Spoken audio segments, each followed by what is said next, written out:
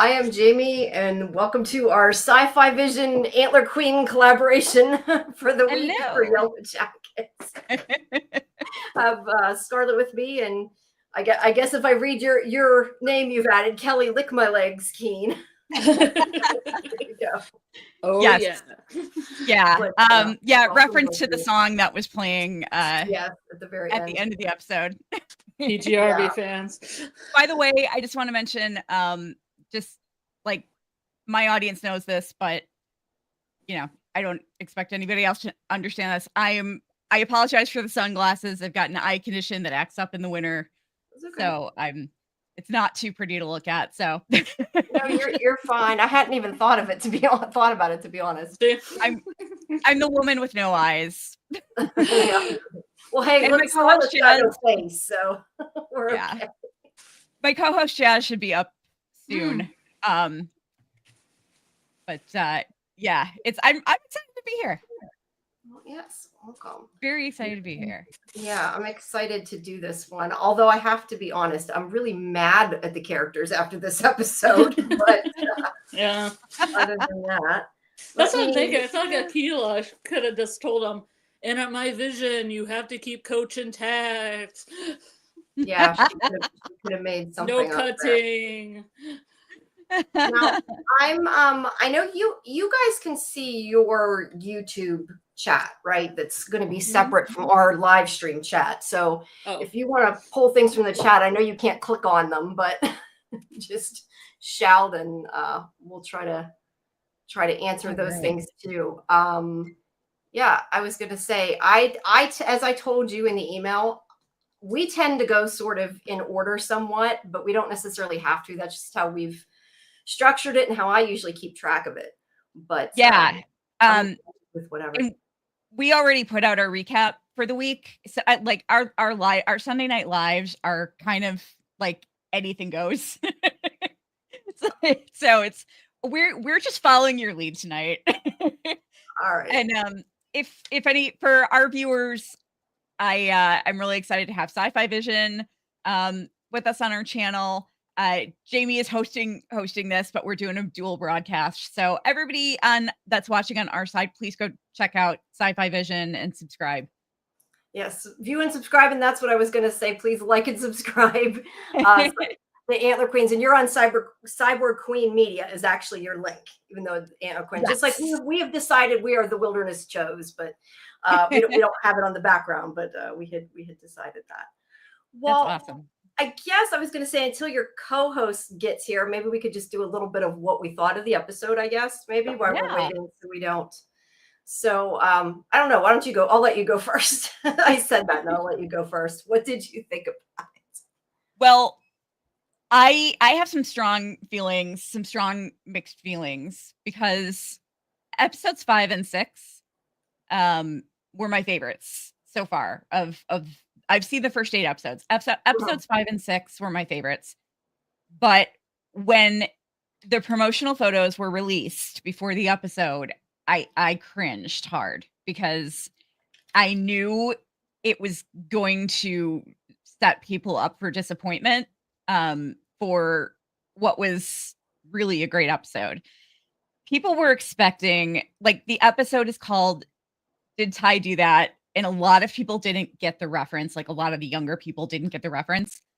And they saw the photo come out of Tai and of Van and Simone sitting on the bench. And everyone was so excited. They're like, oh, this is going to be so messy. And I'm like, oh, no.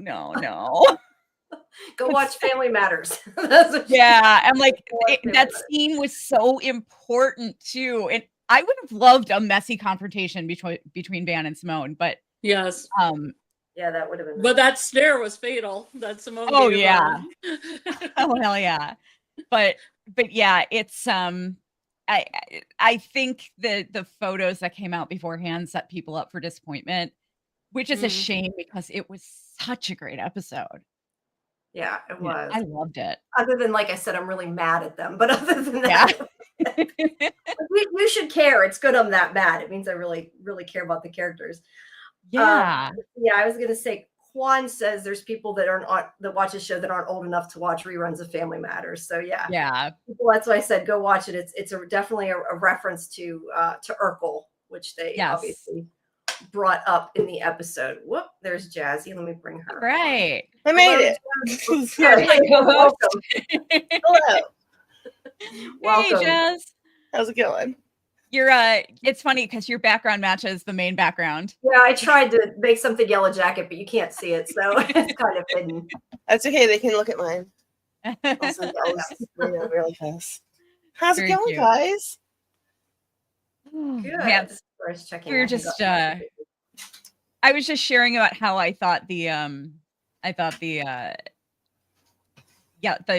photos that came out beforehand set people up for disappointment when it was a brilliant episode. Yeah. That was a really quick scene. Confrontation.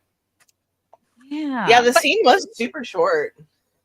I think it's because Sammy's grown. He's grown pretty tall. Oh yeah. They were definitely trying. He spent half the scene hunched over. Yeah. That scene was so wild. I mean, we basically learned that we probably haven't seen Tai all season. We've been seeing what we've been referring to as Issa. Sorry, Issa, not Issa. Which is just mind-blowing and really sad. Yeah. Poor Sammy. Yeah, I know. She didn't have time to do anything to him, that's for sure. Yeah. And he's always been able to tell the difference between the two. Mm-hmm. So he knew he clocked her immediately. Yeah, he really did. It sheds light on some of I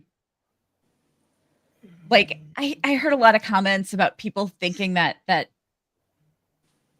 anytime there's a kid on a show, I always hear people say that they're creepy. Like people find little kids creepy. And I didn't pick that up with Sammy when people were saying that he was kind of a creepy kid. And it was just because he was scared and people were interpreting his fears as him being creepy. But it shed so much light on the way that he behaved in season 1. Yeah. Why? It really does. He could always tell. Yeah. Well, he's a kid. Yeah.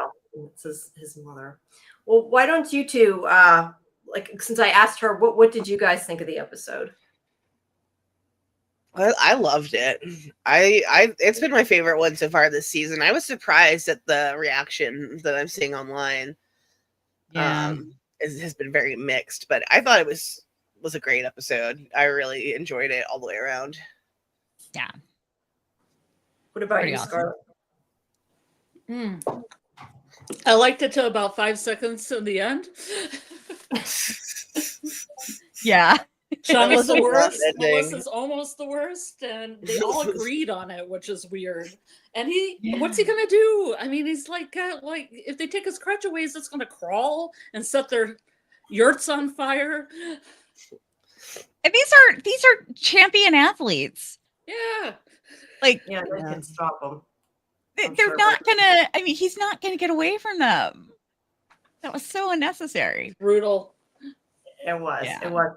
I liked the episode. I was really, really mad by what they did, but like I said, I guess you want to care about the characters. So if I was that mad, that it makes me be like, I don't want to watch this anymore. That's a good thing in a way. But yeah, it really pissed me off.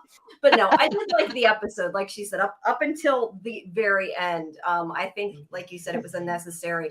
I would have just put him in the pit and taken the ladder away. Like that to me would have been the easiest solution because then he definitely couldn't get out. Yeah. But I think, I don't know, to me it kind of paralleled the whole thing with the rabbit, and which I didn't like either. And I also think was kind of unnecessary. I'm as Scarlett knows, I'm not a horror person and I'm an animal person, and anytime they hurt the animals, I get upset. But no, but it was a good episode. And I think the other side of it with the adults was funny a lot with Misty and Walter kind of at odds, trying to investigate and messing each other up. So yeah, I enjoyed it.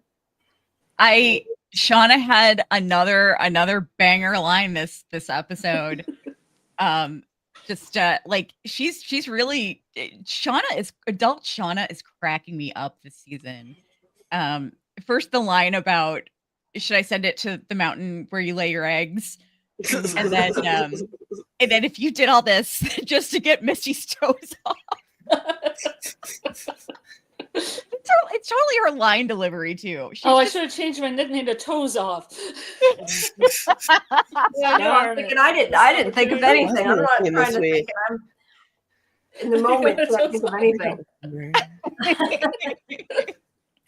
Yeah, no kidding. By the way, I just want to tell the people that are watching on our end, lives aren't really our specialty, so we don't get a ton of live viewers, but we typically do our lives right after the episodes. So anybody who is like watching our lives, you can like hop on over to SciFi Vision when you're done with us. What time do you usually go live? We've been doing it at 11, and we're usually a few hours, so we'll probably, I don't know, we might still be going. but that's why we do a watch party before our live too, so the people that see it before or didn't get a chance to see it can watch it with us. Yeah, that's in our Discord. So for you, those of you who came for Antler Queens, there's a link, I guess, in our description. It wouldn't be in your video description. I should put it in the chat, or they're not going to know what I'm talking about. But they can watch our live and then go to your Discord for the watch party, and then stick around for your live. Yeah, we do a watch party when we drop the episode, when the episode first drops on Thursday night, and then we end up doing it again on Sunday because we're insane and spend too much time there. At least I feel like I do sometimes. Awesome. So, awesome. Yeah, I'm struggling with the earlier time this season. I'm not liking it. Yeah. It's been a little rough. The time change didn't help. It just screwed up everything. Yeah. I thought I had an hour to look things up, and then my boyfriend says, "Hey, it's 10:30, not 9:30." And the 9:30 clock, the clock upstairs in the bedroom says 9:30. Yeah. Oh man. Ooh, daylight savings. Yeah. Daylight How savings. dare you? Gosh. Sorry, I'm trying to go through the chat while I'm listening to you guys. So we have some. Thank you. I've seen a lot of people talking about Teen Shauna's actions being so indefensible and so crazy, and like, why is she doing all this? And like, you guys know she's like postpartum, right? Yeah. Like, it's been 2 years for us, but it's been like 3 months for her since her best friend died, and then she lost a baby. Like, who she may still think that like the team tried to eat. Yeah, she has some complicated feelings going on in there. Yeah. Like, I don't know. I find her a lot more sympathetic than I feel like nobody has any like empathy for her. And I'm like, she's a teenager. She's already like insanely hormonal. Melissa scares me more than Shauna. Yeah, Shauna's terrifying. And I love her. Both of them would cut you though. They'd cut you. So stay away. Yeah, for sure. I actually was talking to somebody today about how I feel like Shauna is possibly the most traumatized post wilderness. Yeah. Easily. Because Misty and Nat, even though they both went through shit, I mean, they kind of thrived out there a little bit. And Lottie kind of had her own separate issues, but she wasn't really dealing with the same level of trauma. I think Shauna, once they got back, I think Shauna had the most trauma to deal with. Natalie even says in the first episode that she like lost her purpose when she came back, like being out there and being like so, you know, like uncared for and not having a lot of like security in her life leading up to the wilderness, you know, gave her structure. You know, she became a leader, and like, and she needed a lot of help coping with that when it was gone. It's really sad. and I think that's kind of why Shauna comes across as the most, I hate words like this, but Shauna comes across as like the most normal in the adult timeline, because she just wants to be like, she wants to kind of disappear. Yeah. Like she wants to be a housewife who like with a boring life doesn't do a whole lot because that's what makes her feel safe. You Yeah, know? I don't know. In the present, I find her the funniest, but I definitely find her the creepiest in the team. Is it one of the later episodes? Isn't it like Normal Life or something? Is the title of one of the later episodes? Yeah, a normal boring life. Yeah, it's about Shauna. Yeah, yeah. They just released the last 2 episode titles, and I can't remember what they are now. Oh. Mr. I was gonna say, I know we usually go sort of in order, but we're gonna get so far behind of the chat, I think, if we don't. So that's why sometimes we sort of jump around. Yeah. Let's see. Justin says, I need them to reveal a little more of what's going on with Shauna's stalker with the tape. Too many mysteries. Let's solve one already. Yeah, they showed that in the preview, so I'm really hoping that, and assuming we're gonna get it soon, but hoping we're gonna get it soon. Yeah. Yeah, I hope so. You guys, you might know, but I was going to say, what do you think's on the tape? Because I know I just can't see them doing another blackmail story. That's what I keep telling Scarlet. I don't think it's going to be somebody blackmailing him. I think it's something different. But yet Lottie took out the blackmailing amount of $50,000. Well, she did do that, but I don't know. That's my point. I don't dumb enough to do it twice, probably. I don't think it'll be disappointing. I'll say that much. I really don't think it'll be disappointing. All right, that's fair. That's fair. Yeah. Let's see.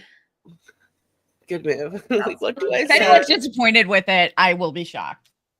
Yeah. Let's see. Okay, now they're. See, I don't know if we should go in order or not. That's why I'm like, a lot of it's the same people. Justin said there's a lot of people that are upset about the content of the show where the premise is a girls' soccer team hunting and eating each other. We knew from the first 5 minutes of the pilot what was going on. Amen. I would agree with After that. Yeah. Right. These girls are mean. Like, yeah, that's the point. Also, I don't get, like, I've seen so much arguing about, like, defending the characters on social media. These characters aren't meant to be defended, okay? Like, none of them are meant to be defended. They're all messed up, including Jeff, okay?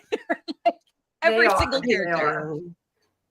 In fact, like, a lot of people talk about how, honestly, the only one that I think Van and Thaisa and Natalie are about the only ones that I could actually bring myself to defend, because I don't think any of them come from a bad place. Like, Thaisa literally has to disassociate.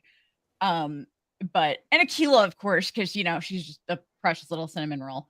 But I mean, like, these girls and women are not supposed to be defensible.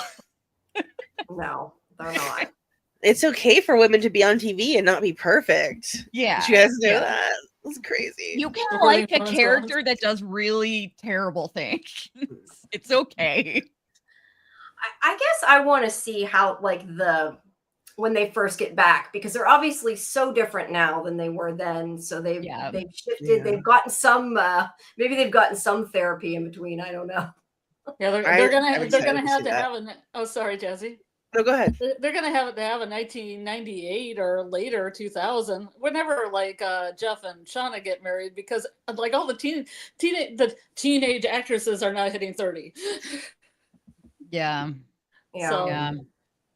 So I'm assuming the last one that said the story ends is that they get rescued, because I know they were gonna do a season or 2 past it. Yeah. So. Yeah. I think it's too soon. Eventually we're gonna get it, though, I'm sure. Yeah, I don't think we're getting the pit girl scene this season. I really do. Yeah, gotta lose a lot of bodies. Travis is gonna. The actor playing Travis is gonna be 40 by the time this next season comes. Yeah. So they're talking a lot about the scene with Thaisa that we were talking about earlier. Lilith says, no, you said you call her Issa. Is that what you call? I have not heard Issa, that. Yeah. Issa did not want to be there, and she was trying to play it off like she was Tai, and Sammy saw right through her. Mm-hmm. Yeah. Yeah, I don't even know if she's aware enough to be trying to play it off. Like, I think Issa is just totally in control, and poor Tai is just, oh man, she's trying to deal with it. I'm scared for Tai when she eventually comes through. back. Yeah. See, Justin says the idea of bringing the woman you're cheating on your separated wife with, who's also your high school sweetheart, you had a really traumatic experience with, to meet said wife's son is a bad idea. Yeah, it is a very bad idea. I would agree with that. Yeah, as soon as I saw that, sweet and like, romantic. Yeah, I'm like, why is Van there? Maybe she just wanted a threesome, you know? I don't blame her. See. Yeah, people were hoping for a lot more mess, and unfortunately, we didn't get it. I think we all wanted a little bit of mess, but we did get a great facial expression from Simone, though. Sizing up confirmation of life from Steve. Like, you've been begging for that. Confirmation of life, yes. Yes. yeah, for sure.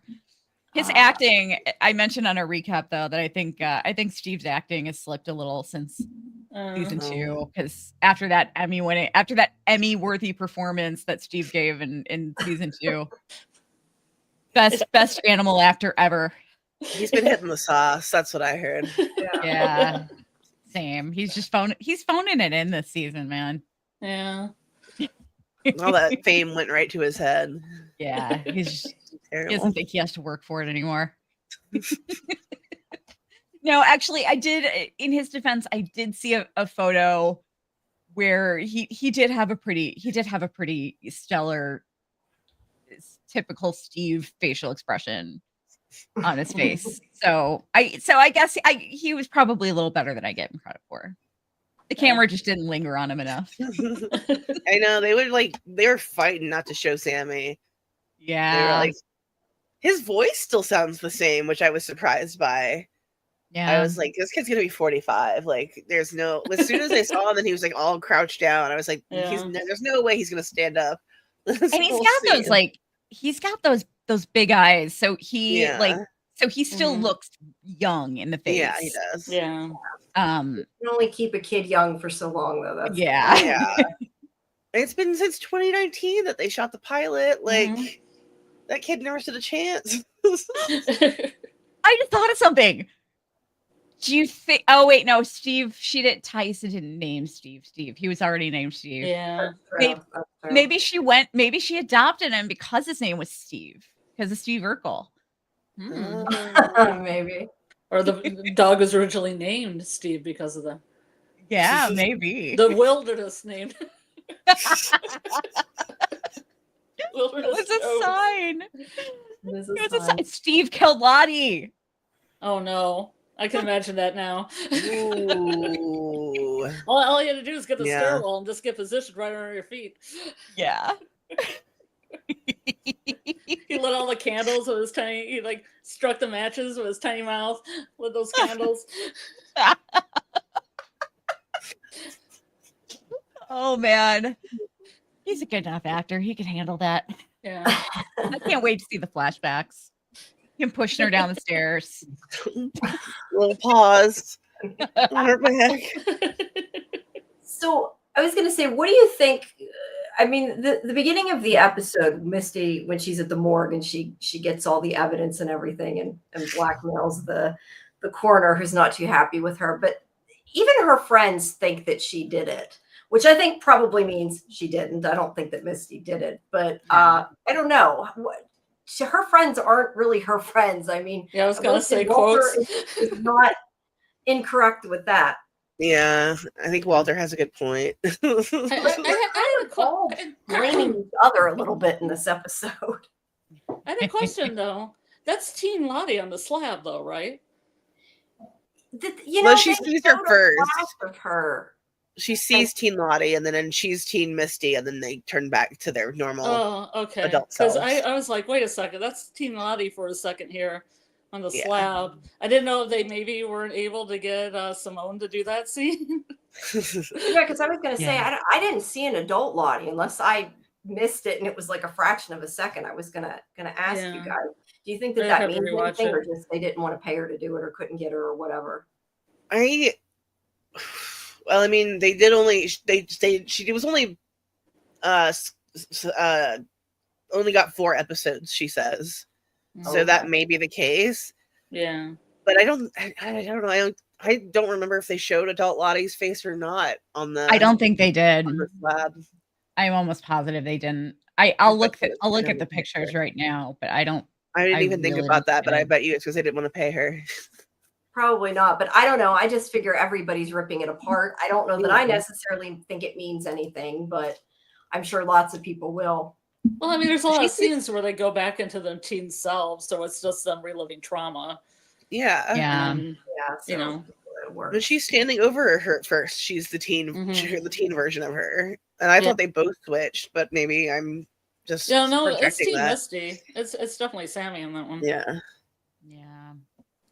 She really. Sammy always sells her scenes. Every time I see her, she's great. Yeah. Oh yeah. Every time she tries to cry, I'm like old enough. She cries over like her whole body. I know. She's somebody who I feel like gets better every season. She gets a little better every season, I think. Yeah, she's like, great. And plus, she was like Prego, right? Yes. Yeah, I keep forgetting about that. Yeah. I was just saying Sorry, go ahead. Oh, I was just saying it was crazy that both Misties had wilderness babies during the filming. Yeah. Have you ever heard about Christina Ricci's kid? She's like a little terror because she's a wilderness baby. That's awesome. She addresses her as Christina. She's like, Christina, give me water. Give me water, please. Like she's filling a bankhead or something. I remember Christina Ricci saying that when they started filming season 2, she really struggled because, like, when she was pregnant, she kind of developed this waddle, and she had to basically like unlearn it. And she like just when she was playing Misty, she just like associated the way she was walking naturally with her, and she kind of like it kind of messed her up, but because like she was waddling when she was pregnant, I guess. I never noticed it. I never noticed that she had a waddle. I didn't even know she was pregnant last season. No, not last season. She was pregnant season 1. Yeah. Oh, wow. Yeah. I haven't watched a lot of the actors' interviews. I got to go back and watch. But then again, I just watched the first 2 seasons right before this. I'm right before this season.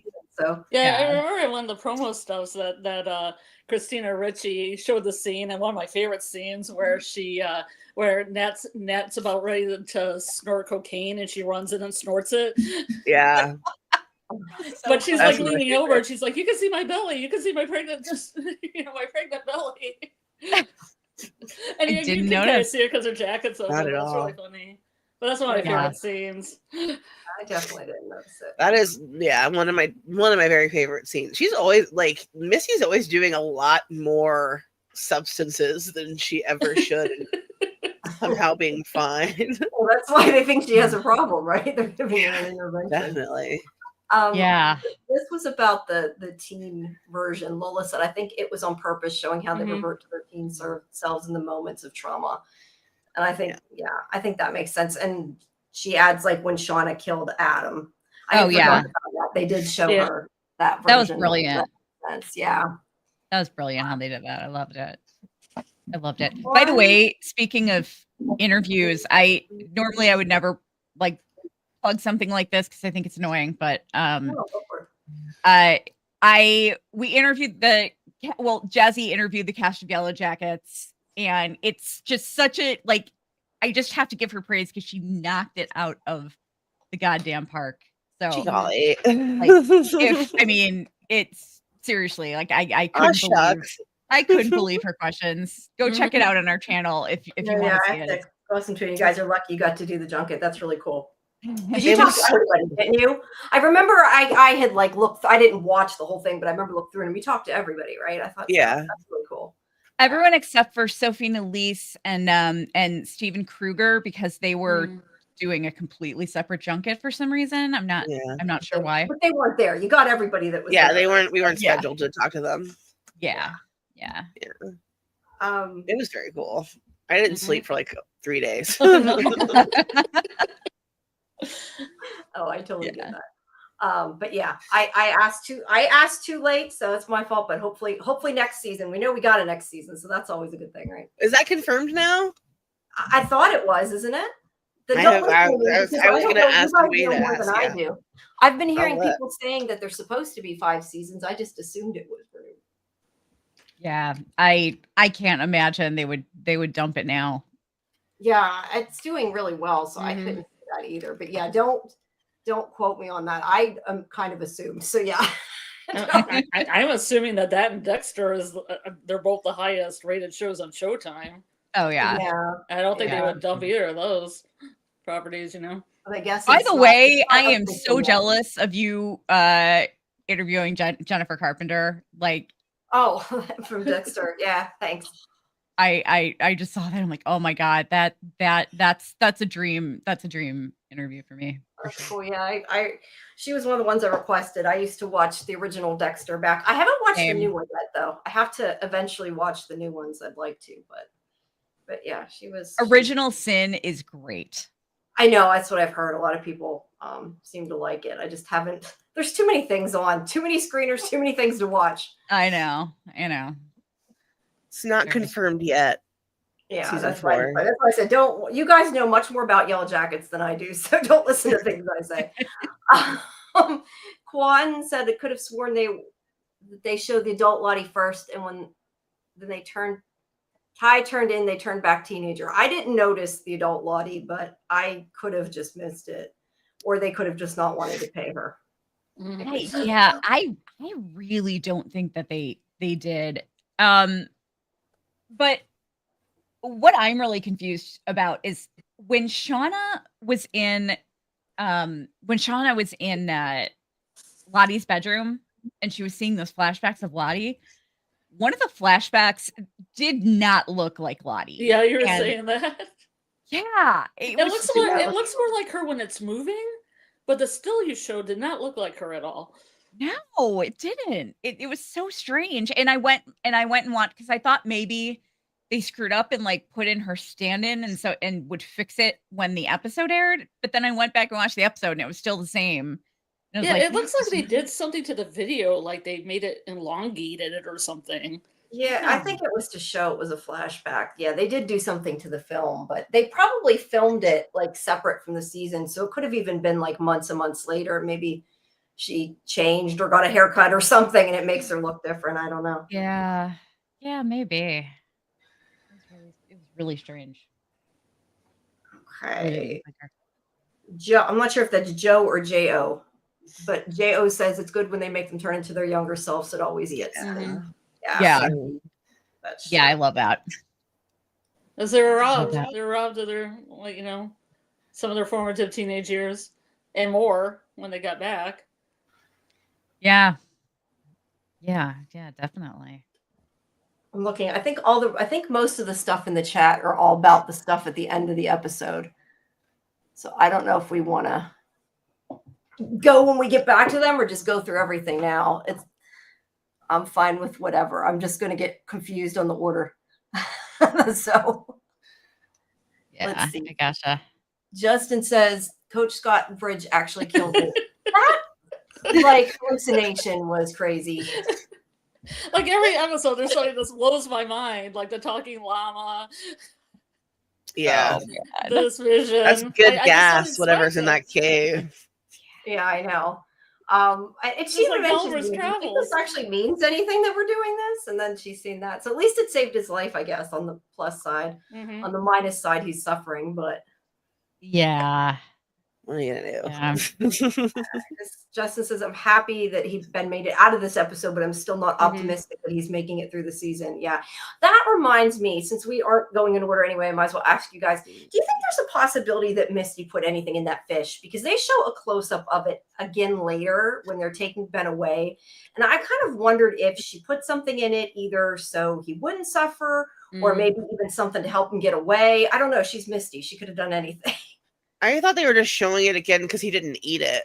They were just showing that he was like, not interested in food. Yeah, I was actually really nice. surprised. Sorry. I was actually really surprised she didn't bring some mushroom tea or something and that would like numb them. You know how they used to do with prisoners?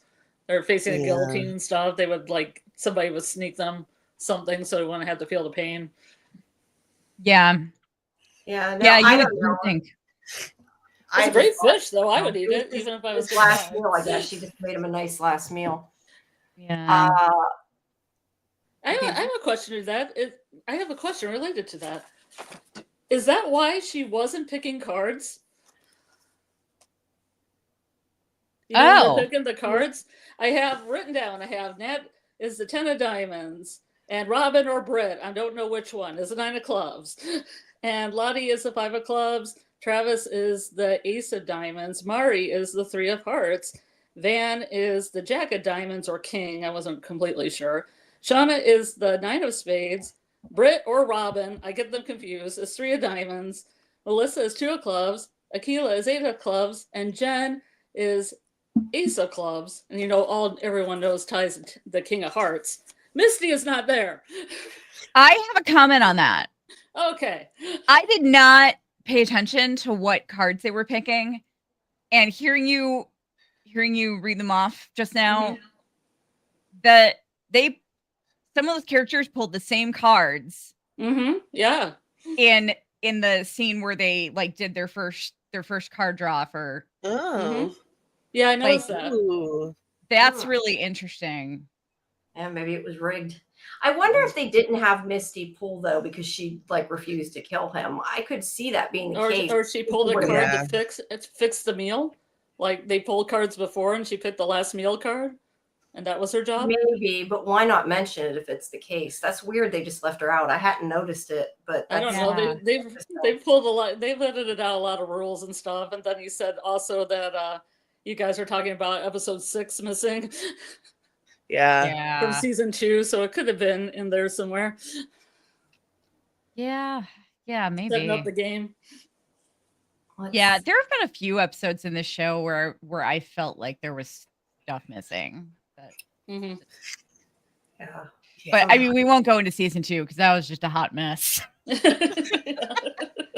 I mean, the adult timeline, the wilderness timeline was brilliant.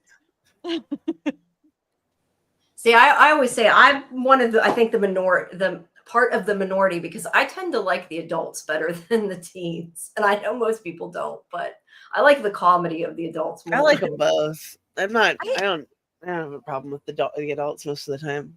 I don't know. There's a lot of comedy. Sorry. The adult timeline was my favorite in season 1, and season 2 I just thought it was awful. And but I'm liking it. I'm liking it a lot this season. Yeah. I mean, there was a lot of comedy between young Van and young Ty in this episode. Yeah. All the way through. Yeah, there was. Yeah, for sure. Despite the darkness. I think it looks just like him. What? I think it looks just like him. Yeah, exactly. I told that to my boyfriend. My boyfriend started laughing because I said, "Yeah, it's just it's just a sad face." Well, he isn't usually a happy guy on the show, to be fair. Yeah, well, it started out rather rough with the leg loss. Yeah, right. That's a good point. Justin says, I think Akila and Lottie interpreted her vision wrong, and that what it really meant was that Ben is a symbolic bridge between the wilderness and society. That's how I interpreted it. I think they're closer than they think to civilization. Yeah. Yeah. Just because of that, and the goat that comes is more like a domestic goat than a wild goat. And I think maybe people are closer than they think. Yeah. Yeah, that's a possibility. I mean, they've been out there for a minute and no one has found them. Well, the cabin was burning for 3 weeks or whatever. Yeah. I always complain because I think they should go look again and try to go further, but I'm also the one that complains all the time and they need to take the car and go as far as they can and see what happens. So yeah, I will forever hold on to that. Well, Laura Lee did take the plane as far as she could. Yeah, she did. That's fair. She did. I just question though, if they need him so much, what if they need him to physically do something and now they screwed themselves? I mean, we know they can, but they don't know that. that would just be, I don't know, would be what they deserved, I think. Yeah. Yeah. Yeah, I agree. I'm just laughing at the Justin Fields wrote a comment. It wouldn't be a proper Yellowjacket season if Shauna didn't get in a car accident. Those are the breaks. Oh, that's so true. I love it. I don't know. I missed that one. I'm trying to pick someone to keep pricking. Justin's written a lot. While he stays alive, there are parts of the norms of society and can't fully give into the wilderness. Once he dies, that will be a thing that pushes them into the feral hunters we saw in the plot. I think that's a good point too, because they're like, well, I still think they crossed that line, but they're, I guess, sort of still close to the line. Yeah. So, yeah, I hear you. let's see. That's okay. Lola says we should pay attention to the fact that they didn't kill Coach, but blood was spilled when they cut Achilles. Let's see what happens and if they were rewarded. Yeah, that was the odd thing when she cut the rabbit, like we saw the wind, like it was happy, but it didn't give them dark ties. So I don't know if it was really happy or not. Yeah. But yeah. I don't know. Let me ask you guys, because I don't know how you feel about this, but Scarlett and I kind of talk back and forth about it a lot. I tend to think that there's really nothing supernatural in this show. I wish they would put more in that made me feel there was. And I enjoy that they want you to kind of decide for yourself. But I feel like everything can be explained for the most part. Yeah. I'm leaning away from the supernatural. Me too. Yeah. So I don't know, rewarded, like, I'm sure that they will find a way to make something mean that or not mean that, but I don't know that I believe that the wilderness is really. I want it to be more like Turn of the Screw. That's completely ambiguous if it's in their heads or not. To the end. Yeah, I kind of have this weird theory that that like the whole thing with Ben being their bridge home. It could be just, I don't know. I mean, it basically just about holding on to their civilization and them just, or holding on to their humanity and like, I don't know that everyone's going to want to do that. Yeah. Yeah. Yeah. Plus, I was thinking about what we were talking about with the science and supernatural. Is if you keep it sciencey, the supernatural people are still going to say, "But this happened and this happened." But if you make it supernatural, then it's a supernatural. Yeah. Yeah. So if you keep it sciencey, the supernatural still have a little bit, for themselves. Yeah. Yeah, for sure. The what ifs. Yeah. Yeah. So oh, I'm sorry. No, I was just going to say that. No, go ahead.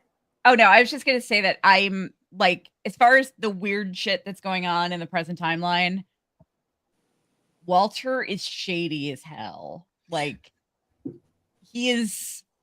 I have this crazy theory that we're going to find out that pretty much every single bad thing that has happened to these characters on the show can be traced back to a male character. And that's not me like hating on the guys or anything, but I swear to God, it's not. It's the Jeff sperm theory. Yeah. Jeff's sperm is the big bad. Yep.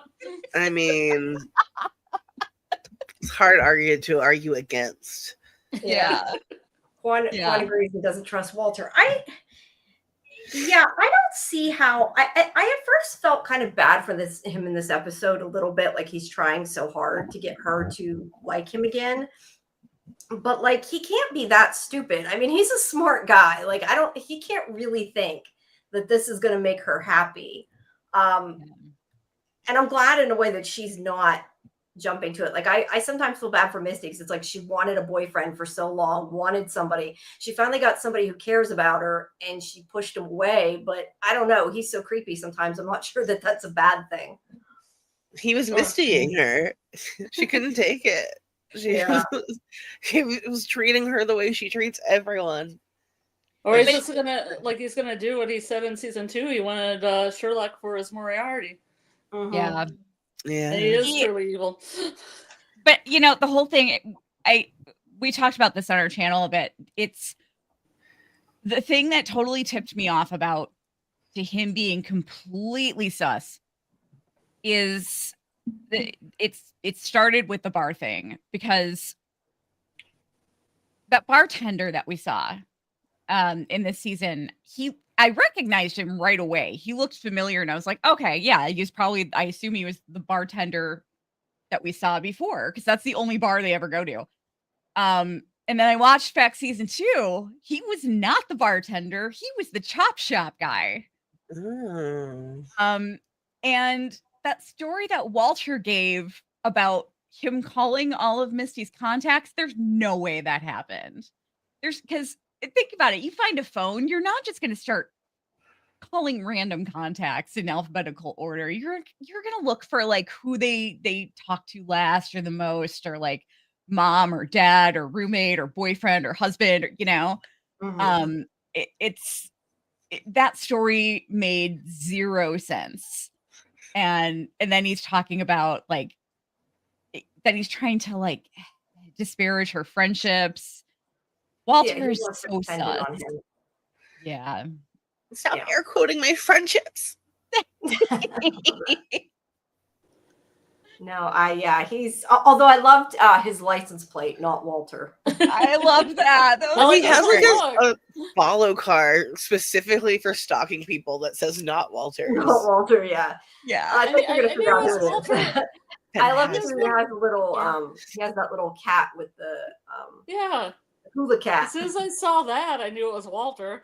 Yeah, well, yeah. Hide anything. Because Misty likes. But you don't think Walter killed Lottie? I don't know. I don't think he did, but yeah. No, it was Steve. Oh yeah, that's right. I'm sorry, I forgot. Yeah, I don't think Walter could be ruled out yet. You don't think he had an accomplice? Walter and Steve. Yeah, but what do you think though? I had, this is what I was going back to before, because I'd started to ask, and then we didn't go into talking about it. Everybody seems very quick to believe Misty did it. And this is where I said before, she doesn't have good friends, but she's the only one that her and Walter that are even really trying to find out who killed her. So I don't think that's the case. But Van even blames Tai. I mean, they may care about each other and be friends in that, but they obviously still don't trust each other. Yeah. So I don't know. How did you feel about that they're blaming each other? I mean, I also think it could be Tai. I do too. And I also think that Shauna was passing the buck in the one scene where they're all on the couch and she's pushing it towards Misty, so nobody blames her for it. It's perfect. Yeah. The perfect Shauna move. Yeah. Sorry, I'm fixing my camera. That's okay. That makes me think though it's not Misty, at least. If I don't think it's Misty. I don't think Misty. Somewhat the smart one lately. Like usually she's crazy, but recently she's been saying things that are smart compared to them. So I don't know. Can I throw out a theory that I have that might be totally unpopular because I haven't seen anybody throw this out yet. Walter. So Walter plucked that hair from Shauna's hat. There's got to be some payoff there, right? Yeah. So Misty took that hair off of somewhere around there in Lottie's body. Yeah. Same hair. I'm wondering what do you guys think about the idea of it maybe being Callie? She's on my list too. That's my list. It's not Steve's hair. Yeah, I could think it'd be Callie, but I want an explanation of why it would be Callie, but I could see that. Well, she tried to shoot her once. Yeah. Yeah, she did. But Callie's kind of removed from a lot of this, which is I think like why we're not necessarily suspecting her all the time. But yeah, she took a hair off. That's what I was going to ask you. She took under her nails and she took a hair. So it wasn't Lottie's hair then. It was a piece of hair. That's what I was trying to understand because I wasn't sure what she was doing in that stairway. I didn't know if she was comparing nails to the scratches, or I couldn't tell. My TV wasn't clear enough. You can kind of see a really quick sweep of Lottie's hand across those. It's kind of a blinking moment. The little thing, and it is her hand because she has that kind of what I would call the owl cave from Twin Peaks ring, but that like green stone ring on her finger. So it's definitely Lottie's hand she's imagining. So yeah, I have to wonder why Lottie went down there though to begin with in that dark hallway that was no access. It was interesting because I didn't know it was in the hotel. I thought she had walked someplace and somebody had taken her fur, but I guess not. Yeah. All set to see Joe McHale wearing a fur in the next episode. Somebody told me he was in the background of a hotel somewhere. I don't think he was in the background, was he? I don't think so. Yeah, probably not. She's been looking for Joe McHale though in every episode, to be fair. Of course. Same. I mean, I have a theory that Sean's going to be watching TV and Card Sharks is going to be on, and Joe McHale is going to be flip the card and it's going to be Queen of Hearts. That's my prediction. It would be cool if they had some kind of weird fever dream of that, though. Yeah. That would work. Or they flip them up and they're all Queen of Hearts. Yeah. Fire Lord, the Queen of Hearts. Queen of Hearts. Can I tell you who I would love to see Joel McHale playing? I would love to see that in the Yellowjackets universe. The soup has been brought back, and they're and Joel McHale is going to be like hosting. Joel McHale is going to be talking about some reality show or news show where they were like making fun of the Yellowjackets. That's what I would love to see. Oh, so this I'd be into that. Yeah. Or like an adult. I was gonna say adult Melissa or something is in some reality show. Yeah. I have to think though, if they're putting Joel McHale on it, it's probably going to be more than just a little jokey thing. I hope, but yeah, it could be funny. Yeah. So yes, Quan, you're right. It's always who you don't expect. Chris said, I still think, I assume that's supposed to be Callie, is behind a lot of this. She never forgave the group for, oh, no, not Callie. Okay, wait, who's Allie then? She never forgave her ankle in the pilot. Remind me who Allie is. Who's Allie? She's the girl who Ty like kicked in the pilot episode, and she had that. Oh, okay. Yeah, I don't have to go in detail, right? No, I know who you mean now. I just She organized the reunion too. Yeah, the adult version of her. Yeah. That I still don't understand why she was at or organized. Yeah, especially after that, you think she wouldn't want to see them. So weird. She wants to. I saw a funny tweet today where somebody suggested that Callie's full name is Caligula. Nice. That would be great. Yeah, she's like, that's right. She does make that line too. I don't know why I ever let you touch Caligula or whatever she says. That's funny. Quan, this is back what we were saying before. Quan says, I think mostly everything on the show is supernatural from the writing style. Is that very soap opera supernatural, not real, but it's not what I think of Yellowjackets soap. Yeah. Yeah, it's a lot of people are I think most of the people in the supernatural camp aren't really straying from that. I'm just I don't know. Like I think ever since the season 2 finale, I think the season 2 finale put me from like in between to firmly in the logical camp. Yeah, I mean, I keep saying I wish there was supernatural, but I just don't see it. I see a lot of mental health issues, but I don't see really supernatural. Definitely.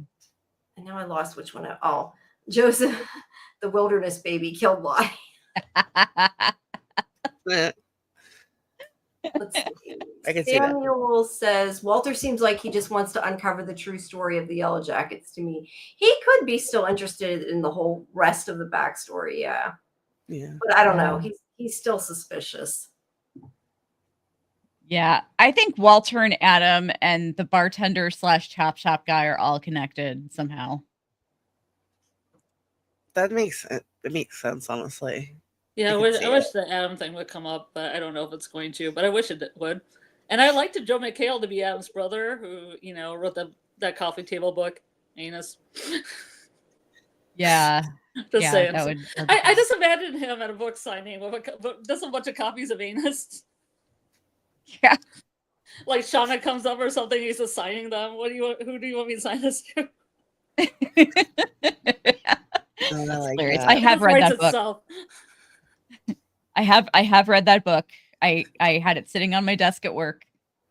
I didn't realize it was real. It's a medical textbook.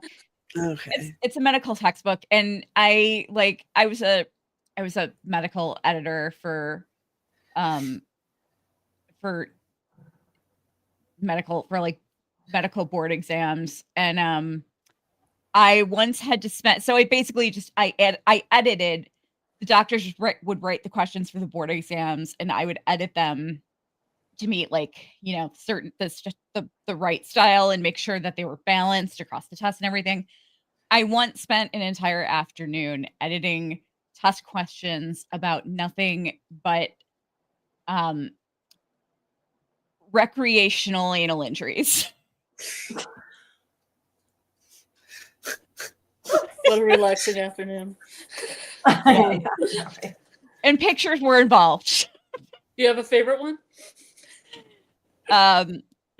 No, there's only one photo that is forever burned in my mind. And it's when I was in a conference with a bunch of OBGYN doctors, and I was moderating it. We were putting the test questions on the overhead. We were putting the test questions on the projector, and one of them had a photo. So we looked at it, and it was a gynecological exam, and we're all looking at the picture, and it looked fairly standard. And then all of a sudden, one of the doctors just gasps in horror and exclaimed, "Why is that doctor not wearing gloves?"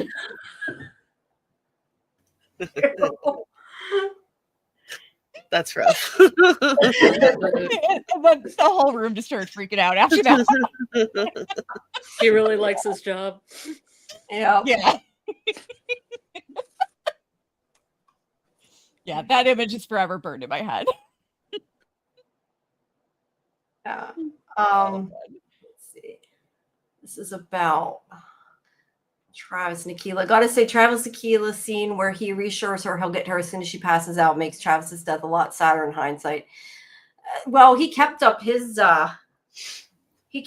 promise there, unlike Lottie with Travis, that it didn't work out so well. At least he got her. Yeah. I don't like that whole storyline at all. Oh, I'm Travis frozen. Knew Lottie wouldn't stop the lift as soon as he passed out if it meant she might see what the wilderness had to say. It's a good point if she was scared of it. Yeah. Whoops. There you go. I was going to say we lost her there for a second.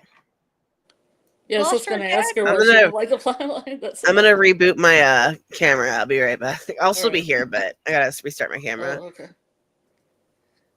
Be the voice in the ether. Wrong show. Sorry. Not ether product.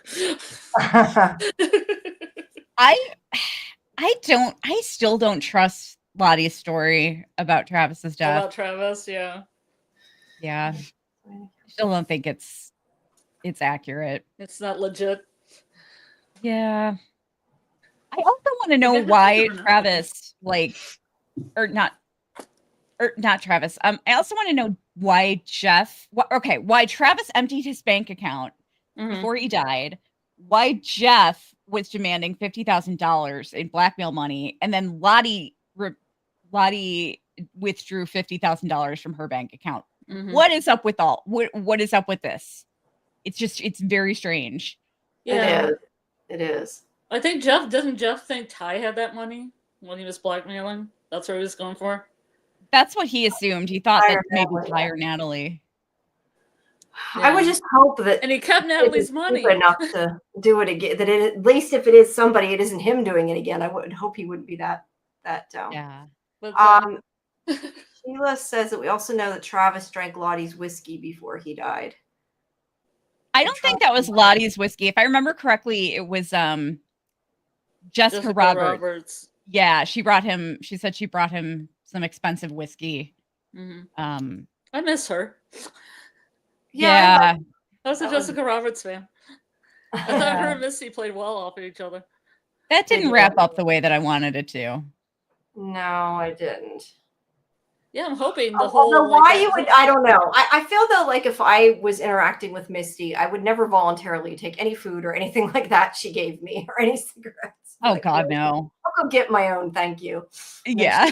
Okay. She banked on the fact she'd take it. Juan says, I think Walter is somewhere related to either somebody in the cabin or somebody else, or why would he do this exactly? He was there at the time. Is the cabin? I don't know. That looks like that was some auto-correcting there. I'm not sure. It could be related to somebody in the cabin. I assume he means like cabin daddy or somebody. I'm really curious about cabin daughter. Because she exists. He did have a daughter. Yeah. So what happened to her? I mean, do we actually know that as an audience, though? Not as an audience, but yeah. Will we ever get that information ever in any form? Yeah, I don't know. I mean, they basically, I don't think Showtime would have released that script though, mentioning the cabin family if they didn't consider it canon. You know what I mean? Now, was this for the episode supposedly we were getting? I don't know enough about this to know what you're talking about. So they lost episode like 6, what I think was supposed to be 6 in season 2. And they released the original script for episode 7, which included references to things from episode 6.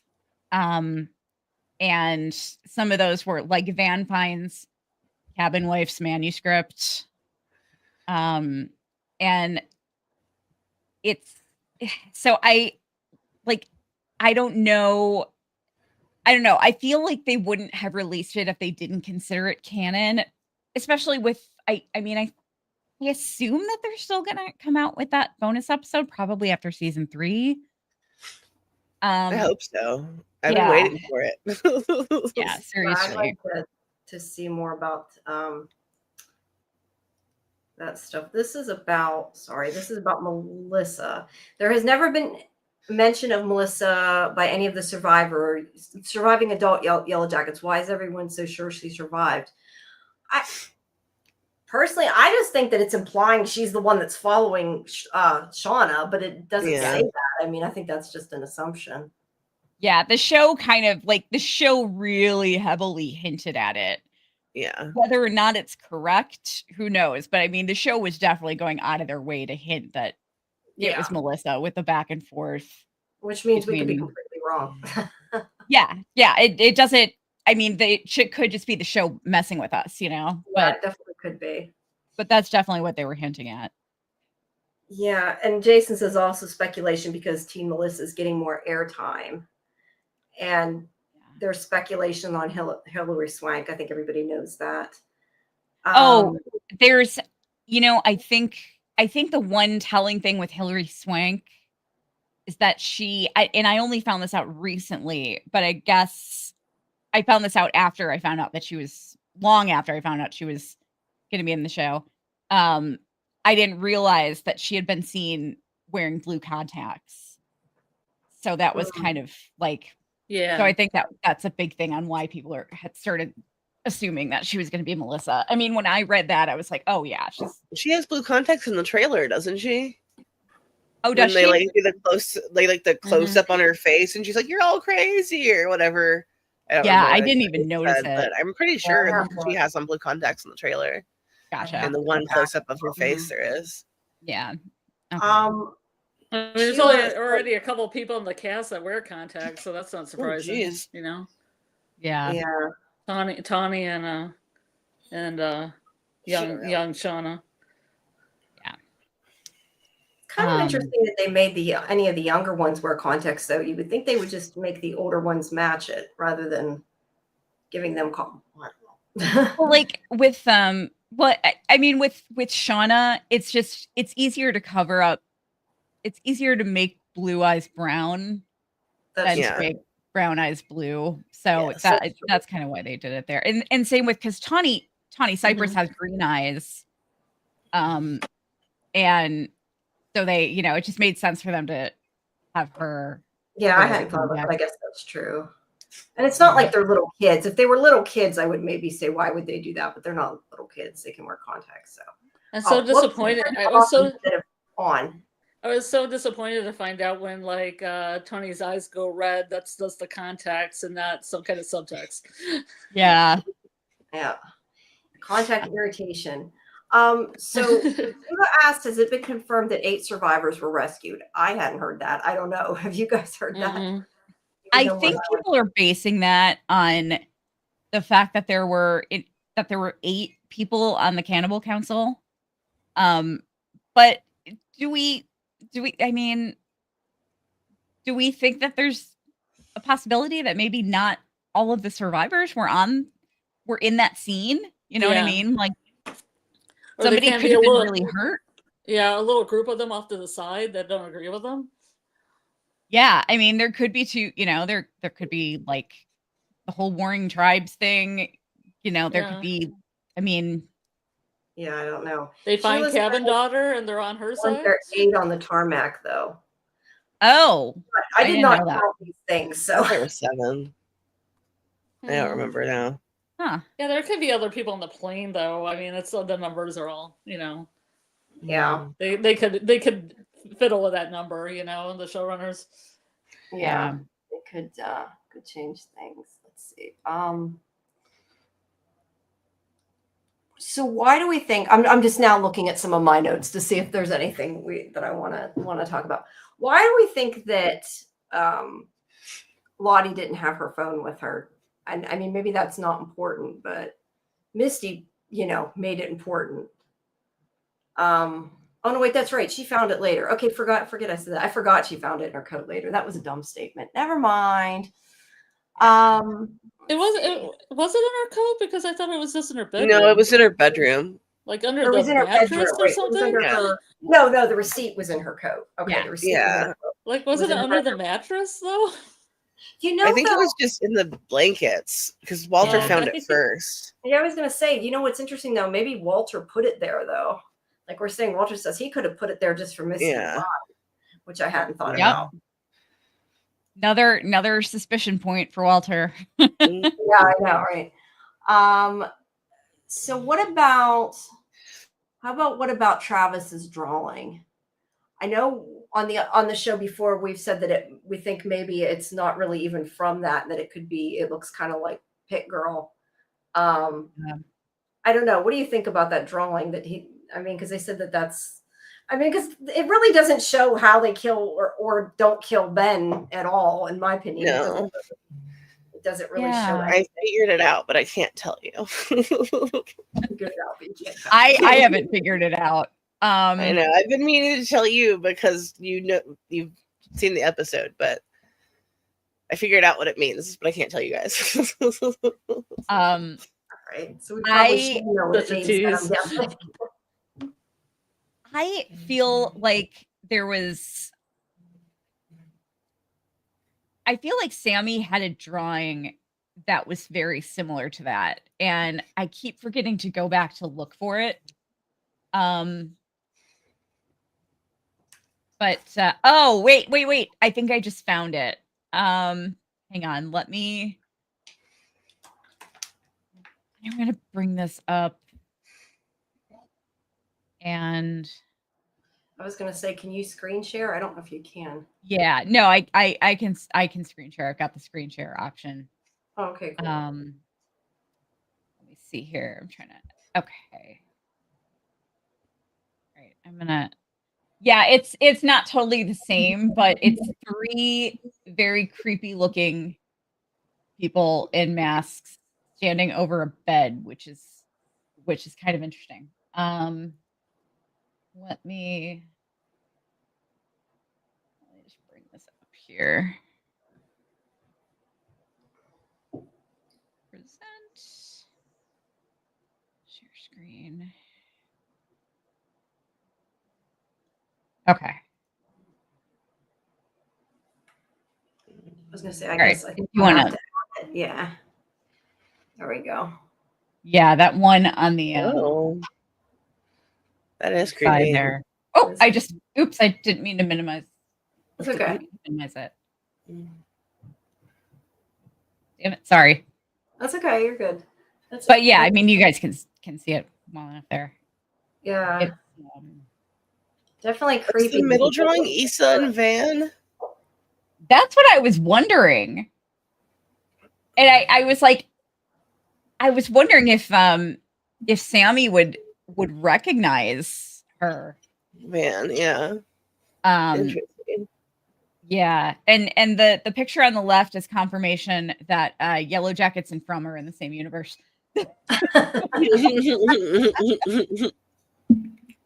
But yeah, Makes sense.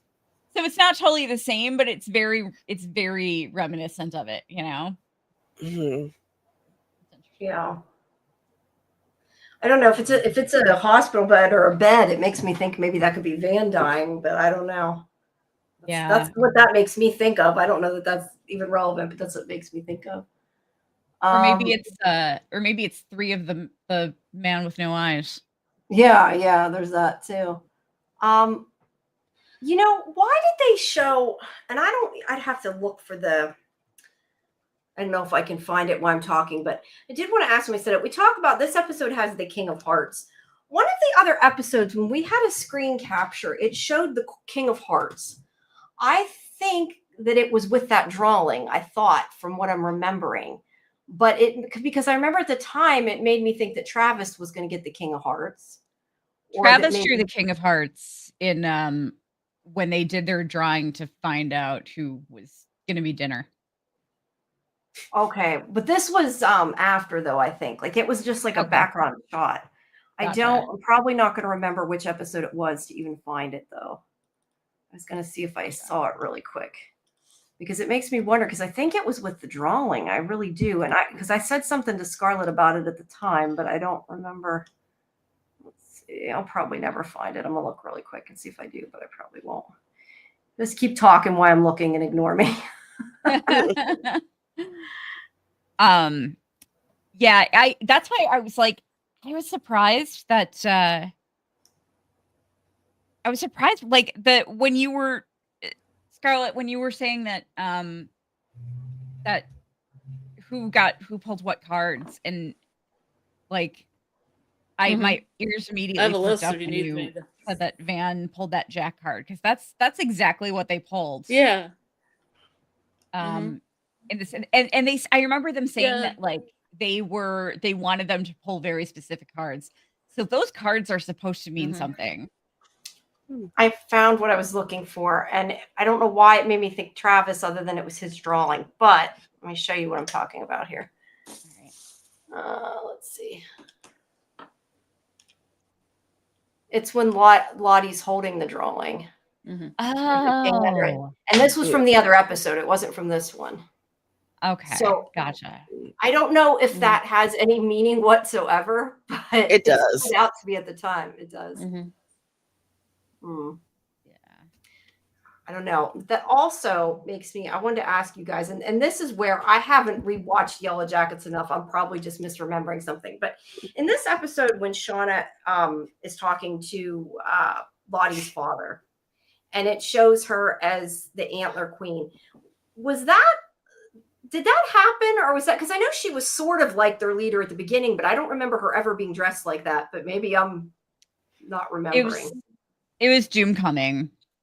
But yeah, so she was dressed like that at Doomcoming, but that did not look anything like Lottie. Like she had the scar on her face and everything, but that totally looked like a stand-in. It was so weird.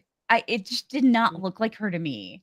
With when she had the outfit on, no, it didn't. You're right. Now I know what you were talking about before. I agree with that. Yeah, it was really weird. I can bring up the photo if you want me to. Yeah, go for it. I have it handy. I I mean, I guess it kind of does a little bit, but I don't know. She looks so different in this picture, in my opinion. Yeah. Let's see. It might be that they filmed it like way later though too. Okay, it's up there. Yeah, that doesn't look like her. Yeah, right. like that does not look like her face. I mean, I see the scar and everything, but I think that's a stand-in. Yeah. But they just like forgot to edit it correctly or something. Like, Or yeah, they that didn't doesn't look like Courtney Eaton at all. No, Yeah. it really doesn't. And that girl looks like she has a little bit of a chin cleft. Does Courtney Eaton have a chin cleft? No. I mean, it's very slight, but it kind of Yeah. looks like she has a chin cleft, unless it's just the light. Yeah, that's really strange. I don't understand that. I I don't think that's know. a production error. It Yeah. might be. I think his cabin daughter is the true Antler Queen. The other thing I was going to say is, you notice how in the one scene when Van is talking to Ty, Van is upset over Lottie. Ty is just talking about food. She's not very affected at all about it. But do you think that there's a possibility? I was just thinking about it, and for whatever reason, I don't know, it popped into my head. But is there a possibility that maybe Lottie died and it was to save Van because they didn't kill the guy that they were going after in the other episode? Like maybe I'm not necessarily saying that Ty did it. I'm just saying that I just wondered if maybe that could be for Van to save her, or could have that outcome. I don't know. I mean, if Ty's the one who killed Lottie, that'd be why she did it. Yeah. If Ty. Yeah. And Ty's going to deny, and Ty's going to deny it because she literally like would have no memory of it. Mm-hmm. But you know, I also want to bring up that the scene. And by the way, I have to say I am so disappointed. My favorite relationship in season 1 was adult Ty and Shauna, or just Ty and Shauna in general. Like I mean, they brought out sides of each other as adults that we didn't see in the other characters. And I just thought they had a really beautiful relationship. And I'm so sorry. I'm so sad that kind of fell by the wayside. Yeah. But my ADHD is going now. I totally forgot where I was going. Shauna and Ty. Oh yeah. Other Ty. So yeah, I mean, other Ty. If other Ty killed Lottie, I mean, she doesn't even remember. So, you know, it's not like she would have any clue or be able to give any tells or anything. You know what I mean? Yeah. Yeah, she'd have to lie. I lost what I was gonna say. Who do you think put the candles in the stairwell? You think Lottie lit them up or someone else? Huh. That's a good question. Ty. That was Steve. Yeah, with Steve. Yeah, Ty and They're Steve working together. It was Mason, Kevin's son. He's getting revenge for his dad dying. There's a twist. But no, like the candles make sense for it to be Ty. You know. Mm-hmm.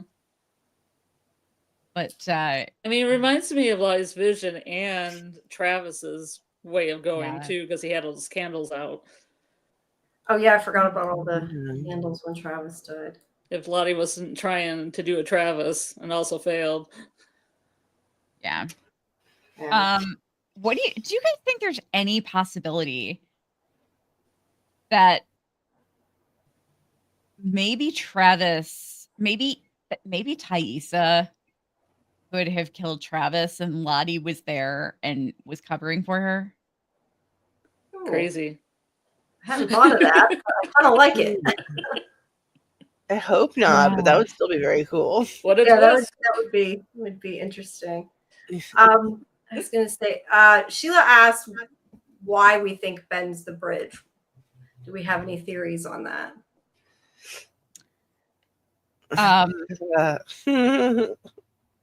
You can't say no. You can't say a lot. I don't know. I kind of think maybe it's what you were sort of talking about earlier, though, that does he represent their innocence? Because if they don't kill him or do kill him, that maybe like once they cross that point of no return, they're not the same when they come back. If it's more like a metaphorical each thing. of the major deaths has represented, like Laura Lee was like the loss of like, religion and like purity and morals kind of, and Jackie was like the loss of order, and with Coach Ben dying is going to be like the last of their connection to society. Like that's going to be the last thing that's holding them back from being fully feral. So yeah. I mean, we see where it ends up right before they get rescued. So Yeah. they're not in Shangri-La much longer. No. I don't know. I know you had a problem with somebody coming in your stream that wasn't so nice once. We had somebody dropping porn before. Do you know who this? I don't know if you can see or remember. Oh, M. Cara. Yeah, okay. we know. We know M. Cara. Okay, I just wanted to make sure. We don't want people posting porn. Let me get you a link. Give me 1 second. I'll get her a link. Yeah, we know M. Cara. She won't drop. Don't answer the door porn for anyone with a German Shepherd. Okay. Yes. If they have a German Shepherd, no. There you go. There's the link. Quan says, I think the bridge, because he's a bridge between the thing in the woods, it's going to make them a killer, or the thing in the woods, it's going to make them be rescued. That's interesting. Yeah. I guess it depends whether or not you think it's a supernatural thing. Yeah. I keep going back and forth on it. I also kind of think that I also kind of feel like it's Akilah, that there's a reason Akilah had that vision, because she's going to interpret it in a different more way. innocently, like, because she's the most gentle out of all of them there. So she's gonna interpret that vision a little bit differently than somebody else might. So yeah, so I think that's important that it was her that had that vision. I was reading what else Quan said. The power in the woods technically takes life, and I think they make some deaths happen just to make sure of that. I guess they mean to appease the wilderness. Yeah. I'm not really sure by that comment, but I think that's what that means. Yeah. It's yeah, and see, that's the thing. Like, I kind of feel like the wilderness is this boogeyman that they've created. Yeah. In their heads. And they've managed to, I think they've managed to just like make things into something that they're not. Shauna says that in season 2. She says exactly. It's just us. Like, you guys know it's just us. Yeah. Well, but they have to. I think they also want an excuse when they do something bad to blame. Yeah. And then they don't have to feel as guilty. If there's absolutely. That. Yeah. Let's see. M. Clara says, "Do you like Coach Ben now, Kelly, or are you still on Team Ben Barbecue?" I'm never leaving Team Ben Barbecue ever. Oh, but he kind of convinced me though. I like Ben. He kind of convinced me. I have a whole host of reasons that I've not liked Ben since season 1, episode 2. But it's nothing like it's nothing. I won't get too into it, but Steven Kruger was miscast in the role. He's done a great job with it. He's done a great job. I think Steven Kruger's been brilliant in the role. But I've been gunning for him since Dreamcasting. Who would you rather see in that role? Yeah. I don't know. I don't know. I don't think it's going to know. be Will McHale, Scarlet. But an I wonder amputee. sorry, I didn't mean to interrupt. I was going to say, I wonder if you have to put the link in your chat because I posted it and she's not seeing it. So you might have to put it in yours. Oh, maybe. Okay, let me. I didn't think about it. She's connected to yours, not mine. So I don't know if I can. Can I? Oh, wait. Yeah, I guess I. Yeah, I can. Okay, here it is. I'll just copy it. use the same one I gave you. It should.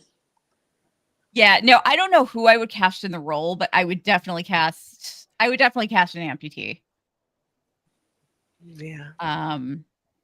And that's really my only reason for not liking Coach Ben, to be honest. Like, I think he's an interesting character. I just it upsets me.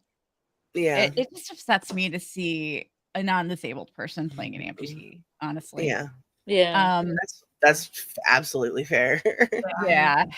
And I honestly don't even fault Steven Kruger for that, because like people, it's just not something that people think of, you know? Mhm. Yeah, they don't. And for all we know, he may have not even been supposed to lose his leg originally, and they just decided, you know, script change or yeah. So I don't fault Steven Kruger for that at all. I think he's done a great job playing Coach Ben. It's just something that bothers me to see. So that's why I will always be on Team Ben McHugh. And I've also always like felt that he needed to die in order for shit just to go completely back. That's fair. Yeah. Start the avalanche. Yeah. But yeah, he kind of convinced me. And like but I mean, I'm also kind of soft and kind of a bad judge of character. So like I can be convinced a little too easily sometimes. That's okay. I was gonna say I'll skip her other comments because they're okay. Because I was gonna say she's coming, so she can ask it herself. There we go. Whoops, to go. Yeah, it worked. So welcome, Antler Queen. Hey. What's up, Rachel? Hey guys. How you liking the season so far?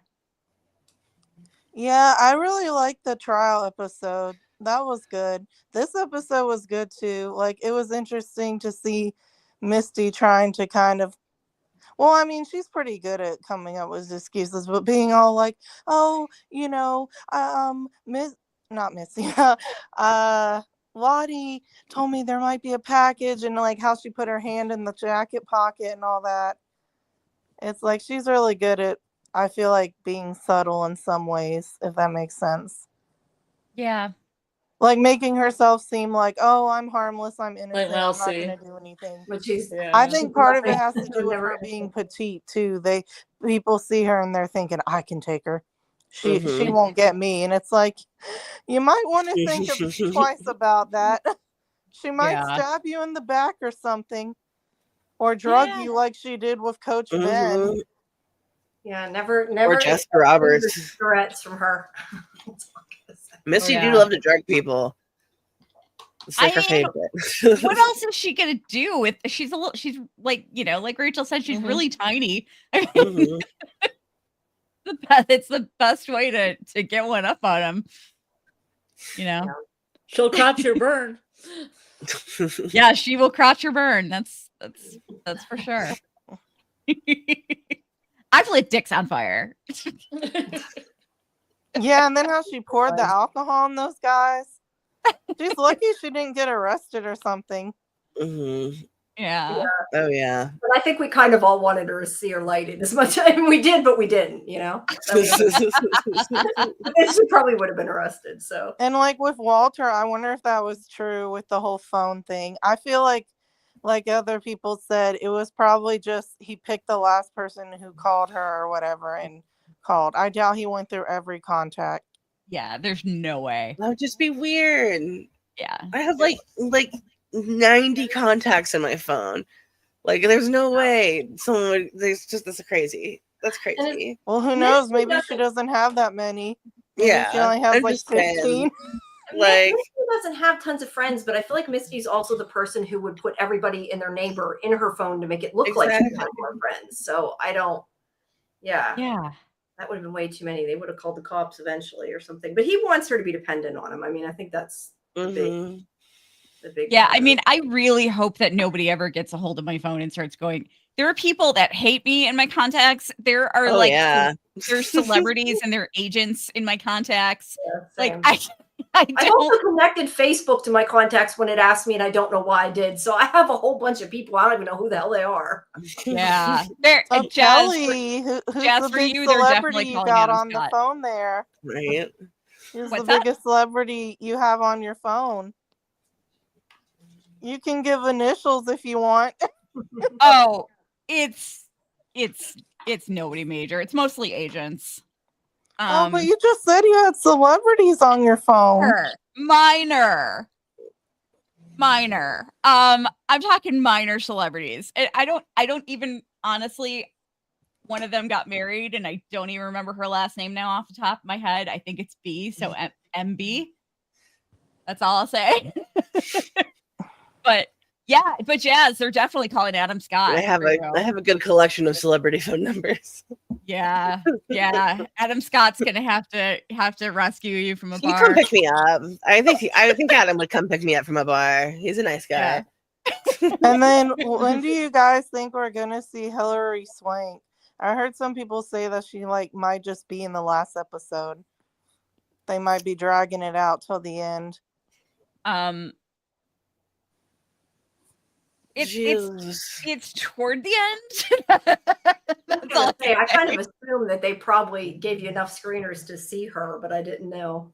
Yeah. And then was Joel McHale in one of the episodes? Because I just don't remember seeing him at all in any of the episodes. Not yet. He hasn't I didn't think he was in one because I saw some people talking about it. I was like, which episode are you talking about? I did not see him at all. I'm like, I was so confused because I think some people said he was in the scene with the card and all that. So I was like, I would have known if I saw him in that area near the card or whatever. Yeah. I feel like he's easily recognizable. So yeah. No, and he's got the humor and everything too. So I feel like if I heard him talking or saw his part of his face, I would know it's him. Unless his character has been through something traumatic and he has prosthetics and fake scars like a Van, then okay, maybe not then. But if he just looks like himself, then yeah, I think I'll recognize him. Yeah. Oh no, you will. I will say that much. He's definitely completely recognizable. He comes on before Hilary Swank. I'll say that much. I figured. Yeah. And then they want to keep it swanky till the end. They want to be like, here she is. I just wonder, in her scene, who she's talking to. I assume Shauna because in the trailer she looks scared. in the trailer we saw Shauna's minivan, right? Yeah. Because her character looked kind of bloody. I don't want to say she looked like she got shot in the arm because I'm not sure, but it kind of did also look like that at the same time. So if that happened, then it's like, whoa, who is this person just guns a-blazing, going crazy? I don't know.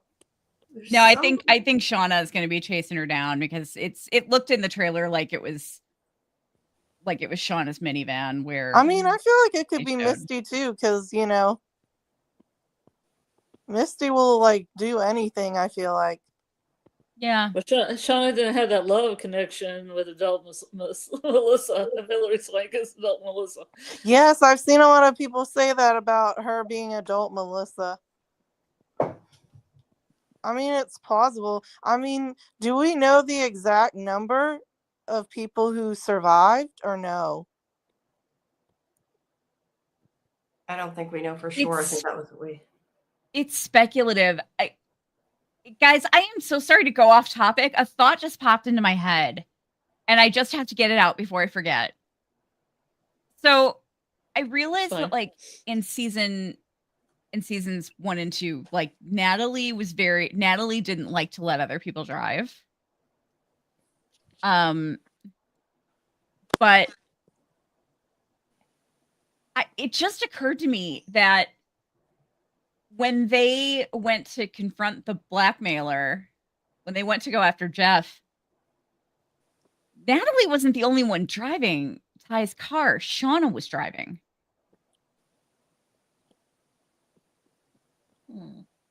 Which makes me curious about, like, were we seeing Issa like a lot more throughout the entire series? Like, why did we not?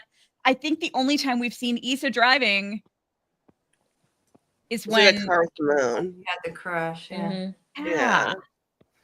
And is there going to be something later on that redefines this, that it's Issa most of the time, or certain scenes? I feel like I need to watch all of Ty's scenes now. Well, you watch it and you're like, oh. I feel like when Tai it comes back from being Issa, she has experienced like loss of time, and you know, she like, you know, she's like, or sleepwalking or whatever. Like, she's not. It's not like a clean transition back and forth. So like, if they've been switching back and forth, Tai is aware. I don't think we've seen Tai since the season 2 finale. Like, there's a moment where they decide they're going to hunt Shauna, that you see Issa take over, and then I don't think she's let go of her since then. I think it's just been Issa the whole time. Yeah, and that's just my personal theory. I go back and rewatch this and think of the stuff, because I had never even, I don't know, had never thought about the fact that she could be Issa when we don't know it, and now I feel stupid for not thinking. We have somebody else who's trying to call in that I don't know if they're a legit person trying to get through. That now just says 555555 is their username. And they don't know that person. Put anything in the chat? Yeah, if you're the one trying to get in to our StreamYard, please put something in the chat that we know who you are, that you've been interacting with us, so we don't, because we're just a little worried of not putting people through that might be posting. Or if you're active in any Discord, let us know. Yeah, or if you're in Discord, just send us a note so we know it's who you are. Yeah, or give us a social media. Give us a social media handle or something. Yeah, we both had bad experience. Yes. Yeah, and the thing that makes it confusing too is because a lot of times their YouTube usernames aren't the same as what they're pulling through on StreamYard, so you can't tell it's the same person. That makes it more confusing. So yeah, just drop a note in the chat if you're trying to get through. Sorry, go ahead. I think I cut somebody off. I wasn't meaning to. I just wanted to. I don't know. I forgot what I was gonna say now, so I'll say something else. What did you guys think of the whole thing with Lottie's dad, like seeing Shauna and seeing her seeing her as Teen Lottie? I loved that scene. Yeah. I thought it was really nice. Did too. It was so sad to see, like, to see Shauna be so compassionate with him, because it just made you think, like, what would she have been like if all that stuff didn't happen to her? I mean, that's the thing. I feel like she has the potential to be like a good person, but she just, I don't know. I feel like because she hasn't really dealt with the trauma and what she's been through, and has just tried to like push it and like suppress it. It's just, I think it's messing with her like judgment and everything. Yeah. Yeah, definitely. And I think she definitely is like very defensive and is like quick to justify why she did what she did. And I mean, she's still basically using the wilderness as an excuse now. Basically being like, oh, I went through, this thing, and like I'm traumatized, I'm whatever. Yeah. And like I get that, but at some point you have to try to, I think, deal with it and not just try to like shove it away. Yeah. What's interesting to me though, and I don't know if it's just like, I don't know, maybe it's just how Melanie Linsky comes across, but adult Shauna has so many humorous moments. And it's her way of coping. Dark yeah. humor. But I mean, I don't see any of that with teen Shauna. And you would think that we would see a little bit. You know what I mean? She had to get out of the woods to develop that sense of humor. Yeah, I thought her saying, "Don't tell me you have a personality" was pretty funny. Yeah, she's just learning it. She's just getting Yeah. there slowly. And then didn't she say something about Misty living in a cave or something? Like she said that to adult Misty, something about like I should send this to your cave or whatever. Oh, send it to the mountain where you lay your eggs. Yeah, I was close. You know, I kind of wonder why when Shauna so bad wanted to kill Coach, but nobody else did. Like, why not just, as long as she wasn't going to torture him, why they didn't just let her do it? Because the other people clearly didn't want to do it. It's interesting that they decided to go through with pulling the cards instead of just letting her shoot them. Yeah. I think his like testimony, if you want to call it that, I think kind of like I don't want to say it broke something in them, but I think it made them realize that like, oh, he like has actually done things for them and he's not the, big bad evil person they thought he is.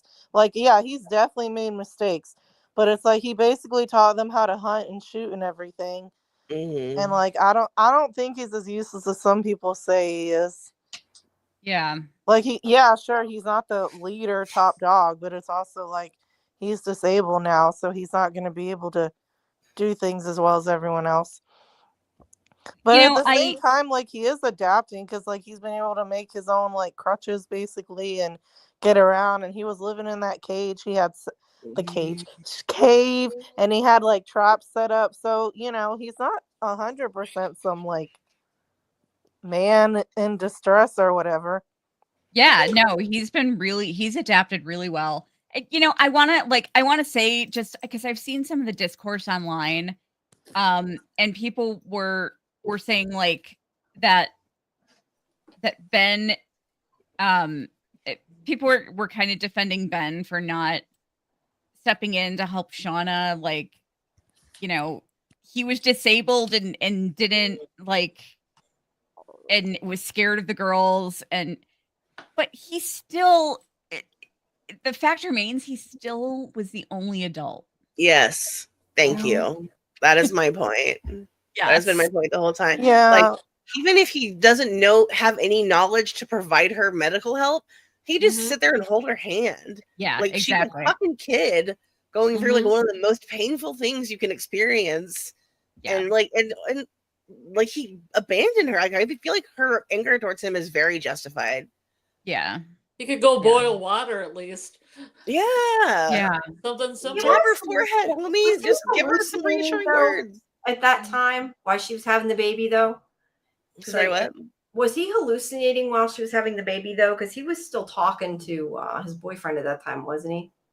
I think he was, yeah. Not that that's an excuse, other than I'm wondering if he was aware completely of what was going on. But I think he was aware enough he could have helped somewhat. He just seemed in and out of it. And he also looked like he was going to pass out or throw up. He looked so terrified.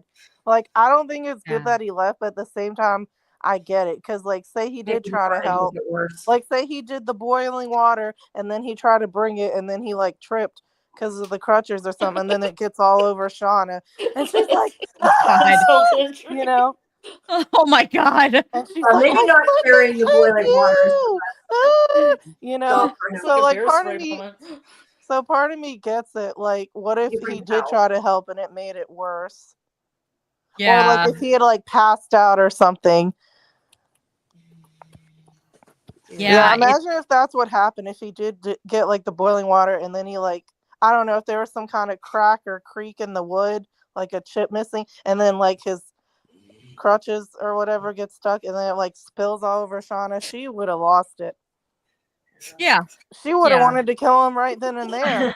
I kind of feel though, like if it was a fear, then he should have said after, this is why I didn't. He never tried even after to.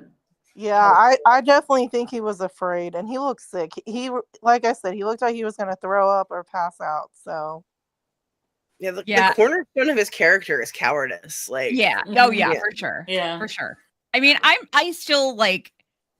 I honestly don't know if I'm more mad at him for that or for asking Misty to push him off the cliff. Yeah, because that was low. That's cowardly. That pissed me off too. Like, really, you can't do it yourself. You're going to ask this teenage girl to do it for you and then be traumatized. Who loves you? Yeah, remember how in the episode with the trial, she's all like, my first boyfriend. Oh, and God. my first amputation. Yeah. God. Yeah. It's like, girl, he was never your boyfriend. He never would be your boyfriend. But he was her first amputation. Okay, but also, here's another thing. Like, he talks about Misty chopping off his leg. Like, she did something terrible to him. Like, she did it to hurt him. Yeah. Yeah, like, she didn't have a choice. So. Yeah, he would have died. He would have died there. And it's so unlikely he would have survived that in the first place. Yeah. Like, just with infection and, whatever else. Like, technically he shouldn't have survived, but they were like, we need one gay guy in this show, so he's going to have to stay, I guess. I don't know. But yeah, I just wish, I honestly wish they had never cut off his leg. I almost feel, I don't know. I almost feel like they they kind of wimped out with it. Like they almost cut off his leg to make it more realistic for him to like kind of not help her to the girls and become cowardly. But I think it would have been a lot more interesting if he had been that way without losing a leg, still being fully able-bodied. I don't know. Yeah, then we wouldn't be giving him excuses too. Yeah. 100 Days X says, I just think his reaction is due to it being a traumatic experience, the plane crash and having his leg amputated. It's possible, but that's why I said, like, if he was traumatized, like, why didn't he say after to Shauna, I can't stand blood, or it was freaking me out, or like at least said something of the fact that he didn't help, not just like it's months later and he's not even mentioned it, is I think to me is the problem. Yeah, I agree. Like, I'm not saying Shauna would forgive him if he, kind of pled his case, but I think she'd be maybe a little more understanding, like, okay, like, you weren't well enough at the time, you were sick, whatever. Yeah, I mean, Misty had a full-on panic attack and almost passed out, and she was still willing, like, she was still trying to get herself together to help her. Yeah. Well, we know why, because of Crystal. Yeah.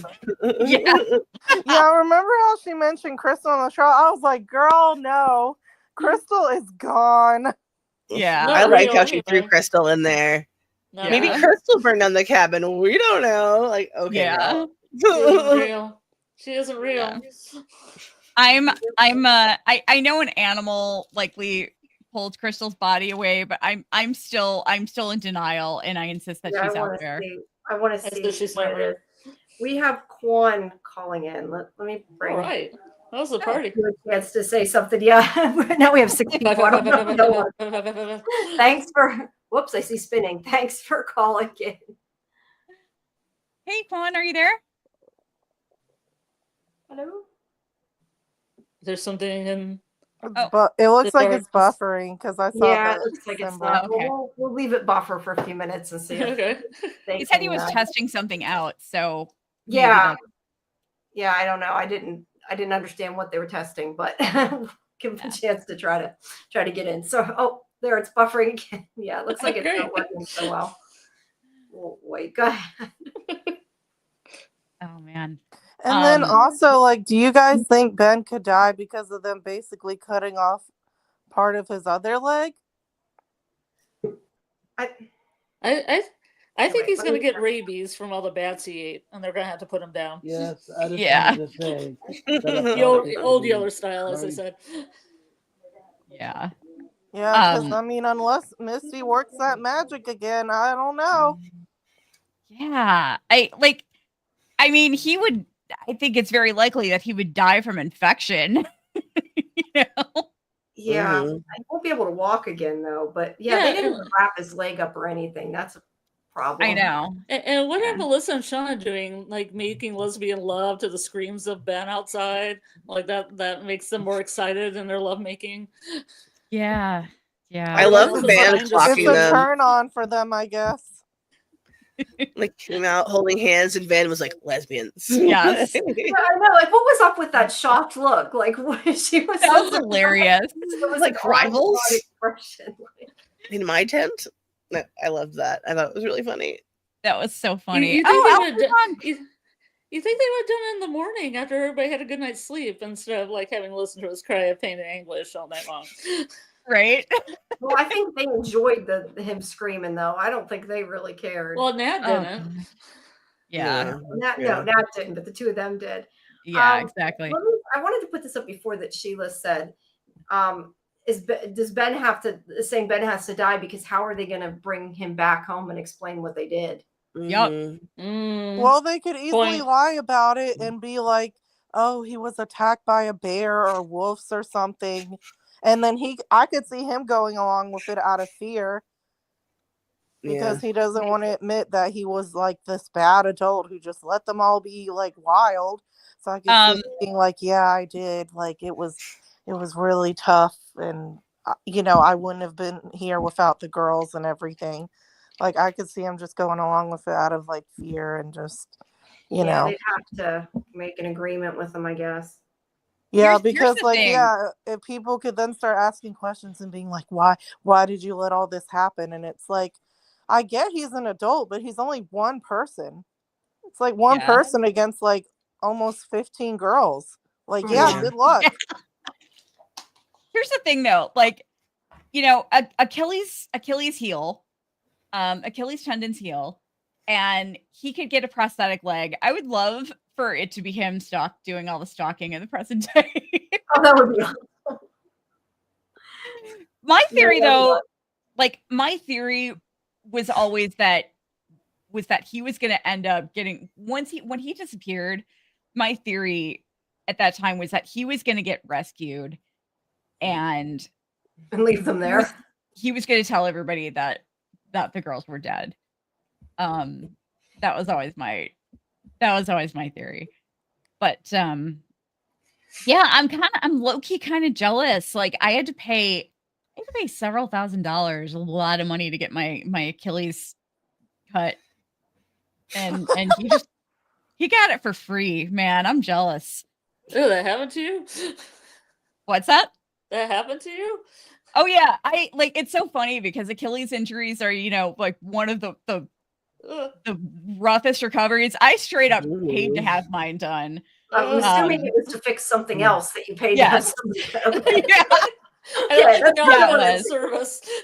Yeah. No, no, it's called a strayer procedure. They lengthen your Achilles, they cut it and then kind of like stretch it out, and it's long when it heals, it's longer. It's to improve flexion in your ankle. But yeah, like here he is just getting it done for free in the wilderness. I'm guessing though, not having a doctor, I don't know if that could heal on its own though. Like I think he probably is not going to walk. Yeah. Again, unless he'd have to definitely get back to civilization and have a foot doctor. No, it's not happening. Duck feathers in it. Duck feathers all stuck to it. Maybe they can find some of that toner Jackie had and put it on his leg. Yeah, there we go. Some sea breeze for you. Sea breeze. That'll heal it. At least maybe it'll disinfect it so he doesn't get an infection. Jackie's gonna rise from the grave and be like, "Wait, that's mine. That's mine." Wait. Let's see. LP Punk says, my first thought when Akila had her vision when we saw the clip was, is there some kind of crystal revelation? Bringing that because we were talking about crystal not that long ago. Yeah. I do want them to show what happened because it's like she couldn't survive that fall, but it's television. So part of me is like, well, if there's no body, then how do we know? Well, blood came out of her mouth. Yeah. At Which some was point, they're real, gonna so have to it's fine. find out all the stuff that Misty did, right? Because they all hate her and distrust her in the adult timeline. Natalie So at some came back point, they to have hunt to her find out about down. Crystal and the black box, right? Yeah, eventually. Yeah, I wonder, like, do they even know about that stuff or not? They definitely don't right now. Yeah, I feel like they wouldn't be talking to her at all if they did. Speaking of not talking to her, I didn't notice the first time I watched this episode, but do you notice whenever she was telling them that that Lottie was dead, she says Van Tai, and she completely ignores the I didn't notice that. Hi, Van. Yeah. Starts Shonda does not exist to her. No, well, for good reason. Well, then she walks out of her house in a huff. Yeah. Her house. Storms out of her own house. Beautiful. Book Monkey says, I do not think they find out about the black box. Hey, Book Monkey. I feel like if they found out, they might not forgive her. I don't know. Yeah. No, they would wouldn't. not. No way.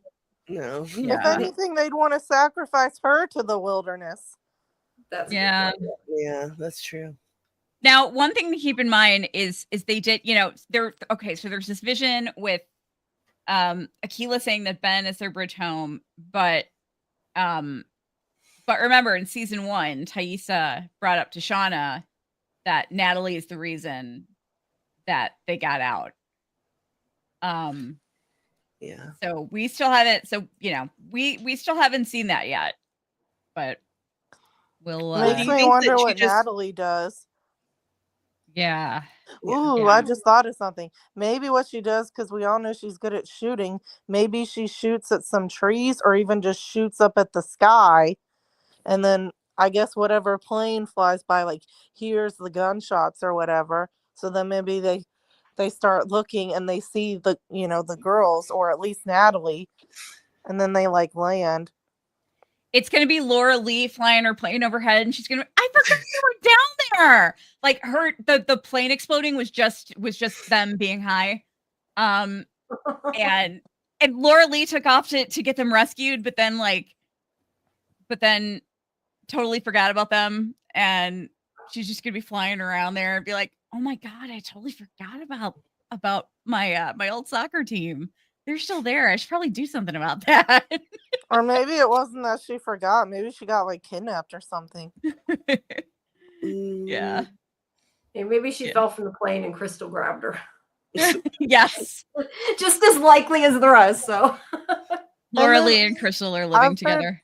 I've heard some people say that Ben's gonna die, and then the plane is gonna like fly over the area where I guess his dead body is, and they're gonna see that and airlift him because they don't know he's dead. And then that's how they're going to get rescued. So I think it'd be interesting to see if they do that. Oh, Chris is saying, this is a good point. Shouldn't they have covered Ben's head before he knew Ty was going to be the one to shoot him? Why do it to her? I don't think they thought it through. I think it's the shortest answer. Because that's a good point. Because I was thinking it's kind of mean, like in a way they should make them see him, but I could see she wouldn't want to, and I could understand why. But yeah, it's kind of a little late once he knows she's the one going to shoot him.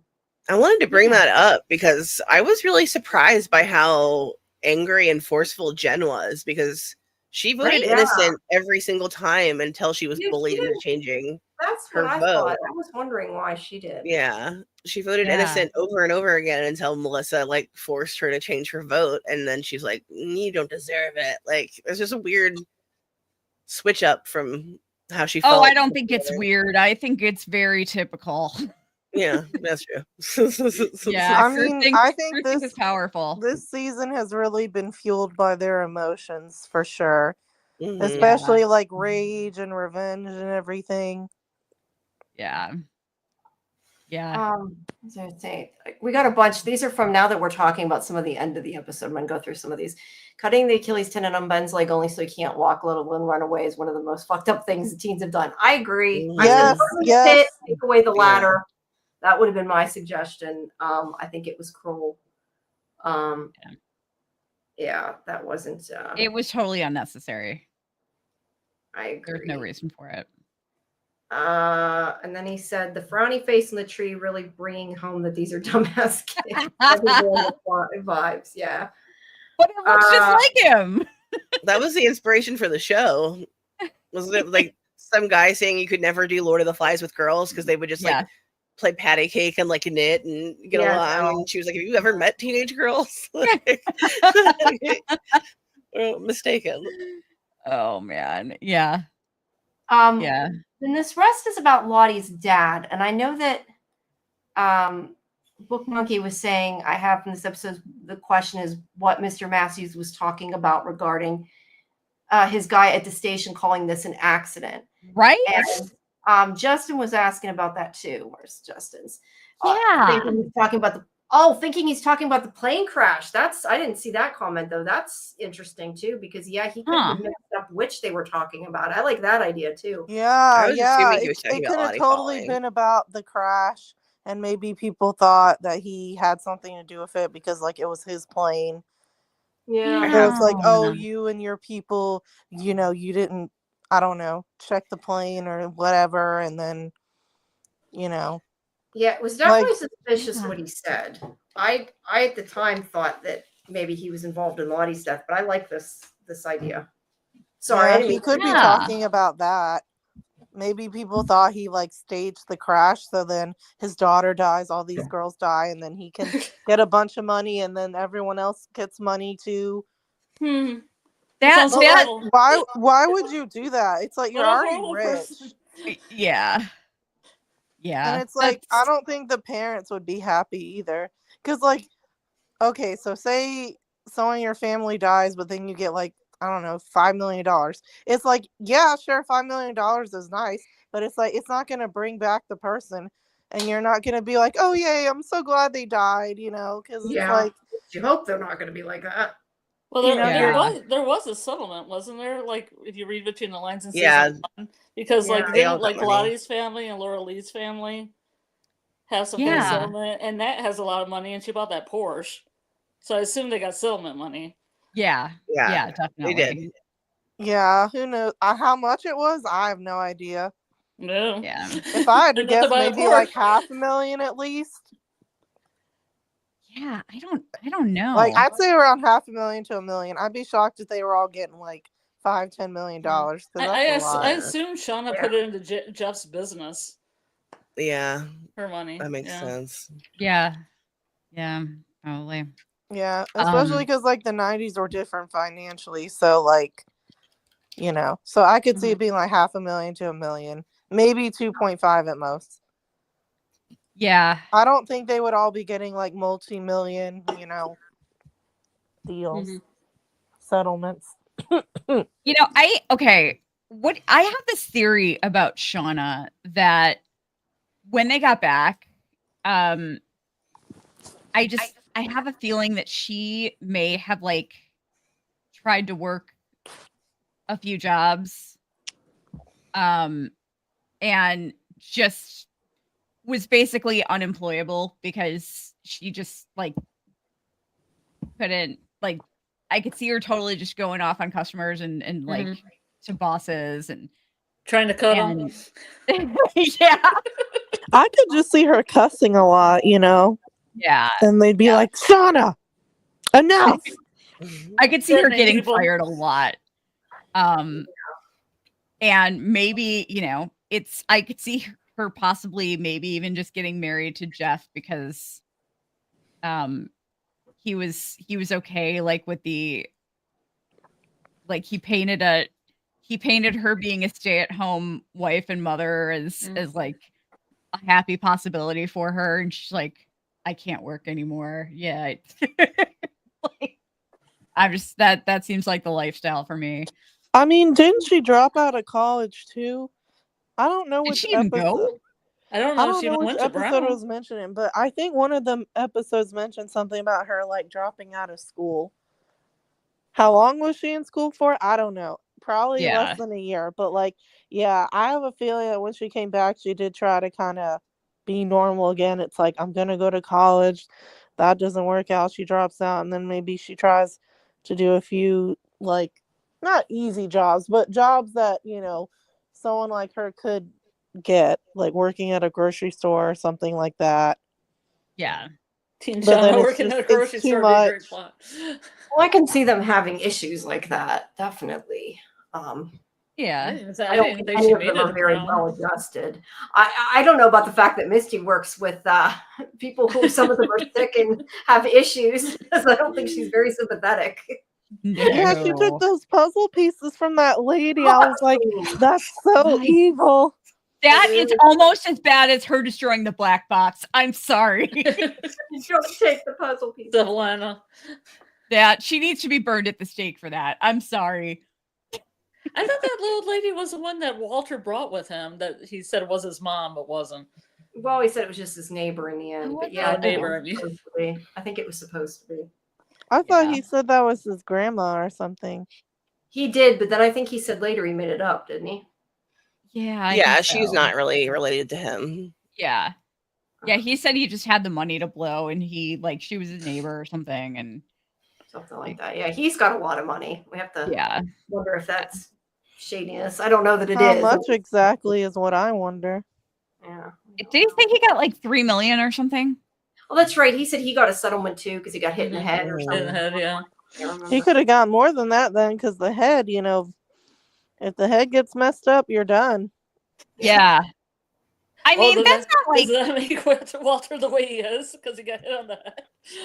but I mean, Maybe it created this new persona for him, new Maybe. personality. Mhm. And I then don't know. I still think he's connected to Adam. He really Yeah. wanted that wrapped up. He really Yeah. wanted the Adam thing wrapped up, Mhm. He sure wrapped it up very cleanly, and we did not learn everything there was to learn about Adam. There was more to it. He was stalking Shauna, and Yeah.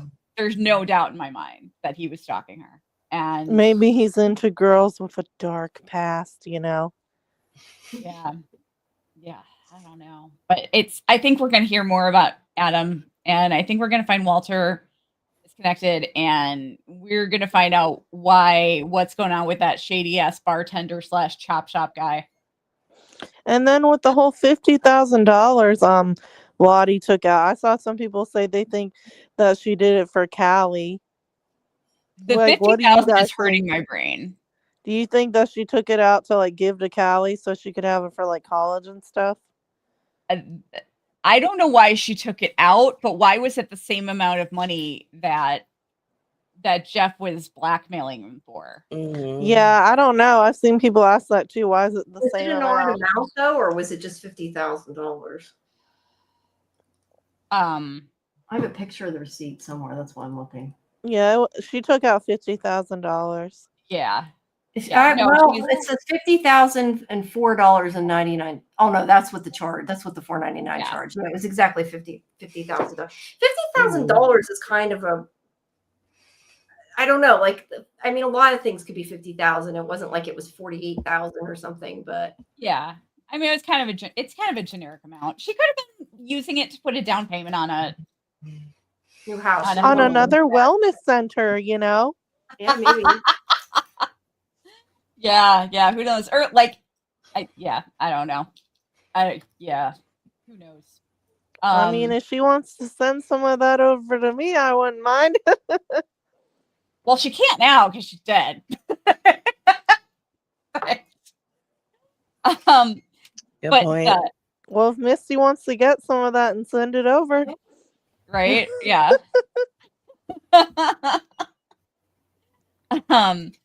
But yeah, I'm wondering if we'll hear more about that. It's just weird to me that both Travis and Lottie took out huge withdrawals right before they died. Yeah. And what do you think Travis took out the money for? He willed it to Lottie, I thought. He gave it to Lottie. That's all we know. That's what we heard from Lottie. I don't really trust Lottie's version of events, but yeah, true. Yeah, for sure. Maybe I don't know. I'm still a little suspicious of Jeff too. I don't know. I'm suspicious of everybody right now. What's funny is I'm least suspicious of Misty, which is hilarious. Mm-hmm. Yeah, I'm kind of suspicious of her right now too, which is funny. Yeah. I mean, when she saw the picture, she looked shocked, but she could be shocked that somebody put a picture up there, but still. Yeah. She looked like it was new news. Misty's having an easy season. I don't think I think she's finally like the heat's I think she finally has a season where she doesn't really need any heat on her. She seems like she's pretty on the up and up right now.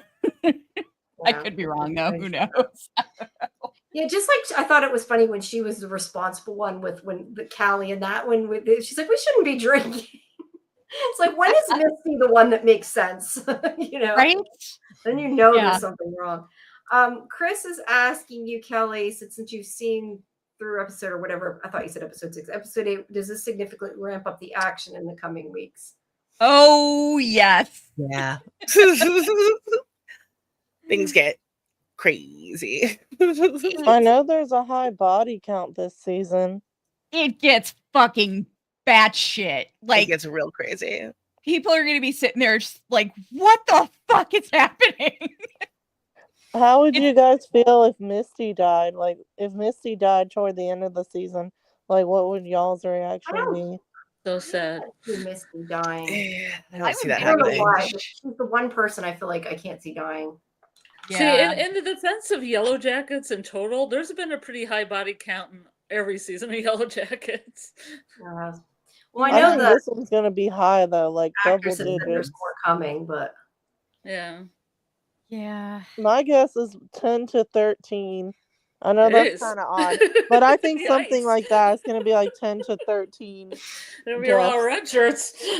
Joe McHale, no!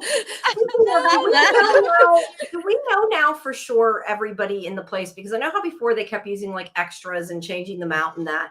But we saw with the scene with the cards, everybody, it seemed to be at once. So do you think they're going to be done adding people randomly that show up? Yeah, it did seem like there were more people when they did the card scene. It's 13. It's a pretty coven number for them now. Yeah. Well, you said Misty wasn't there though, right? So it's 14. Yeah, she was not.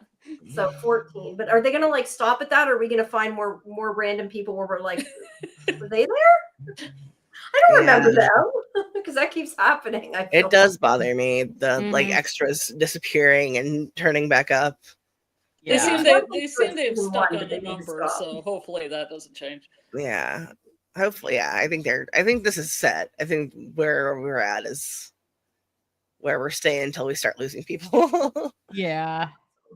I can't imagine they're gonna kill off more than one Survivor a season. I think they may kill off a Survivor a season with like maybe Van being next.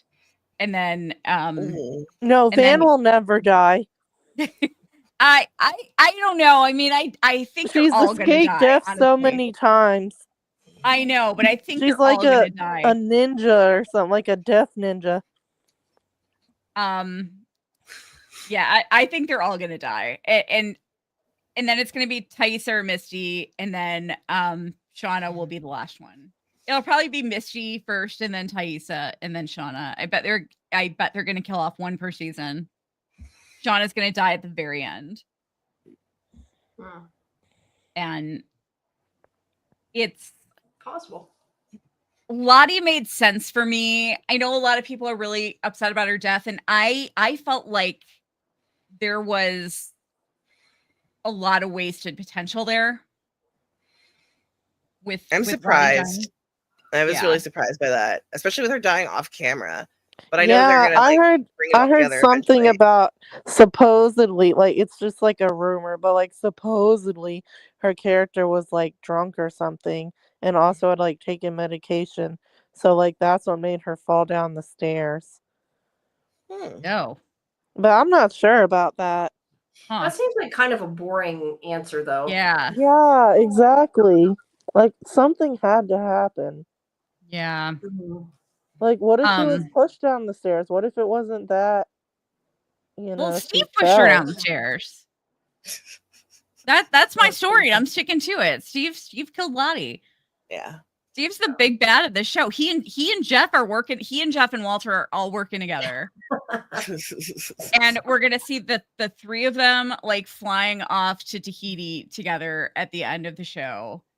And yeah, that's my story. I'm sticking to it. And I also then, wonder, like, if that's what happens, like someone from her past or whoever, like broke into the house, or maybe like they were going to meet, and then like that's like why they wanted to meet, because it was like they wanted to just kill her. I wonder if that person wore gloves, because I don't know if they got DNA of anybody, besides Lottie. It was strange she was down in that area, though. That kind of would make sense if she was meeting someone that she was down in the. I mean, she could have been like keeping some stuff down there. I mean, it looks like it might be. Maybe she was living down there because Shauna kicked her out and she didn't want to live with her dad. Maybe she was hiding down there. You know what? What if her dad killed her and he doesn't remember? I just thought of that. Ooh, like, what if he had damn. gloves on, like driving gloves or something like that? And like they got in an argument, or maybe he's like hallucinating, thinking Lottie's gonna do something. And he's all like, "No, I said you can't do that." And then he like pushes her and she falls down the stairs. And then I don't know, and then maybe he kind of snaps out of it and doesn't like realize what's happened. And then maybe he's thinking, why am I over here? And then maybe he like goes back to his room or goes to the kitchen, and that lady, I don't know, makes him something to eat, because he's like, I'm feeling hungry. I'd really like, I don't know, a grilled cheese, a tuna melt, whatever.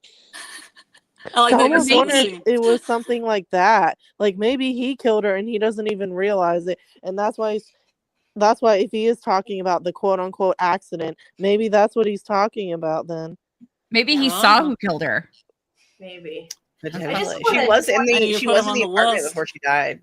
Sorry. Yeah. What, Jesse? No, I just wanted to ask you guys, and again, this may just be something that I'm putting more meaning into, but did it seem kind of suspicious the way Walter looked at I think it was Walter that looked at her, the woman that worked for him that carried out the garbage bags, the way Yeah.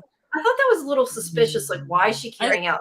I don't know. He's just going to go after those bags. I thought that either him or Misty were going to look through those garbage bags.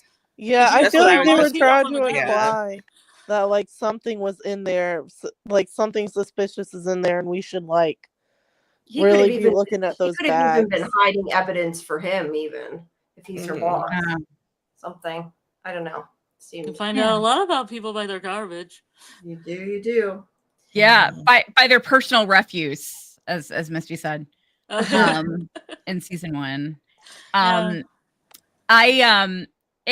Jamie and Scarlet, I know I didn't address this with you guys earlier. I'm sorry, because you asked me about it too.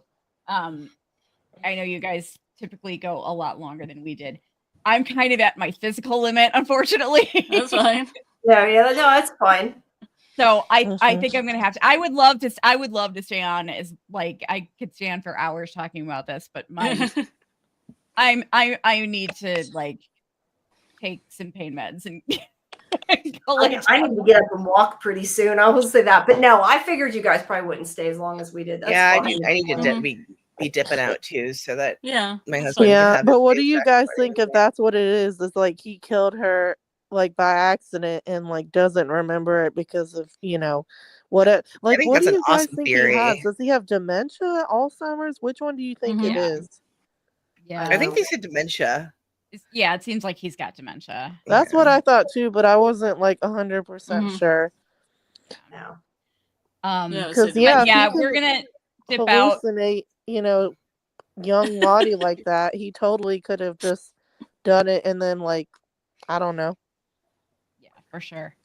But yeah, we're gonna dip out. Thanks so much. It was great to see. Great to see. Great to see you guys. Yeah, good to see you. Thanks for having us. Book Monkey, LP Punk, Taiwan. Who else did I miss that I know in here? I thank you. I'm glad to see you all. And thanks, guys. And make sure you guys check out the people who are tuning in from our end. Make sure you guys check out the SciFi Vision channel and and they've got some cool interviews on there too. Harold Perrineau, Jennifer Carpenter, which I'm still totally jealous about. And and I put the link to the SciFi channel in our episode description on our end. So please make sure you check them out and subscribe. And you guys go live later than we do. So we've been trying. We realized there was like 3 different shows for Yellowjackets all towards the same time. We've been trying to kind of move around. Yeah, we won't be doing that next week. We're starting at 7 next week. Yeah, because of Nia coming on. Our timing got changed. So yeah, we were one of the first. So I'm like, yeah, we're just gonna stick with it. Like we're still experimenting with From and Severance, but I'm like, Yellowjackets, nah. We picked our time slot. We're gonna stick with it. We've been doing it long enough. But who knows with like From and Severance? I don't know. We're still working that out. But yeah, thanks so much for doing this with us, for asking us to do a joint broadcast. It was a lot of fun. Yeah, and thanks for coming. Yeah, and for the people that are on our stream, I put your link in our description too. So for people who are listening on our end, make sure you visit them and follow their show as well. Awesome, cool. And I think you have to remove us. I don't think we can actually dip out ourselves. Okay. I'm not sure. Yeah, I can do that. All right. Bye, guys. Hey guys. Bye. Bye. Oh, yeah. Bye. You are excused. I have to wait. Bye. There, they disappeared. You're welcome to stay. Oh, okay. I guess not. They don't want to stay. I guess. Rachel's gone. Yeah, I was gonna say they could have stayed. That's fine. Yeah, she used to call it. We both used to call it like when they used to do the Cruel Summer broadcast. It was a lot of fun. But yeah, if you guys, I was gonna say for those watching, if you haven't, please make sure you like the video, subscribe to our channel, check out Antler Queens, aka Cyborg Queens. There are links in the description, and check out the interviews on both channels. I know that they have the Yellowjackets interviews on theirs too for people to check out. But yeah, I don't know if them disconnects everybody that was in their chat. I hope not. I'm not sure. I wonder if it disconnected them. So hopefully people are still around. But yeah. But yeah, I mean, we probably have not too much left, but maybe a few more things if you want to mention. I was gonna go see the scene. I was ready to fire up a scene to scene. See the scene. What do you mean see the scene? Scene to scene. Oh, scene to scene. All right, we can do that if you want. We can do it real fast. Yeah, let me put up a couple of these comments real quick. I didn't get that this was talking about her father, saying maybe he's the reason that they were found, that the plane was found, because he could own the land and then bought that. That's a possibility. I mean, we know he's rich, clearly. They said a Wall Street type or whatever. And they were saying that maybe his accident was talking about the plane crash. We mentioned that. Let's see. Book Monkey wanted, some of these are still from their chat, wanted Misty and Shauna to be the last two left standing. And let's see, Chris says there's so many unresolved storylines with Lottie. There is. That's a good point. There still is. And I'm glad you're still there, Jason. We still got some people. Okay, we can go through scene by scene. That's fine. I kind of was trying to, as we went through it, make sure we picked up different points. And I think a lot of it we did pick up. There wasn't a whole bunch, but we can really quick go through some of the scenes at the beginning. Like I had started to say before, and that's why we sort of went through this, that Misty is at the morgue and blackmails the coroner, and then goes and tells Ty, Van, and Shauna that Lottie's dead. I think that we kind of talked. I don't know. Do you have anything else about that scene? Because I feel like we've talked about that. Yeah. You didn't take photos for this week? Oh, I can put the photos up. That's fine. Oh, cool. No, you know what? No, I don't think now that I think about that, I don't think I finished taking them because we weren't going to do them. No, okay. I have the link she sent me, but it's in my email, and it would be hard to connect to here. I don't know if I can. Yeah, because I think it would link to her thing. I'm not even sure. Yeah, I didn't bother because I didn't think we were going to because we had so many people on the screen. I thought it would just be a little confusing to do that. So sorry. No, I didn't. Let me see. I don't think I can get it. Yeah, we can still go through our notes, I guess. Yeah. Yeah, I think it's okay. Let me see. I don't know if I can get them through this and download them or not. Give me 1 second. Theirs also aren't broken up by scene either. They're Oh, that's fine. Just broken up by character, so it'll be confusing. Okay. So, but anyway, I was saying, is there anything? What the heck? I clicked on something. The opening is all about the autopsy and her blackmailing that guy and then telling them what happened. Did you have anything else from that? Yeah, I wanted to look up things, but my enemy, daylight savings time, didn't give me an extra hour to look these things up. Like the Bellamy case, I didn't know if the word Bellamy meant anything. And I also wanted to know if Fred wasn't in a prior season, the mortician, I guess you call him. Yeah. I didn't know if he was a citizen detective that Nat tried to set his crotch on fire. Fire and crotch. Yeah. I don't recognize him, but I guess it's a possibility. Justin was saying this earlier. Yeah. Thinks that Lottie's going to stab Misty back on where they're at in the past, and that maybe that's why Misty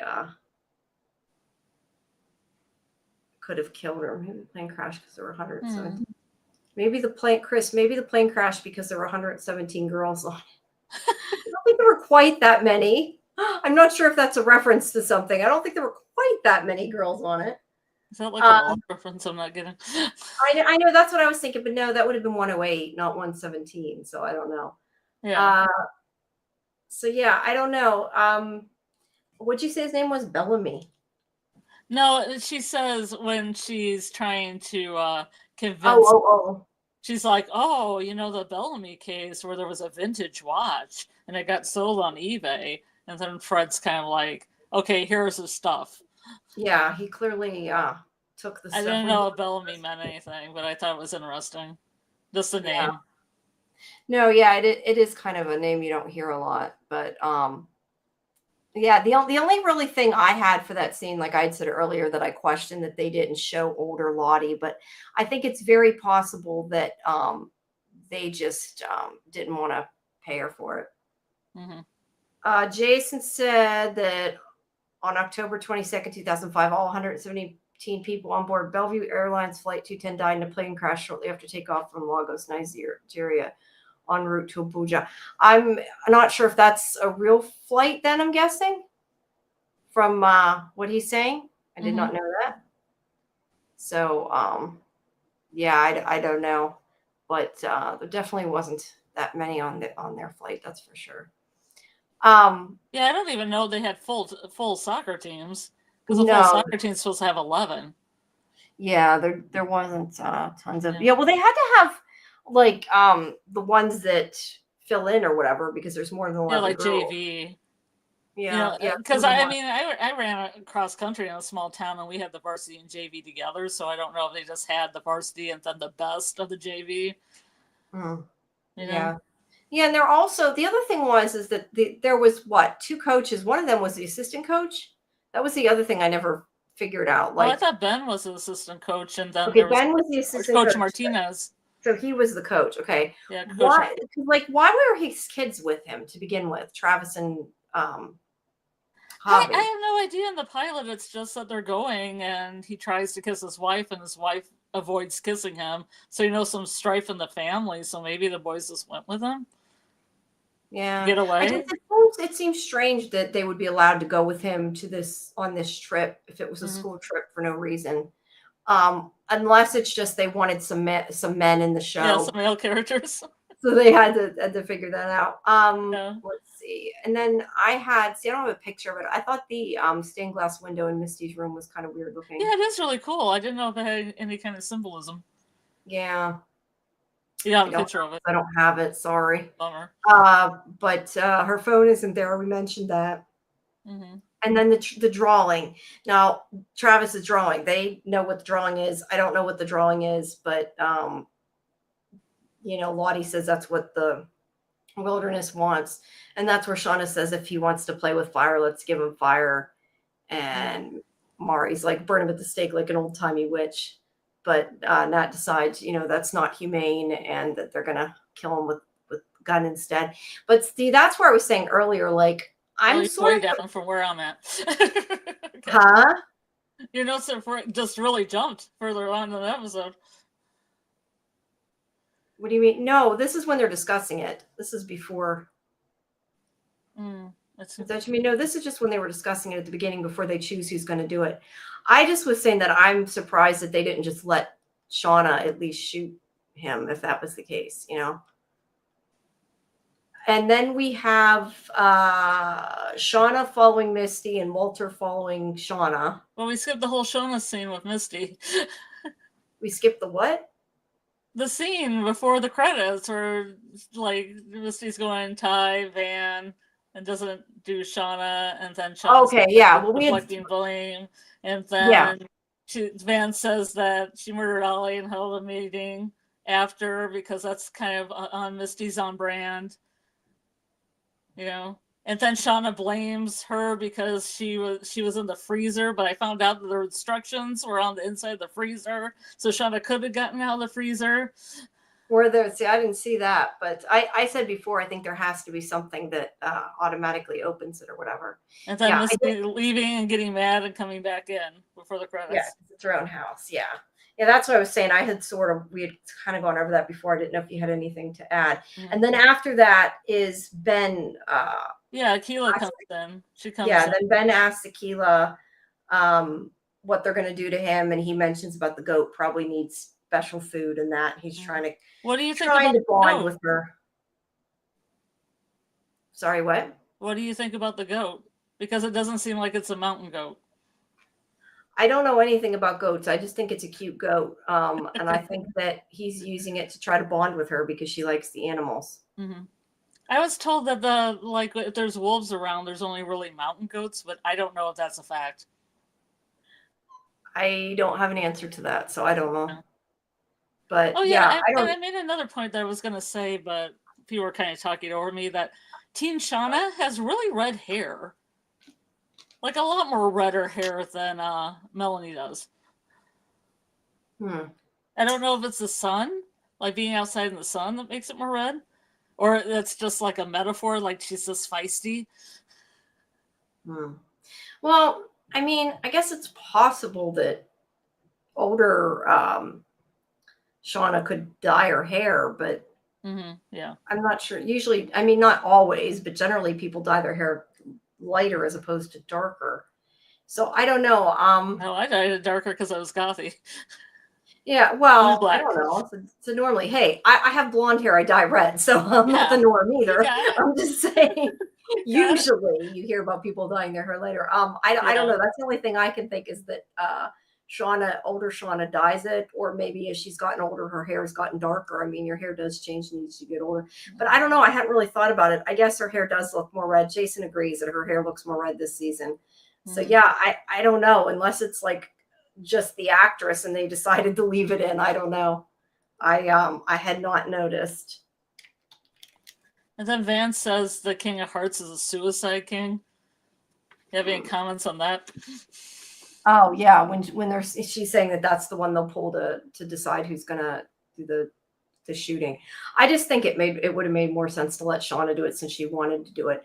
But yeah, I had never heard of she just wants him on fire.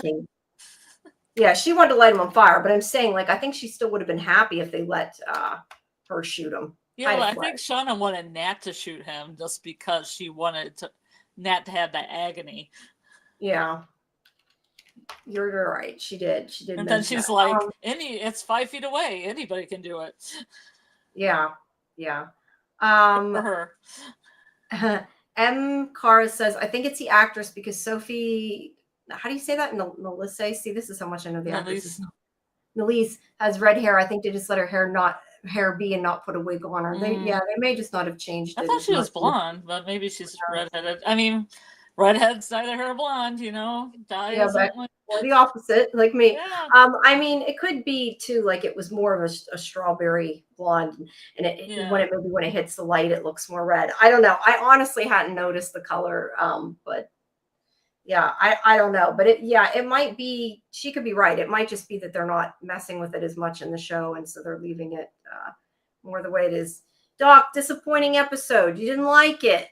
What? Doc didn't like it. When I first watched it, though, to be fair, I didn't a whole lot at the beginning either because I was so mad at what they did. I said that before, but I realized that just shows me that I really care about the characters, or I wouldn't have been so mad at it, Mm-hmm. M says that Sophie changed her hair quite a few times. She's been blonde, had brown and blonde hair. Yeah, maybe then she just didn't want to wear, maybe like a wig's uncomfortable and her hair's fried. She don't want to dye it more. I don't know. I honestly red is feisty, as you know. Yeah, no, I don't know. Yeah, Fletch, try 9 bodies. You missed it. We did a watch party last night. I ended up till like 5 o'clock. After the time change, I had intended we were going to watch one episode and I forgot the time was changing. And somehow I ended up till 5 o'clock watching it. That was fun though. I looked up, sorry, I feel like I'm moving a lot. I can't sit still because I've been sitting for so long. You can turn off your camera if you need to stretch. Yeah, I'm going to in a minute. I lost my window. Hold on. I just feel like I can tell my face is like looking at the other screens. I'm trying to say it. Says the nickname, the King of Hearts, is called the Suicide King because he appears to be stabbing himself in the head with his sword. Mm-hmm. The King of Hearts. I just think it's interesting because the King has a higher status than the Queen of Hearts, and they use the Queen of Hearts for themselves. And I would think they would use like the Jack of Hearts. Yeah, but because they would think that like Ben is below him. Not above. Yeah, I kind of wonder though if they just use Queen of Hearts because it's a female card, and that was the reason. Well, because there were no queens in the deck originally when they were in the cabin. Oh, there weren't. Wait, what? There were no queens in the deck when they found it in the cabin. Then how'd they get the queens? Because Javi brought it back with him. He brought the one queen back. Okay. Why was there a deck that wasn't complete though? I wonder. That's odd. I didn't realize that. I missed that whole conversation clearly. Yeah, but either way, I just assumed they did Queen because like Antler Queen or I just assumed it was. Well, I just assumed, but King is higher than Queen, and I don't understand because they think of Venice being kind of lowly. So I thought that a Jack or a Dave would suit him better. It would make sense. I think it's just simply because they call it the Suicide Queen. I mean, Suicide King. Yeah. And thanks, Justin. Maybe Cabin Daddy destroyed the Queen cards. Yeah, there was a theory that he was a serial killer, like early on. Actually, Antler Queens have a whole long video about it. Like some guy that was similar, I can't remember his name, where he had a Cessna plane and a cabin, and he lured girls onto the plane and took them to the cabin. Oh, that little mini plane. That's interesting. I want to see more about the cabin story. I do think we need a backstory knowing about those characters. I definitely do. Hopefully we'll get it. Yeah, hopefully eventually we will get it. So then after that's the Shauna follows Misty and Walter follows Shauna. This crazy scene. Yeah, it was a fun scene though. And we already mentioned the not Walter license plate. Yeah. Cat in the grass skirt. He hits her car and he says he's investigating Lottie's murder. And he thinks Shauna could have done it. He's like, you did kill Adam. And she's like, that's not murder per se, but you guys have a body count too. So he says that even though he's not saying he did it, he's saying she asked the right questions and that they have there's an interesting symbiotic opportunity for them. So I'm going to say 2 things about Elijah Wood. His eyes pop. They're so blue.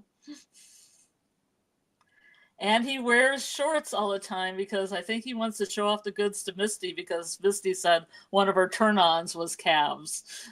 Yeah, I forgot about that. That's so funny. He's always wearing shorts. He is always wearing shorts. And no, Justin, I just started dyeing my hair red in high school. Long time ago. And just kind of never stopped. The color looks good on you.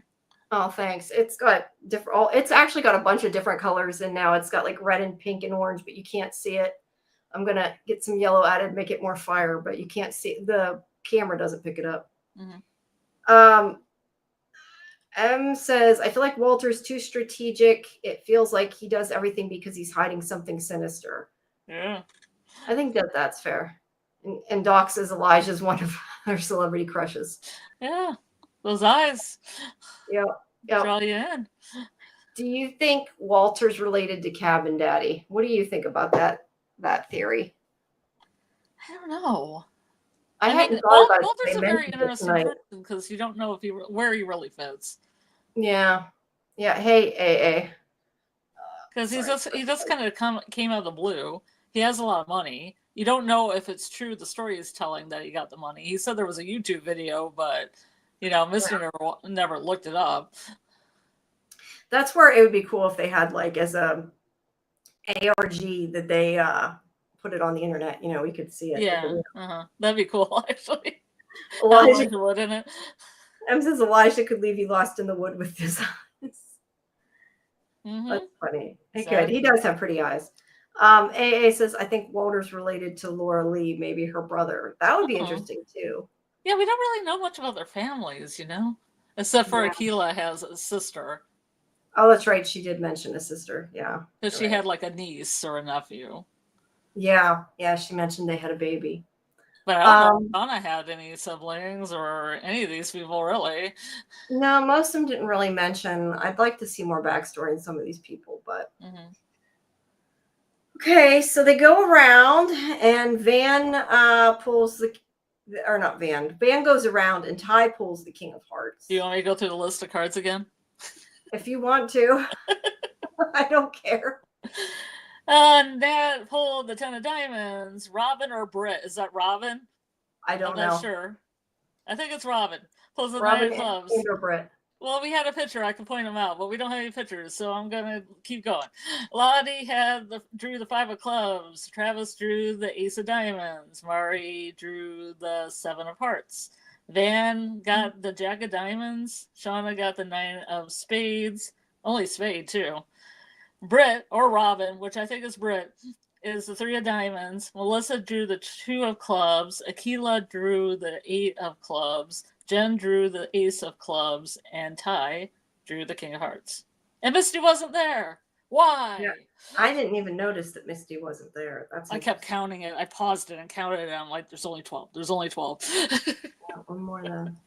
That's interesting. So, well, I think there wasn't there? I thought there were, okay. I was thinking there was 13. M says that I've seen people say Shauna has a younger sibling. I don't know though if that's a guess or if they know it though, is the question. Yeah, I don't know. I'm not sure. And then Tai and Van back in the present are eating, and this is where Ty's like just talking about ordering the food, and Van's obviously upset about Lottie. And I do think it's interesting that Tai is not even commenting on it, like doesn't seem to care. And Van's like, with everything we went through, with everything she went through to die like that. And that's when she asks Tai where she was. And she gets a little perturbed when she asks her, because she obviously knows, she thinks that she might have killed Lottie. So I covered it up with a date. What? And covered it up with her date. Their cute date. Yeah, covered it up with her date. See, I don't know anything about the area. I'm curious. We'll have to look, because it does say there, they said that it was in Columbus Circle. And I know somebody had said it wasn't quite the area people had originally said that she was in. I don't know exactly where that's at in New York to know, but compared to where maybe that was a different area Lottie was in. I can't remember, but that I don't know how close it was.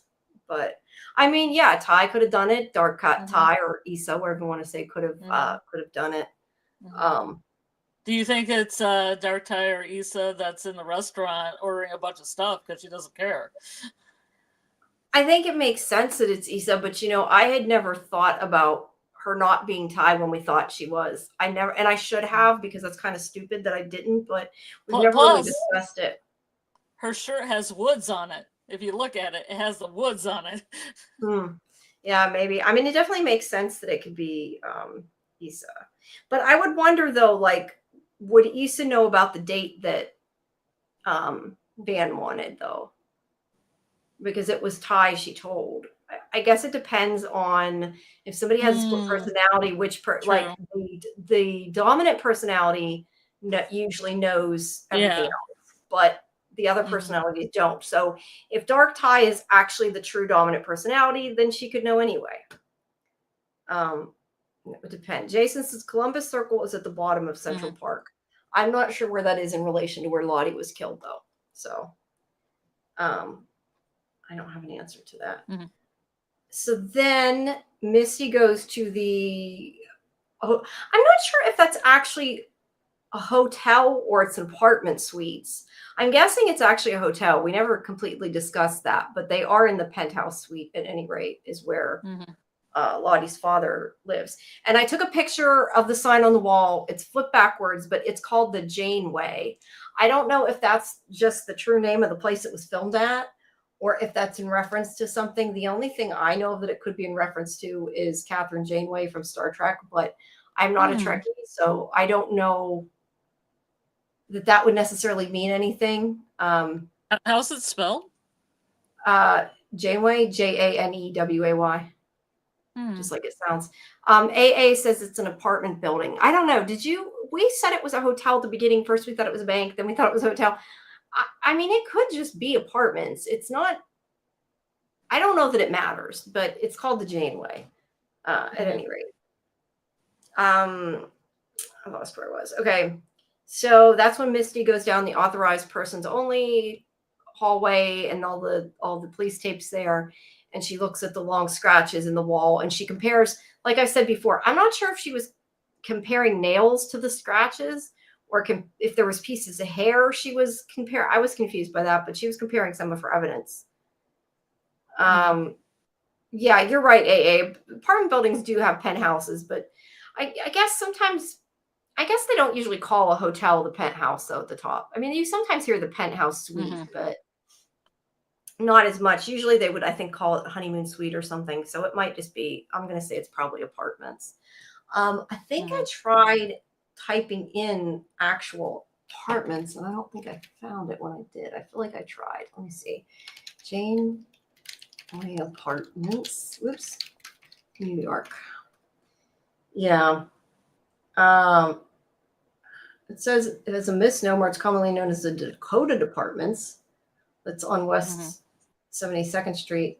Oh, that was designed by Henry Janeway Hardenberg. So yeah, maybe it's just a real. Okay. It's possible it's just real apartments then, I would say. But considering they didn't actually film it in New York, I assume that they maybe named it after a real apartments. I don't know. I don't know that it matters, but she goes down there and she's looking at the scratches and getting evidence. And then she talks to the guy that works at the front desk, and he says that he knew Lottie as a kid. She moved to the penthouse in either 78 or 79. She lived there until her parents divorced, at which point she moved with her mom to Jersey, but her dad still lives there. He makes a point about he used to give her lollipops. He called them Lottie Pops, which is cute. And he says that she was probably there the day she died. I think he says somebody saw her there. That she had been living there, as far as he knows, with her father for weeks. And AA says, I think it's a marketing idea. Yeah, it is a marketing idea. The doorman. Yeah, I was like, okay. Oops, sorry. Yes, they need to make Lottie Pops. I agree. I have a joke. The Lottie Pops could come. The Lottie Pops could come in psychedelic mushroom, blood flavor, or wilderness flavor. People would buy them. AA says the doorman seems so sweet. I don't want to accuse him, but what if he knows who killed Lottie? He has a direct view of the basement door. He definitely has a direct view of the door, and the staff could have been paid off. You could be completely right. But we just know the point is that she was living there, which I guess the other part of that is the idea that she lied to Shauna. She did have a place to go, because Shauna questions later why did she tell me she had nowhere to go? Why wasn't she living with her father? But it sounds like she tried to or was. I think there's a good chance that it's just, it wasn't enjoyable living with her father, whether it was because he has dementia or whether it was because of the way he treated her. Or I both. don't know. Or both, yeah, that she didn't want to stay there. Then we go to the teens, where Tai is having trouble with the idea of shooting Coach, and Van has drawn a sad face on the tree and wants her to practice shooting. And she's like, "What if I miss? What if I hit his other leg? Then he'll want to die for sure," or something like that. And she's like, "You won't miss. It's close range. Are you second guessing him being guilty?" And Tai says no. She still thinks he's guilty. And let's see. She says it's one thing to say that someone should die. It's another thing to actually do it. Hey, let's see. AA says maybe Lottie needed to be in New Jersey for something and didn't want a paper trail, so she didn't get a hotel and asked to stay at Shauna's. Yeah, I don't know, but she clearly was in her father's house at a certain point for some of it. Her fur was there. Sorry? Her fur was there. Yeah, her fur was there. She went there. She was there at some point. I don't know if I think her father's suspicious or that the cover-up was about the plane crash. I do like the idea, though, that the accident was the plane crash. I think that's an interesting idea. They could have been talking about that. So anyway, she's saying it's hard to actually kill somebody. And this is where I said they should have just told Shauna to do it. And then Shauna wants Nat to do it. Yeah, well, but Shauna wants to hurt Nat. But I mean, they'd be like, none of us want to do it. If you want it done so bad, you do it. But I think she would have tortured him somehow. I don't trust her. Yeah. But this is where Van says that maybe they can get Dark Tai to come out, and then she won't have to do it. And they get in this conversation about Urkel, and I forget what his alter ego is, or Kel or whatever. Oh, Stefan Ukal. Yeah, I never watched Family Matters. Did you watch Family Matters? I watched bits of it. I didn't watch a whole lot of it. I do remember the character. Yeah, that he took cool juice guy. Cool juice and turned into, and then he had like confidence and everything. Yeah. So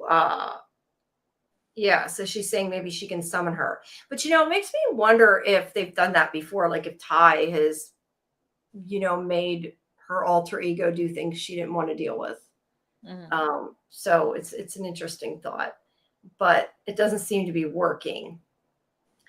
Then Melissa comes over. Shauna doesn't want. I have a question before we get to that. No, go ahead.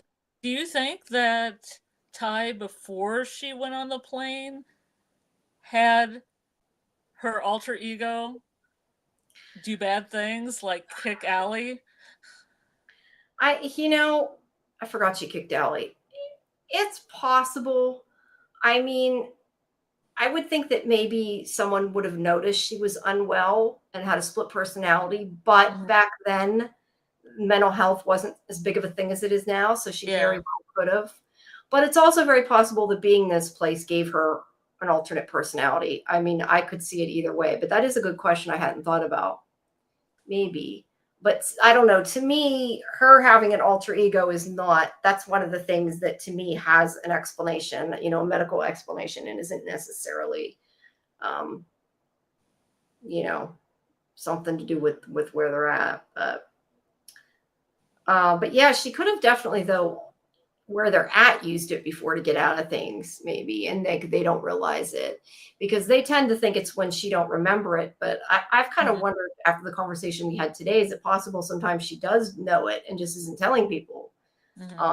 It's definitely a way to get around or things. denying it, in herself. Denying it, yeah, could be denying her to herself. So yeah, I don't know. I really hadn't thought about Issa being around when we didn't know she was. I'm not sure why I didn't think of that. It makes perfect sense, especially with Sammy, that he's been seeing Issa and now he sees his real mother and he's freaking out because that scene makes a lot more sense now. So yeah, interesting. Let's see. So then Melissa wants to talk to Shauna. Shauna doesn't feel like talking, but she gives Shauna the scabbard she made. And that's when Shauna's like, I don't know why you like me. And she's like, well, Jackie may have treated you like shit and you were just dirty secret and you let them be that way. But you've changed from being out here. And I like that you're not afraid of the bad parts of you anymore. So yeah, I think Melissa's a psychopath. That's yeah. Can't wait to stab somebody. Here's a gift for your knife. I hope I get a knife too, so I can stab people. Yeah. Stabby McStab stab. That's what I was gonna say, Stabby McStab, yeah. What is that from? We can do it together and then make passionate love after in our yurts. Yeah, I don't know. You know, Shauna is a psychopath, but at least Shauna is a visible psychopath. Melissa, she's kind of sneaking up, so I don't know. Yeah, she is. Always the quiet ones. Always the quiet ones. So then after that, Misty brings Coach his last meal, and I still before wondered if there was significance to that.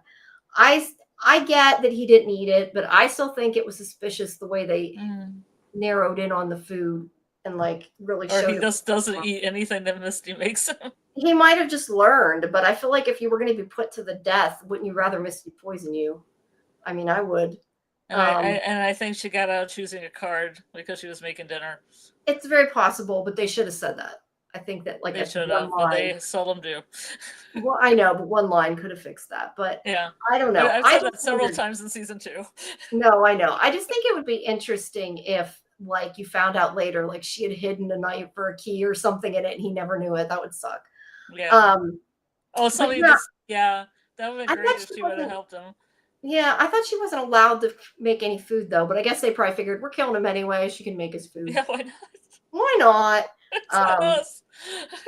But yeah, I don't know. I just think that maybe Misty would have tried to help him. Misty is insane, but we talk about how in this episode, like sometimes she's the smart one who makes sense. So I could have seen her putting something in it, but it's fish with vegetables. He makes a comment, no organ meat. What did I do to deserve this? And she's crying, and she tells him the firing squad is coming at dusk. He always hits it. Tears.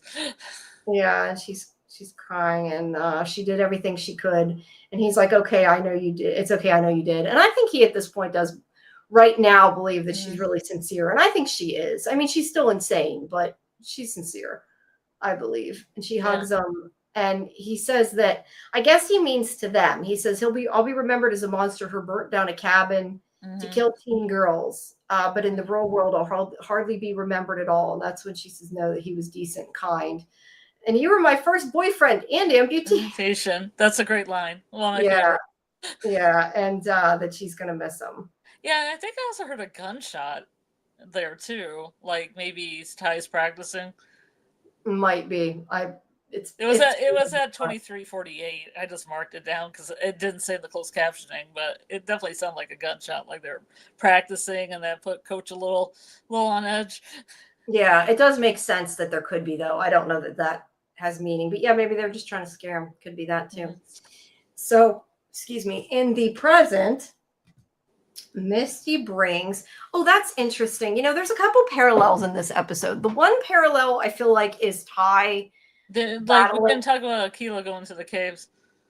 Yeah, you're right. Sorry, I did skip that. But I was going to say, we have Tai battling with, like, does she use her darker nature or not so she can kill him? And I think it parallels with the present time where, you know, her son's seeing that other time side with her. And I'll go back to the Aquila thing. I was just going to say this before I forget. Yeah. I hadn't even thought about it, but this part with Misty bringing I don't know what rugula is, but the chocolate rugula cake, whatever it is. It looked delicious. To Lottie's father, like that's kind of paralleling the idea that she brought him his last meal. So, but yeah, Lottie tells Aquila to go back in the cave. She says that it's time. She has a feeling that the caves have more to say. And Travis doesn't really agree, but he's like, she wants him to convince her. And she questions a couple times that he did have a vision about her, and she never seems to realize, no, he made it up because he just threw her the bus. He did not want you bothering him, and I think it is going to backfire better or worse later. Hi, Trace. I mean, she did have a vision. Yeah, she did have a vision, but it's a freaking hallucination. Look, I don't know that the hallucinations mean anything. They're hallucinations. However, hallucination, maybe it's just like a dream, it can have meaning. If you give it meaning, it can help you figure things out. I don't know. Well, they make reference to the Oracle of Delphi, and the Oracle of Delphi huffed, like, they put their veil over something and they huffed up fumes and got visions. So it's kind of about the same. Yeah, it is. That's why she mentions it. I'm trying to think what character it was. I was in a play that had the Oracle of Delphi in college. Antigone? No, I can't think of what. Yeah, maybe. That might have even been the character I played. I can't remember. I just remember that Cassandra or whatever was in it, which is Cassandra, yeah. Yeah, I don't know. It was something we did at the theater there. It wasn't per se about. I don't even remember what it was. It was a long time ago. But anyway, she brings. I don't even know how to spell. Did they have that in Dark? You never watched Dark, right? Yeah, I just haven't seen the end of the last season. The very last episode I haven't seen. Everything else. I haven't seen anything past the first season, but they did have that thing with Antigone, and I thought she had said something about the Oracle and that whole speech that she gives.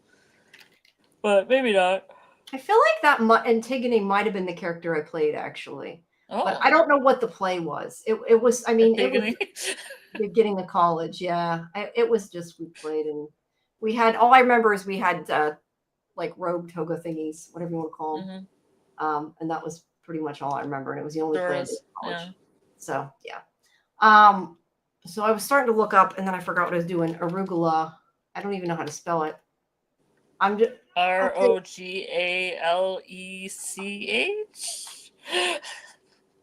Question mark. I don't know. I'm just getting arugula, like arugula salad, which isn't. Yeah, that's what I thought. When she said arugula, I didn't know there was a dessert. Yeah, I tried chocolate. Tried chocolate arugula. Yeah, I know. Where'd it go? I lost it. Yeah, I didn't know if she said arugula or rugula. I wondered. Rugula, it's what I heard, but that's why I wondered if it's not. Like maybe it's not the same. Yeah, okay, that's why. Arugula is salad. Chocolate rugula, Rugelach, is a rich and manageable pastry dough filled with decadent chocolate. So is there anything meaning behind it? Probably not. It's just a dessert. Anything behind her calling herself Mary. And then she also called him Marty, which I like. You're such a card, she says. Yeah, I know. Somebody mentioned that earlier. I forgot to put it up about Marty Matthews. Yeah. Why Mary? It's close to Maury. Yeah, I don't know. Maybe I would guess, and I don't know, but I would guess that maybe she picked Mary just because Mary's like a common name. Mm-hmm. It's like picking John. That would be my guess. But she brings him the dessert. Yeah, Mary from the 5th floor. If she had said 4th floor, it maybe would have been funnier, but she said 5th floor. And she, let's see, Misty tells him that a package was left for her and she needs to come in and find it. And that's how she kind of makes her way into the house. And he does let her in, and she goes to hang up her coat. And she says, I run warm. And she finds the receipt for the $50,000 withdrawal from the bank. Not that it's necessarily relevant, but it is the Atlantic Coast Trust is the name of the bank, because I had the receipt of that. I have a couple pictures. It's not, you know what? I do have a picture of that. Let me put this on really quick because I forgot that I had this because I mentioned it and I did actually have a picture. Wait, where's my picture? I did actually have the picture of the stained glass. Mm-hmm. It looks like like a skin sample or something to me. Oh, I thought it looked like Jupiter. I was gonna say, or like levels of underground. I don't know. Yeah. That was way before, but I don't have a whole lot of pictures, so there's only a couple. Yeah. But anyway, she withdrew $50,000. Now, do we know for sure that was a withdrawal, though? That was my other question. She didn't deposit. Yeah, it does say withdrawal, and it has a fee on it for withdrawal of $4. $4.99. Yeah. Sequence number 5173. Does that mean anything? I don't know. What? The numbers? I don't know. Transaction number 12. Just looking at the stuff. But anyway. You have a picture of that? Huh? You have a picture of that? Yeah. You can put up? Yeah, hold on. Yeah, give me 1 second. Oops. I'm trying to. Oh, now I lost it. There it is. Okay. Presents, share screen. There we go. There we go. You can see transaction ID AT, not that these numbers probably mean anything, 237. And it was in New York, not in the other place. Yeah, and it says, I think it, whoop, that's not, see now I'm opening the wrong pictures. This is the one that says, sorry, I had the wrong one. You wanted the one that says,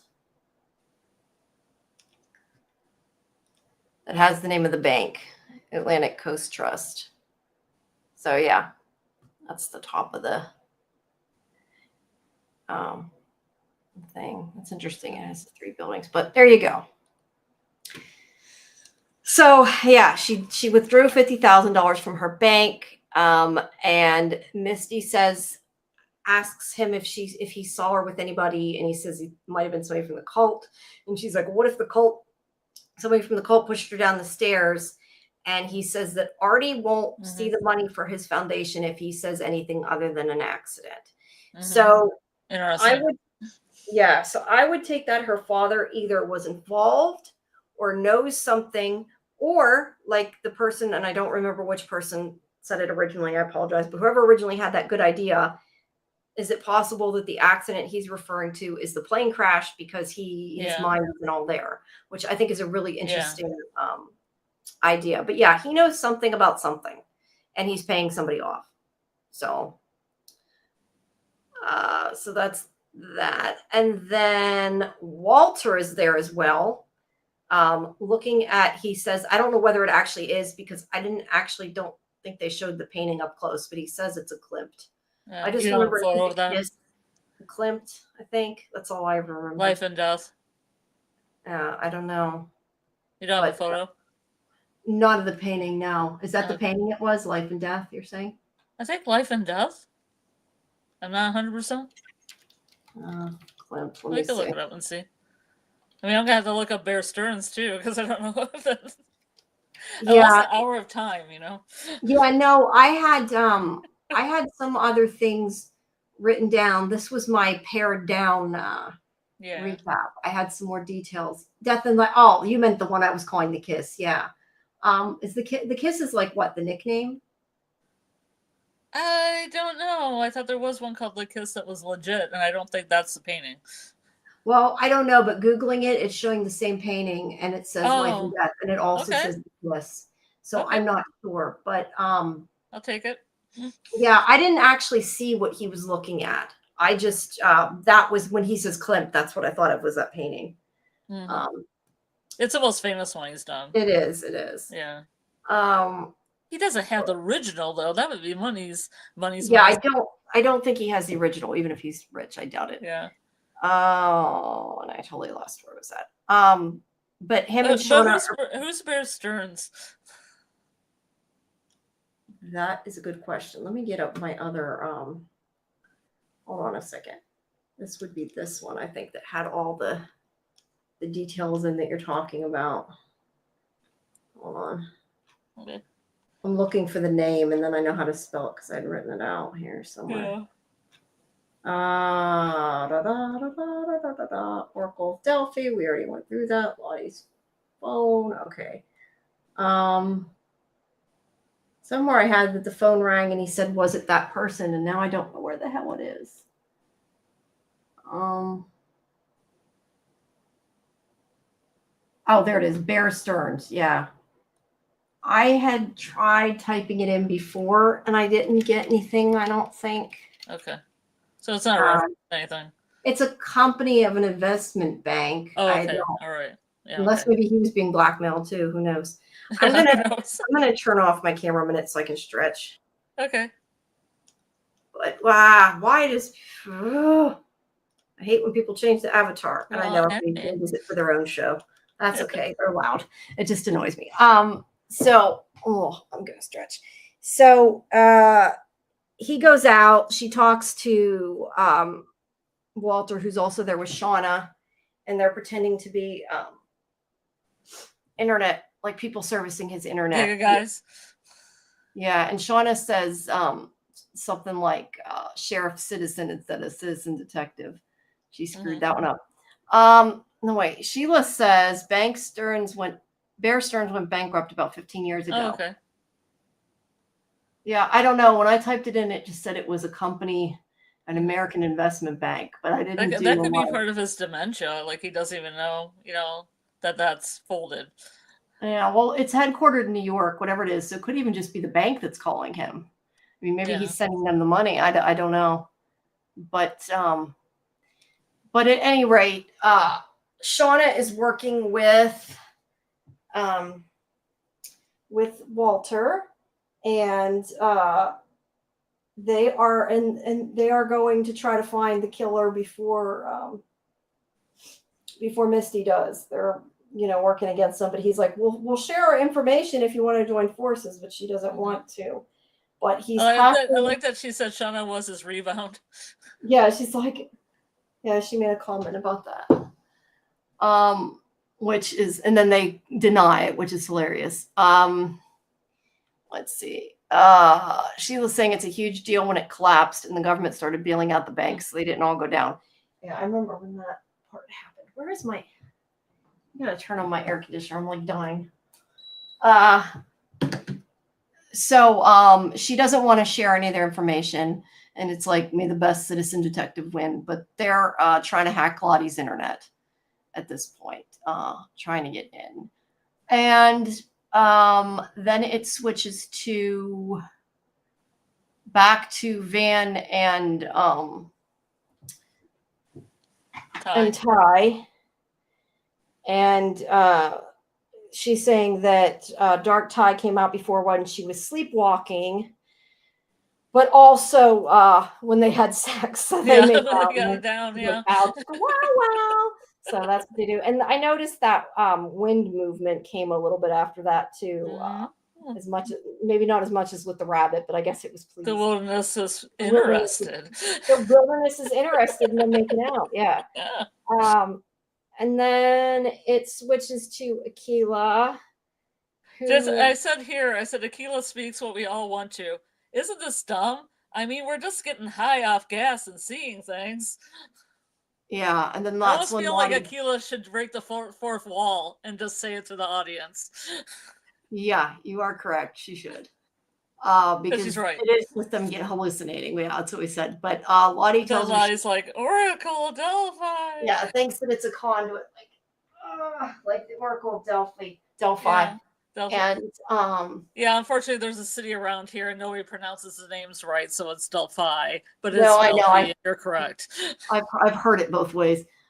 Travis is hesitant too, and that's when she's like, "Yeah, but you saw her. You saw that the wilderness wanted her." Mm-hmm. And he clearly did not, but she tells him to go. I have an observation. I know we won't have photos, but Aquila has this really cool kind of sweatshirt with a pink sleeve sewn on one side. That's a sweater sleeve.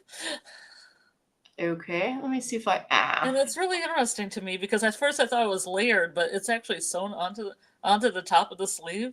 Like maybe she lost that sleeve, so she just sewed a sweater. The bottom of the other one has a dark pink sweater sleeve. I do have a. It's not from that scene. It's from. Oh wait, this one might be. So maybe it is a layer. Hold on. Present. Let's see. Wait, I lost where the. It looks like it's sewed on. I see it here. And she put a shoelace, looks like around the neck. Considering there's a shoelace around the neck, she might just have been messing around and maybe they were making fashion. I don't know. I don't know why it looks like Lottie got a bone or something in her shirt. So, but that's an Antler Queen dress that they put on the antlers. Oh, interesting. But yet she wears the dress another time. That's interesting. Yeah, I guess she just when she gets sick of it, she just puts on the antlers. There you go. It does look like that though. But in the other picture that was from earlier in the episode, you can see the bottom of the sleeve of the other sleeve is like a different color sweater. Yeah. So the Nile is the river in Egypt. Yeah. I think the wilderness does not want Aquila, is what AA says. I think you're right. I mean, I don't know that it wants Travis though either, but Travis doesn't want it. So yeah. I don't think Travis Aquila is wants pushing it. it off on her. And he's like, well, she's like, well, go reassure Aquila. And it's sad because Aquila's like, you're the only one I really trust. Yeah, it's sad. And I really had a feeling this was going to go bad, but I mean, it didn't. So, but it might next time. We don't know. Mm-hmm. So she agrees to go in the cave. And then Misty, let's see, this is back to the present. Misty wants to go into Lottie's bedroom. She says the package has to be there. It isn't anywhere else. And Walter starts saying that they need to install wires. So they need everyone out because it's dangerous, which was like the dumbest thing ever to say. Yeah. Like they never do that. And she's like, well, these walls are concrete. You have to install the wires from outside. Mm-hmm. And for whatever reason, he believes her. And he's like, go outside. But they don't actually go outside. Yeah, they go. Donna tries to knock and act like she's professional, but she just... She's like, yeah, this is hollow. That was funny. So he sends them outside, but they don't actually end up going outside. Tai, who I accidentally, I think, skipped the fact she'd gotten a phone call from Simone. Mm-hmm. She goes to meet Simone so she can see Sammy. And Van sits down next to Simone and she's like, so you're her, huh? Mm-hmm. Gives her a little up and down. Yeah, that was side eye. Yeah. So I don't know if she thinks that Tai was having an affair, or if she knows that she like was with her before, or if it's a combination of the two. But either way, it was a bad move. Yeah, it was not good. But that's where Sammy had asked for her apparently, but then he's scared of her because it's Issa or whatever we think. So that makes sense. And then, well, it's good to see Steve as well. Yeah, Steve, bloggy. If I had gone back and taken pictures of him, I was going to take a picture of the statue that is where Walter and Shauna are, because it looks like stampeding white horses. Mm-hmm. Yeah, it does look like a statue. I tried looking up, seeing if I could find it by typing that in, but it didn't. I don't know. It's just probably was decoration. But that's when he uses the word penetrate to Shauna. Yeah, he's penetrating the firewall or whatever. She's like, don't say that word, which is hilarious. Like, he didn't mean it that way, but she made it dirty. And he says the firewall is called Theodosian, and he says it's cheeky. And I did look that up. It's Constantinople. The walls they used to protect the city from attacks. So since it's a firewall, it's a protective wall. It was just a play on words. And that's when the woman that works for him brings by 2 big garbage bags that to me looks super sus. Mm-hmm. And I wonder if she was hiding something for her boss. He did look like glance at them, like maybe they were important, but then he didn't. Well, I think he was going to go look at the garbage later. Might have. They should have. That's something though that they might have even just cut out. Citizen detectives know to look through people's garbage. Right. And then like Shauna's going on about like why go to her dad's, and I'm like, in my notes I said she wanted to see Callie, obviously. Yeah. That's a good point. I hadn't even thought about. She might want to see Callie. So let's see. I lost where I was. Because Shauna's asking why. No, Shauna's. Whoops. What did I do? Does it go to a damn ad? Shauna, that's where Shauna was asking why Lottie came to her house and lied about her father's. And he says maybe she needed a friend. And he's like, which you're not to Misty. Mm-hmm. And like, no, Shauna isn't a very good friend, but she tells him the truth. Neither are you. She's like, what are you doing? This is not going to win our back. And he's like, oh, Misty wants a challenge. And he's clearly an toes curl. Yeah.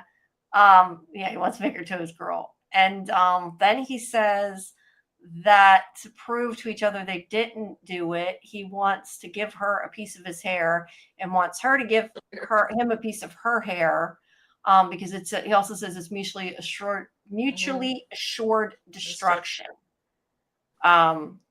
And and in the first season, they mentioned that because Callie was trying to blackmail Shauna, and she also brought up mutual assured destruction. Yeah, that's true. But he also says, "Oh, if you die, we'll use it to find you and to find your body and locate the killer." But he does not. She does not agree, and he tries to take it anyway. But he eventually gets it out of the hat. Simone says hated that. I'm not sure what that was in reference to. What did you hate, Simone? Yeah, we're not sure what that was in reference to.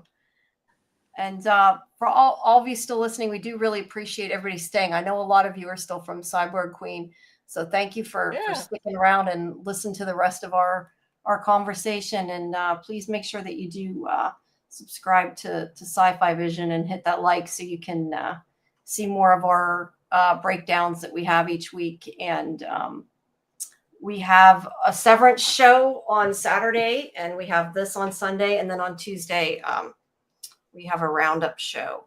And as I said, for people listening to our show, their link is in the description, the ones that are coming on ours.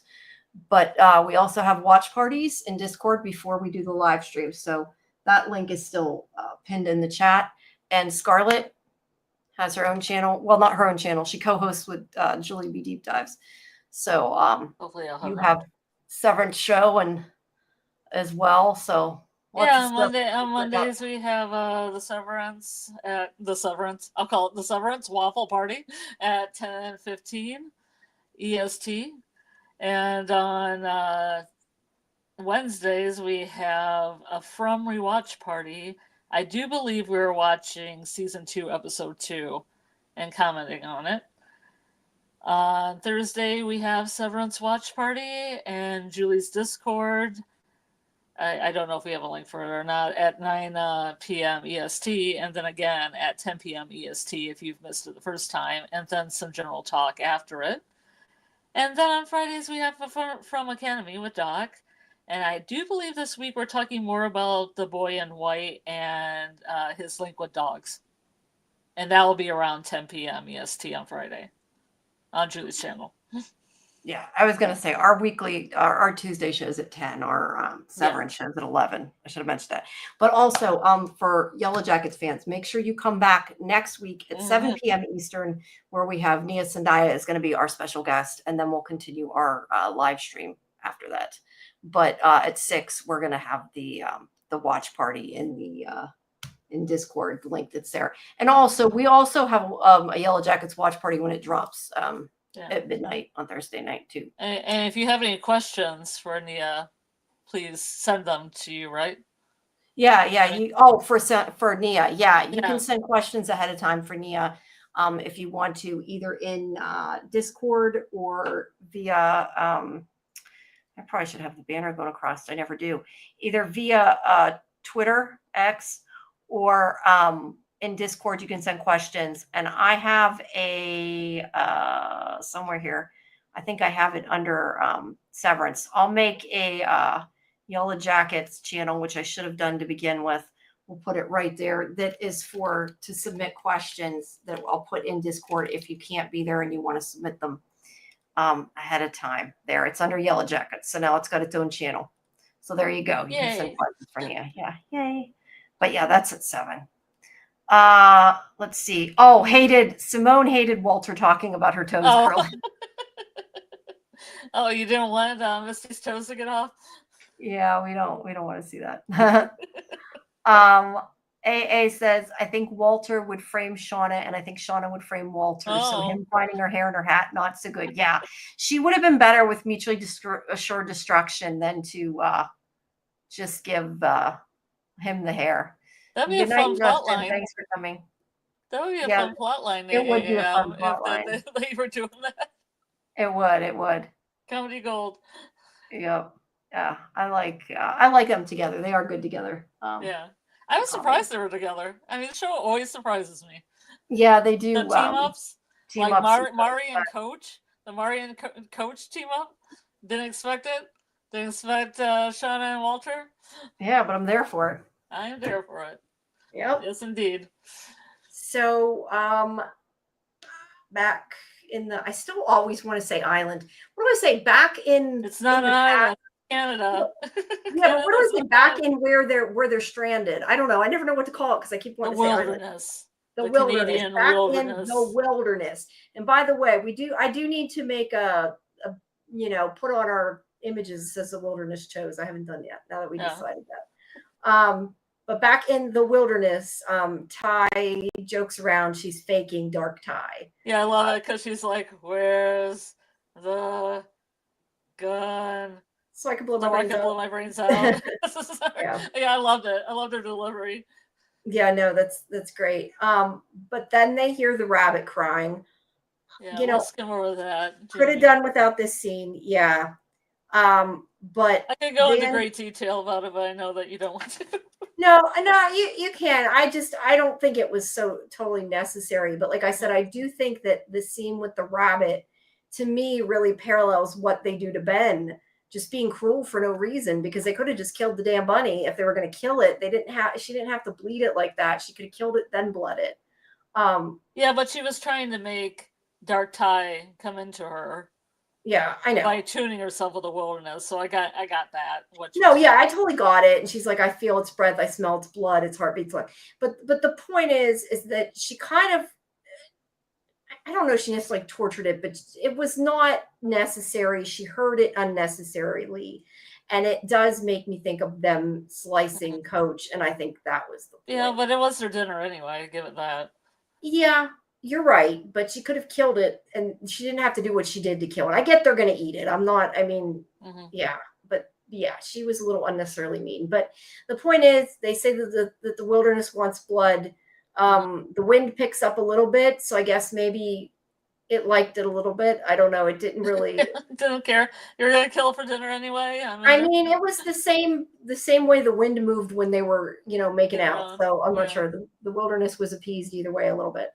But anyway, so then it goes back to Aquila, and they are tying her to them. So she's going to go into the cave where she went before.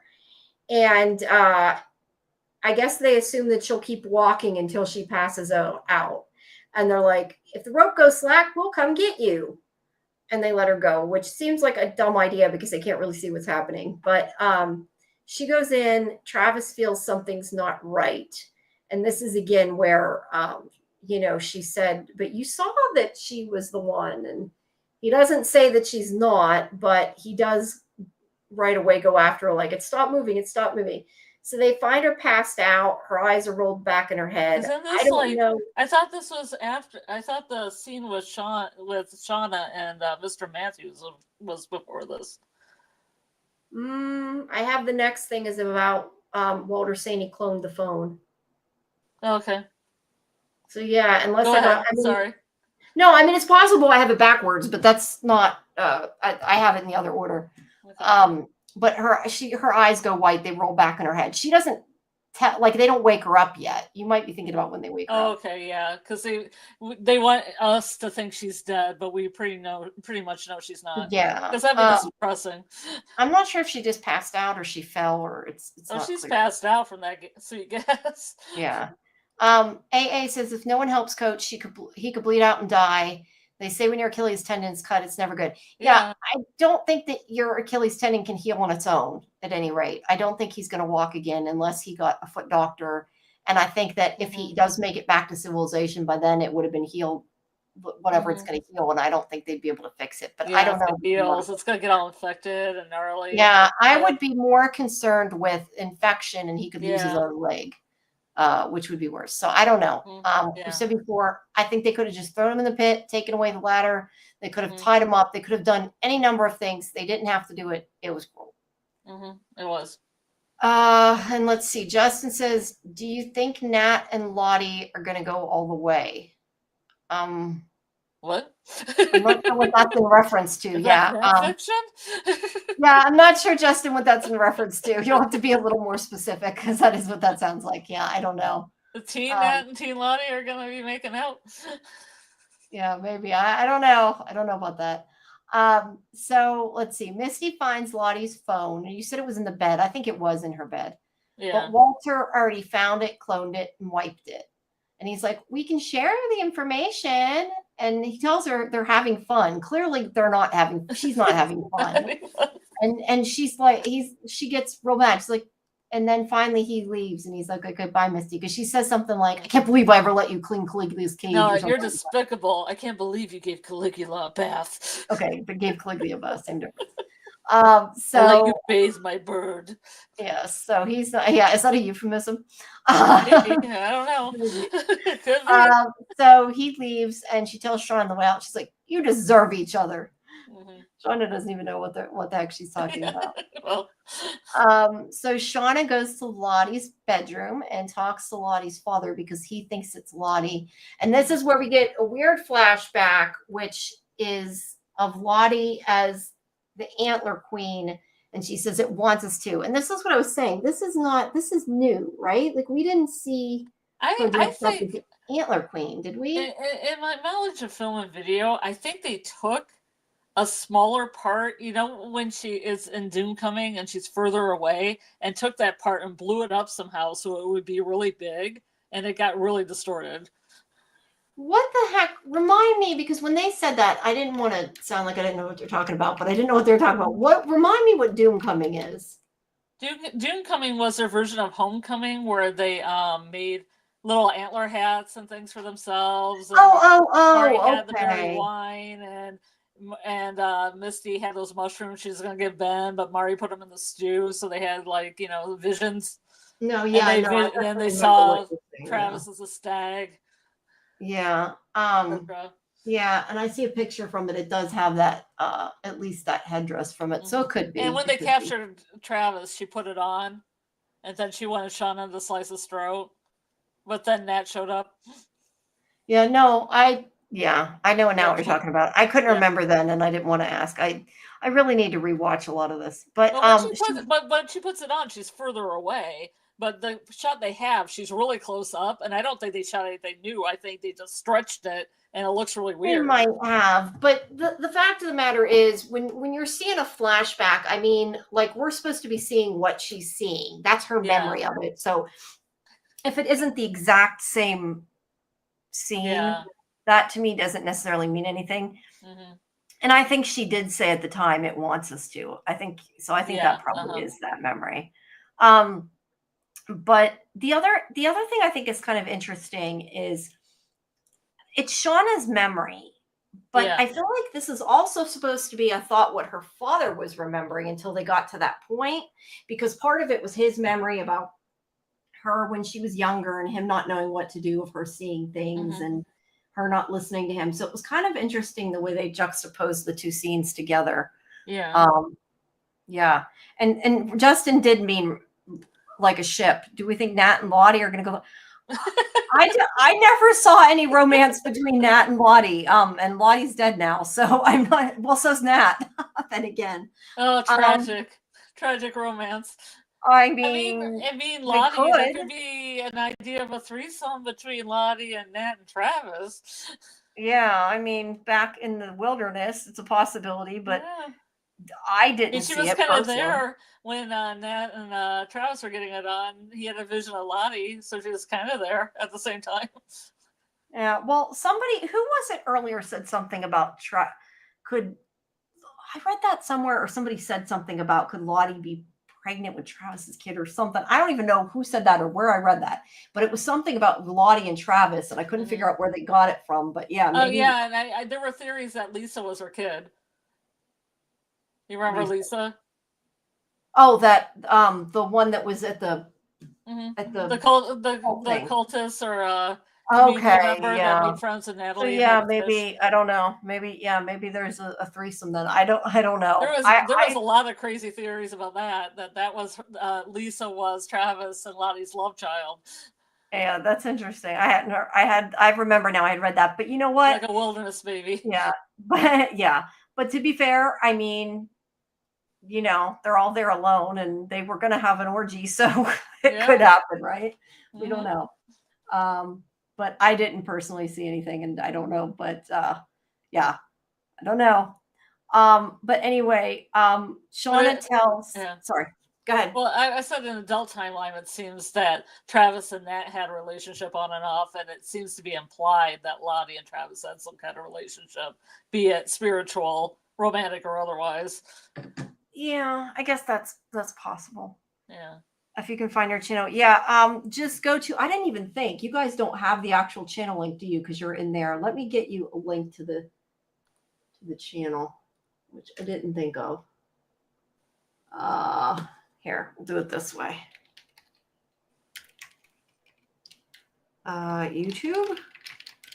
Actually, I probably have it. I was gonna say, is it on the screen? It might be on the screen. I'm not even sure. But everything's at SciFi Vision. So YouTube, SciFi Vision, Twitter, SciFi Vision. I just don't update Instagram tons. So that's the only thing I don't usually mention as much. But also, if you're new here and you don't know about it, scifivision.com. That's where all our interviews are linked from, even our interviews that aren't video, because you can find a lot of interviews on our live tab and our videos tab. We have from interviews among lots of other shows. So yeah, make sure you guys check all that out. We have tons of interviews. I think now I have in videos, I think it like said over 700 videos. Yeah. I didn't even know like how that happened. And I think like 99% of them are interviews. There may be a couple that aren't. There's something like 750 or something. Yeah, I don't know how that happened. When we started doing video at COVID, it just kind of exploded. There's so many different people you interview, so many different types of shows and everything. Yeah, there's quite a bit. And I made I'm trying to keep up on the playlist to keep all the stuff for Yellowjackets and Severance and from Separated. And that's the other thing too. If you like Severance, since you mentioned Severance, we also have under the live tab interview with Sydney Cole Alexander, who played Natalie, and Mark Geller, who plays Kier. Well, I say plays. They both plays. They're both still in the show. But yeah, those are up there. Yeah, and I think Mark may come back. We gotta talk him into coming back at the end of the season. I know he said he would if we wanted him to. So if you want to see Mark come back, let us know. We'll praise Kier more. Yeah, no, it was fun. It was a fun interview. No, it wasn't. He's a great guy. Yes. So I lost where I was now. Okay, so Shauna and Lottie, Shoddy. Now there's a ship name for that. Oh yeah. Shauna tells Lottie's father that sometimes it's hard to show love the way we want to. And obviously she's speaking about her own family from her own experience. So yeah. And she hugs him, and he says they can watch a Scorsese movie and eat Chinese food. You know, I don't know why, but the fact he was like talking about ordering food from this Chinese place, I was thinking, did Lottie go to get food there the day she died? Maybe they know something. Yeah, she had that vision too, where they were eating Chinese food at the mall. Yeah, interesting. Interesting, so yeah. They need to call that place. Yes, they do. Yeah, they do. I don't know. It just stuck out to me. And then Tai is talking to Van about what happened earlier and how Sammy said, "Are you not my mommy anymore?" And she said something like, "She'll always be his mommy no matter what," which is again implying that he's been seeing dark Tai and now he's seeing regular Tai and he misses her, I guess. Yeah, so that was why he got, which confuses me a little bit, because if she was regular Tai, why did he run away then? But I guess he just was afraid the other Tai would be back. No, I think it's totally Issa he's seeing. She showed up. Okay, so you think Issa showed up, but originally I think he was talking to her, because when he said, "You're not my mommy anymore." But that's kind of interesting though, because if he was talking to regular Tai and Issa showed up, you would think that Tai would make some mention of it and doesn't. But, you know, maybe she's hiding it, or maybe it's Issa now. I don't know. Maybe like Jazzy was saying, that she hasn't even been in the season. It's just been her other the whole time. Yeah. But at any rate, she tells Van they need to change the scenery. I don't know if they're going to move or what they're going to do, but she wants to get out of the house. And then back in the wilderness, Akila is passed out and Lottie's like chanting to the wilderness to bring her back. And she does come back and she says she has a vision. Now, I do have pictures of part of the vision. That like Gulliver's Travel thing. Yeah, the Gulliver's Travel thing. That was so bizarre. Okay, I knew. Was not expecting it. And yeah, I was gonna say, for those of you who don't who aren't usually on our show, we do usually show like images the whole time we do this, but we didn't have them because we were doing the collaboration. We had some guests over. Yes, so I did not take all the pictures because we decided we weren't going to do them, so I didn't have them ready. But so let's see. She says she has a vision of Coach suspended in the air. All right, that's where she's coming off the cliff. She was looking over the cliff, and she said, she walks out onto, and she says that. Oh my God, that's crazy. That is so freaking crazy. I know, right? She said he's breathing, and he kept her from falling to the other side. And beyond him was darkness, and she thought she'd felt scared, but she didn't. She felt hope.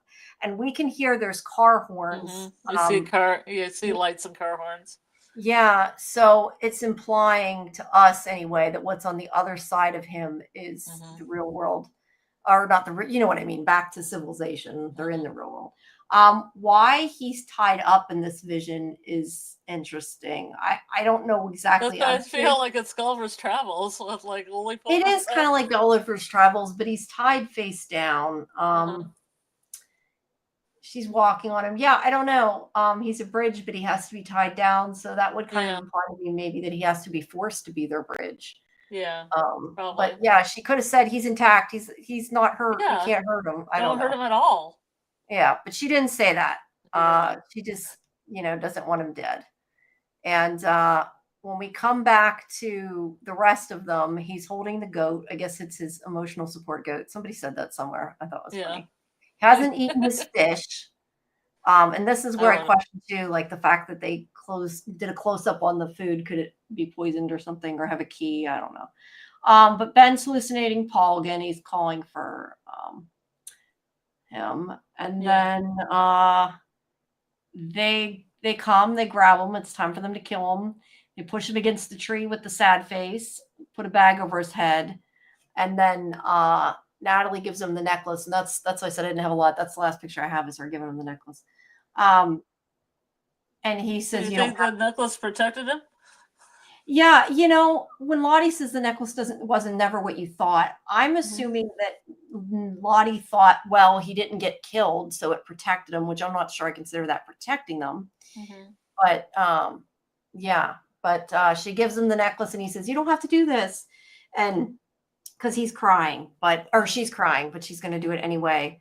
And AA says, I think Coach Ben is their bridge home only because he's the only piece of innocence they have left. Yeah. And I think once they cross that, I mean, they're still going to get home, obviously, but I think they're going to lose all their innocence. So yeah, I agree with that. But she doesn't mention the car horns though, which I find kind of interesting. Like, I don't know if that was just for us to pick up on. She just said it was hope. She didn't mention it was actually going home. But anyway, I feel they're closer to civilization than I think they are. I think they are too. Even though you can say, but the cabin burned for 14 days and nobody smelled it or came over. But they'll probably write their way around that somehow. Yeah, I don't know. I think they should go look. AA says Javi was also innocent that he died. Yeah, he was. But I think this is, like you said, this is the last one. Yeah, like Jazzy was talking about earlier, and I've also had the same theory, is that, Laura Lee died because that was religion, and morality that way, and she was gone. Then Jackie is because it was social structure, like, hierarchy in high school and stuff in society, and she's gone. Javi was innocence and, the child, and he's gone. And now the last vestige of society and humanity is Ben, who hasn't eaten any human meat yet, and he's the only adult. Yeah.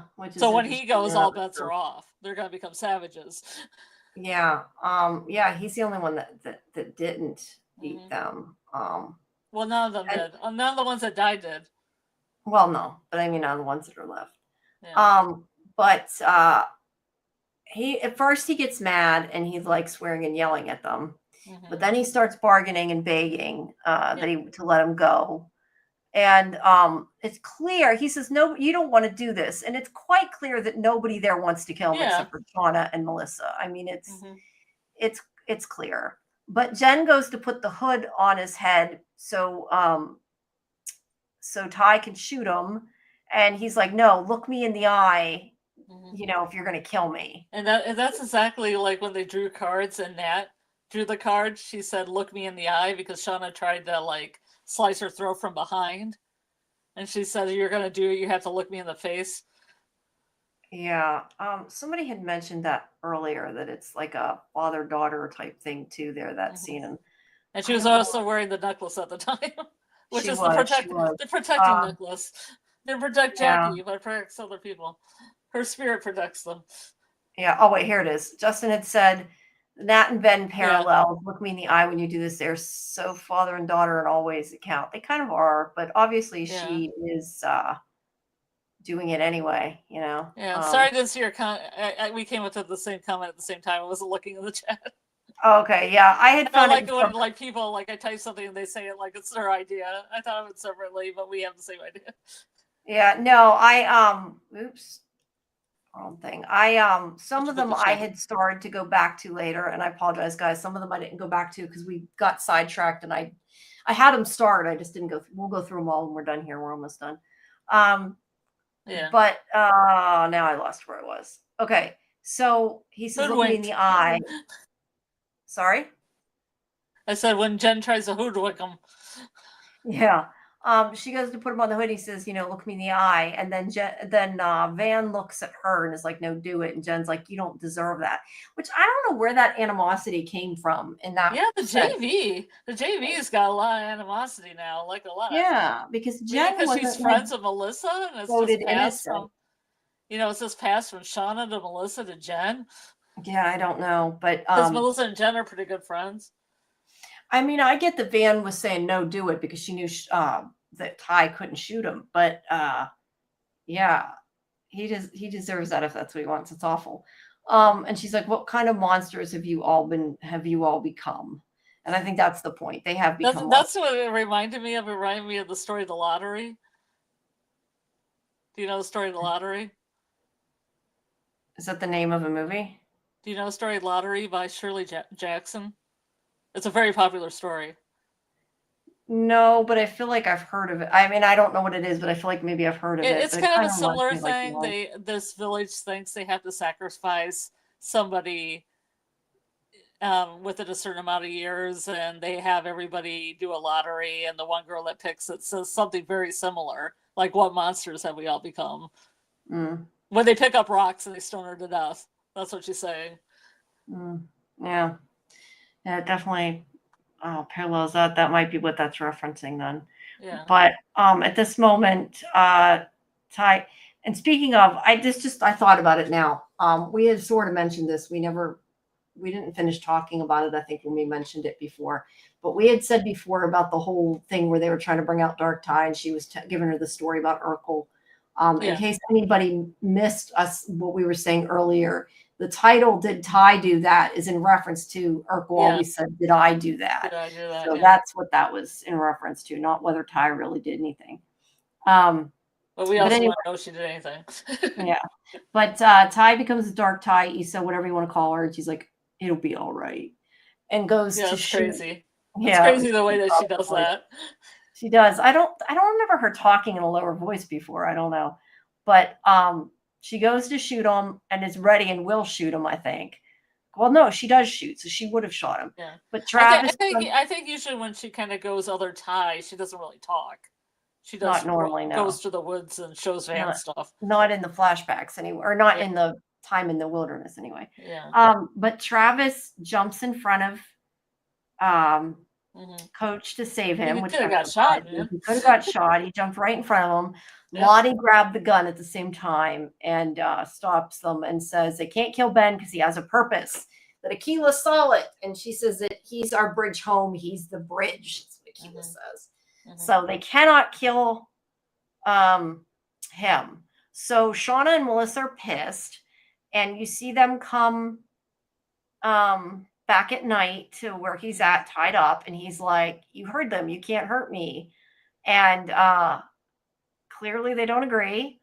And Shauna gives Melissa the knife, and Melissa's like, I can't do it. And she's like, yes, you can. You shouldn't be scared of the bad parts of you either.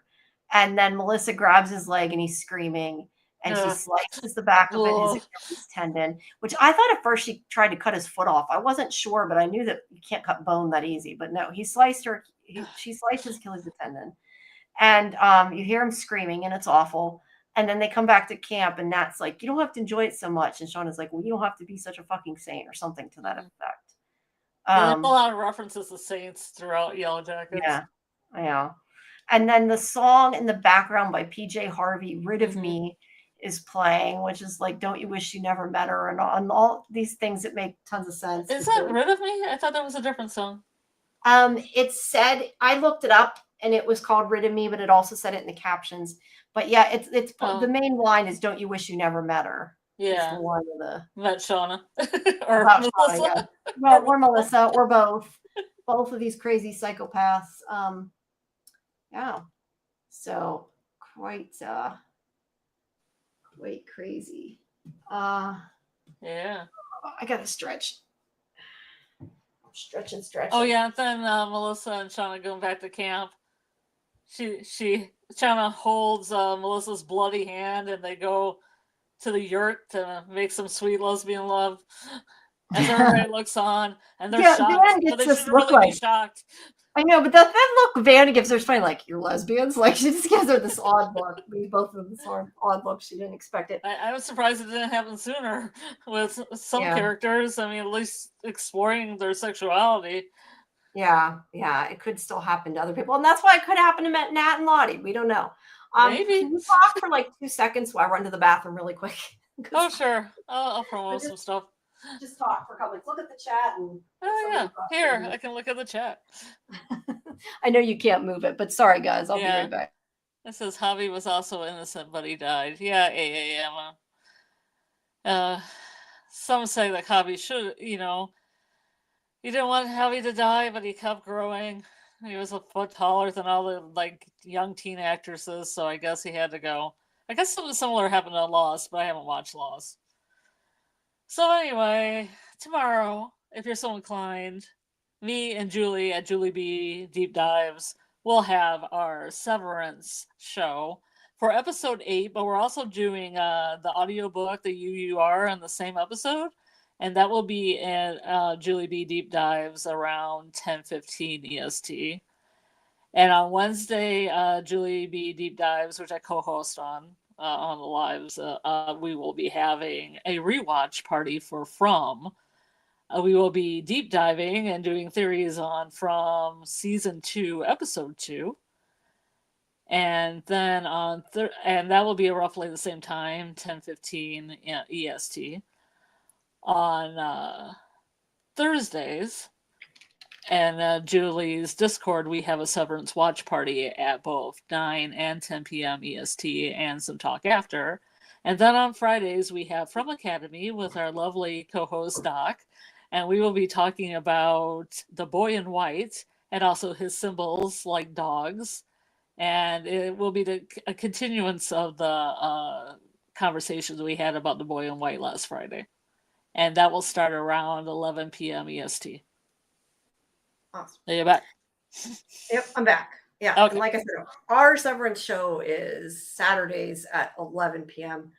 And our watch party is Saturdays at 10 before that in Discord, that the link's up. And then we have, of course, our Yellowjackets stuff, which is usually 10 for the watch party, 11 for our live stream. But next week will be 7 p.m. Eastern because of Nia coming as our special guest. Yay. So the watch party will be, yes. So the watch party will be at 6 in Discord. And then our normal roundup review / breakdown show is on Tuesdays at 10 p.m. Eastern. And we have stuff like the season finale of Paradise. We're doing Reacher. We're going to be doing Daredevil. Doctor Who once it starts. We're also going to be doing a Last of Us show. But all that, you can always find the links to that stuff in our Discord, the schedule and all that, as well as on our social media.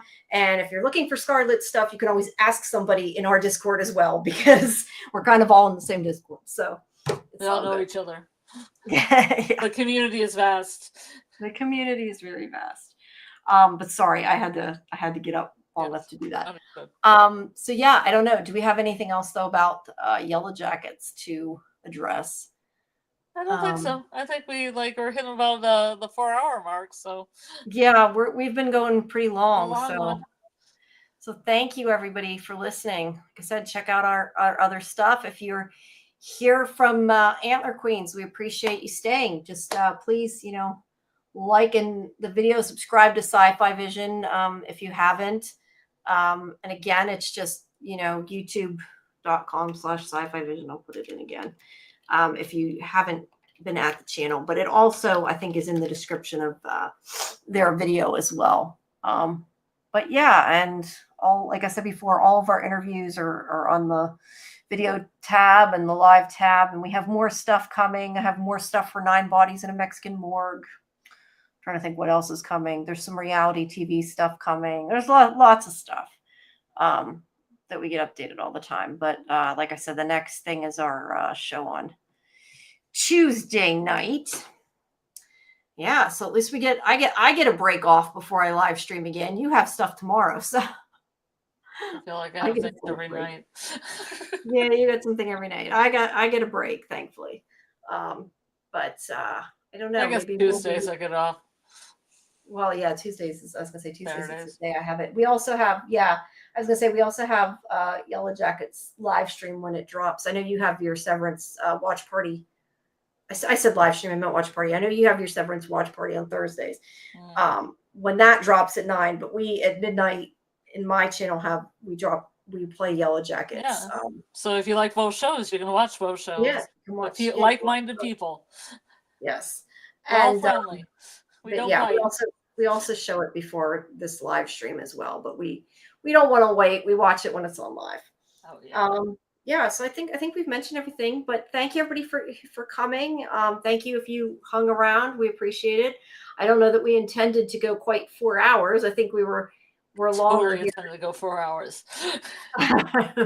Yeah, it's later today too because of the time change, though. That doesn't help. But yeah, I don't know that we intended to go quite so long, but yeah, we got people listening here from SciFi Vision, from Cyber Queen Media. We still have some people from NDB Media that are here, I see, from our sister network. So yeah, all of you, we appreciate you, and hopefully we'll see you again next week with Nia.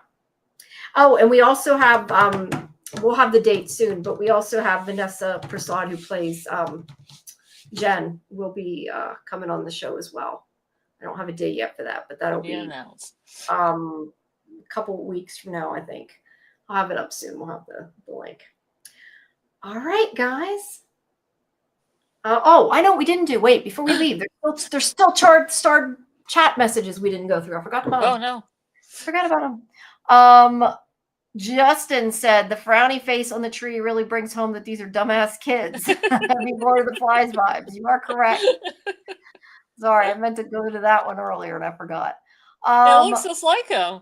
It does. It looks just like him. Sad face. Lola, I like that dog. It's cute.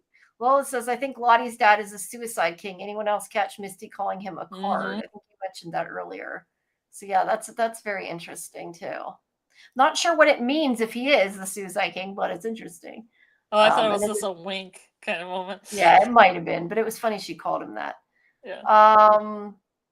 And Quan had said we have plenty of shows that don't make women look bad at all, little wonky shows. I'm not sure what that was in reference to. Sorry, that was something we were saying before, I guess. When we were saying that they couldn't be redeemed, I think, is probably what we were saying at the time.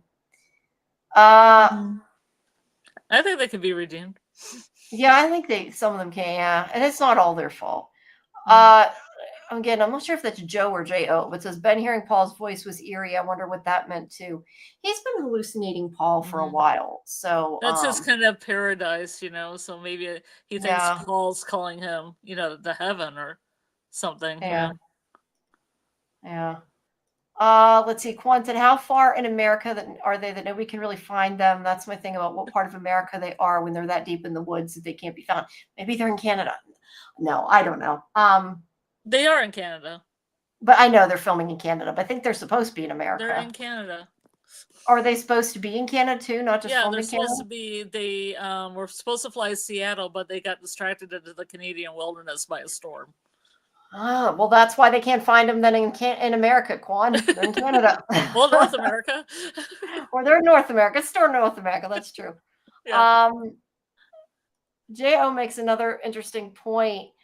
It's weird the first summer they could barely find animals, and now they have a goat. How did that happen? Is the wilderness satisfied with them now after all the sacrifices?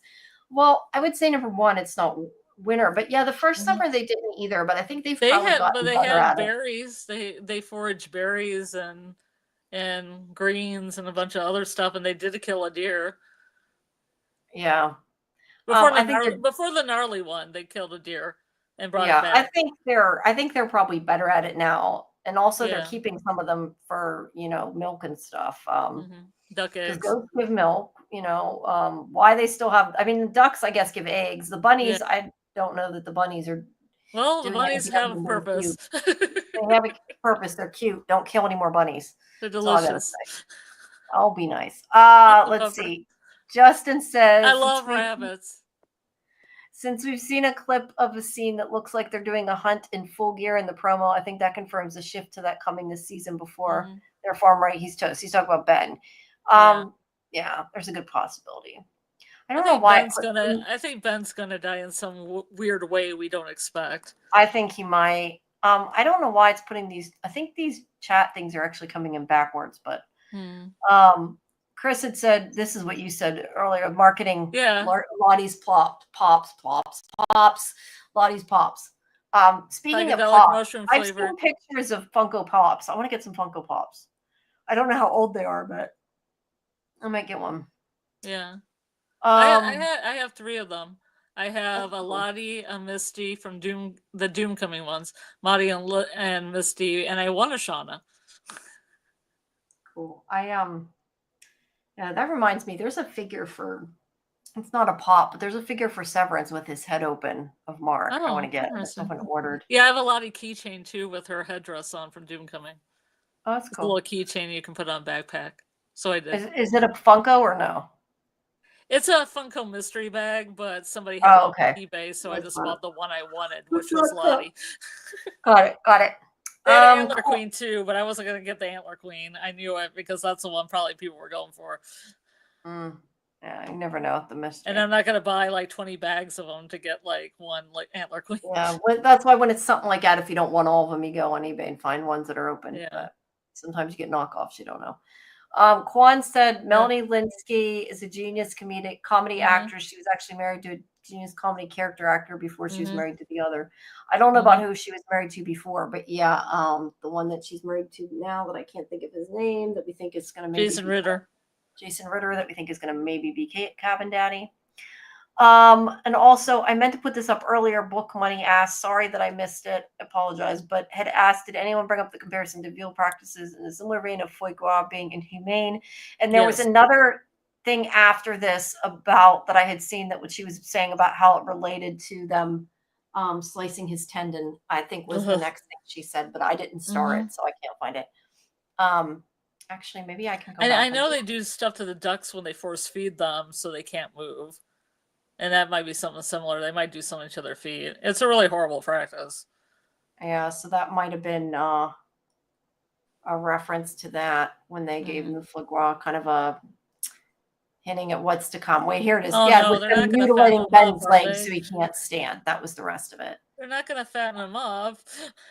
No, but they did mutilate him so he can't stand. And are they going to fatten him up? Yeah, I don't. Is that going to be Thanksgiving Canada? Oh, that's right. The next episode's called Thanksgiving. No. Canada's Thanksgiving episode though is Canada's on a different day. Their Thanksgiving. They're Canada. Their Thanksgiving. I'll get it eventually. Is on a different day. Yeah, in October. Yeah, not that means the episode can't be called that, but I think the next one is called.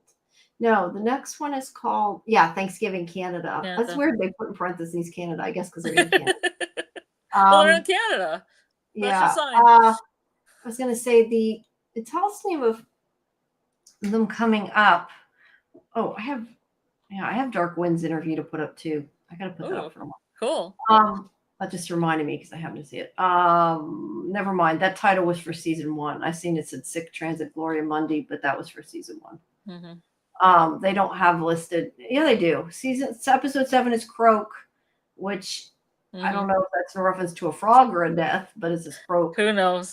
Episode 8 says A Normal Boring Life. 9 says How the Story Ends. Shauna, probably. And 10 is Full Circle. So yeah, maybe they're going to show them getting rescued at the end in the flashback part. I know the showrunners wanted at least 1 or 2 seasons where they're post-rescue and how they deal with that trauma and the like. Yeah, when they're still young, you mean, though. I could see that. Yeah, like the stuff, like how they deal with trauma when they get home, Jeff and Shauna's wedding, stuff like that. Yeah. Different timelines. Yeah, that would be cool. I would like to see that. I wouldn't mind that. I mean, I still want to see the 2 different timelines, but seeing them post wilderness is fine by me. And the titles make me think that might be the case. So we shall see. Then hopefully Cav and Daddy episode. Yeah, hopefully that would be nice. Well, I guess unless you have anything else to add. No, I'm gonna go to bed. Yeah. Oh, I see Julie tagged us. That's appreciated. Sweet. Thanks, Julie.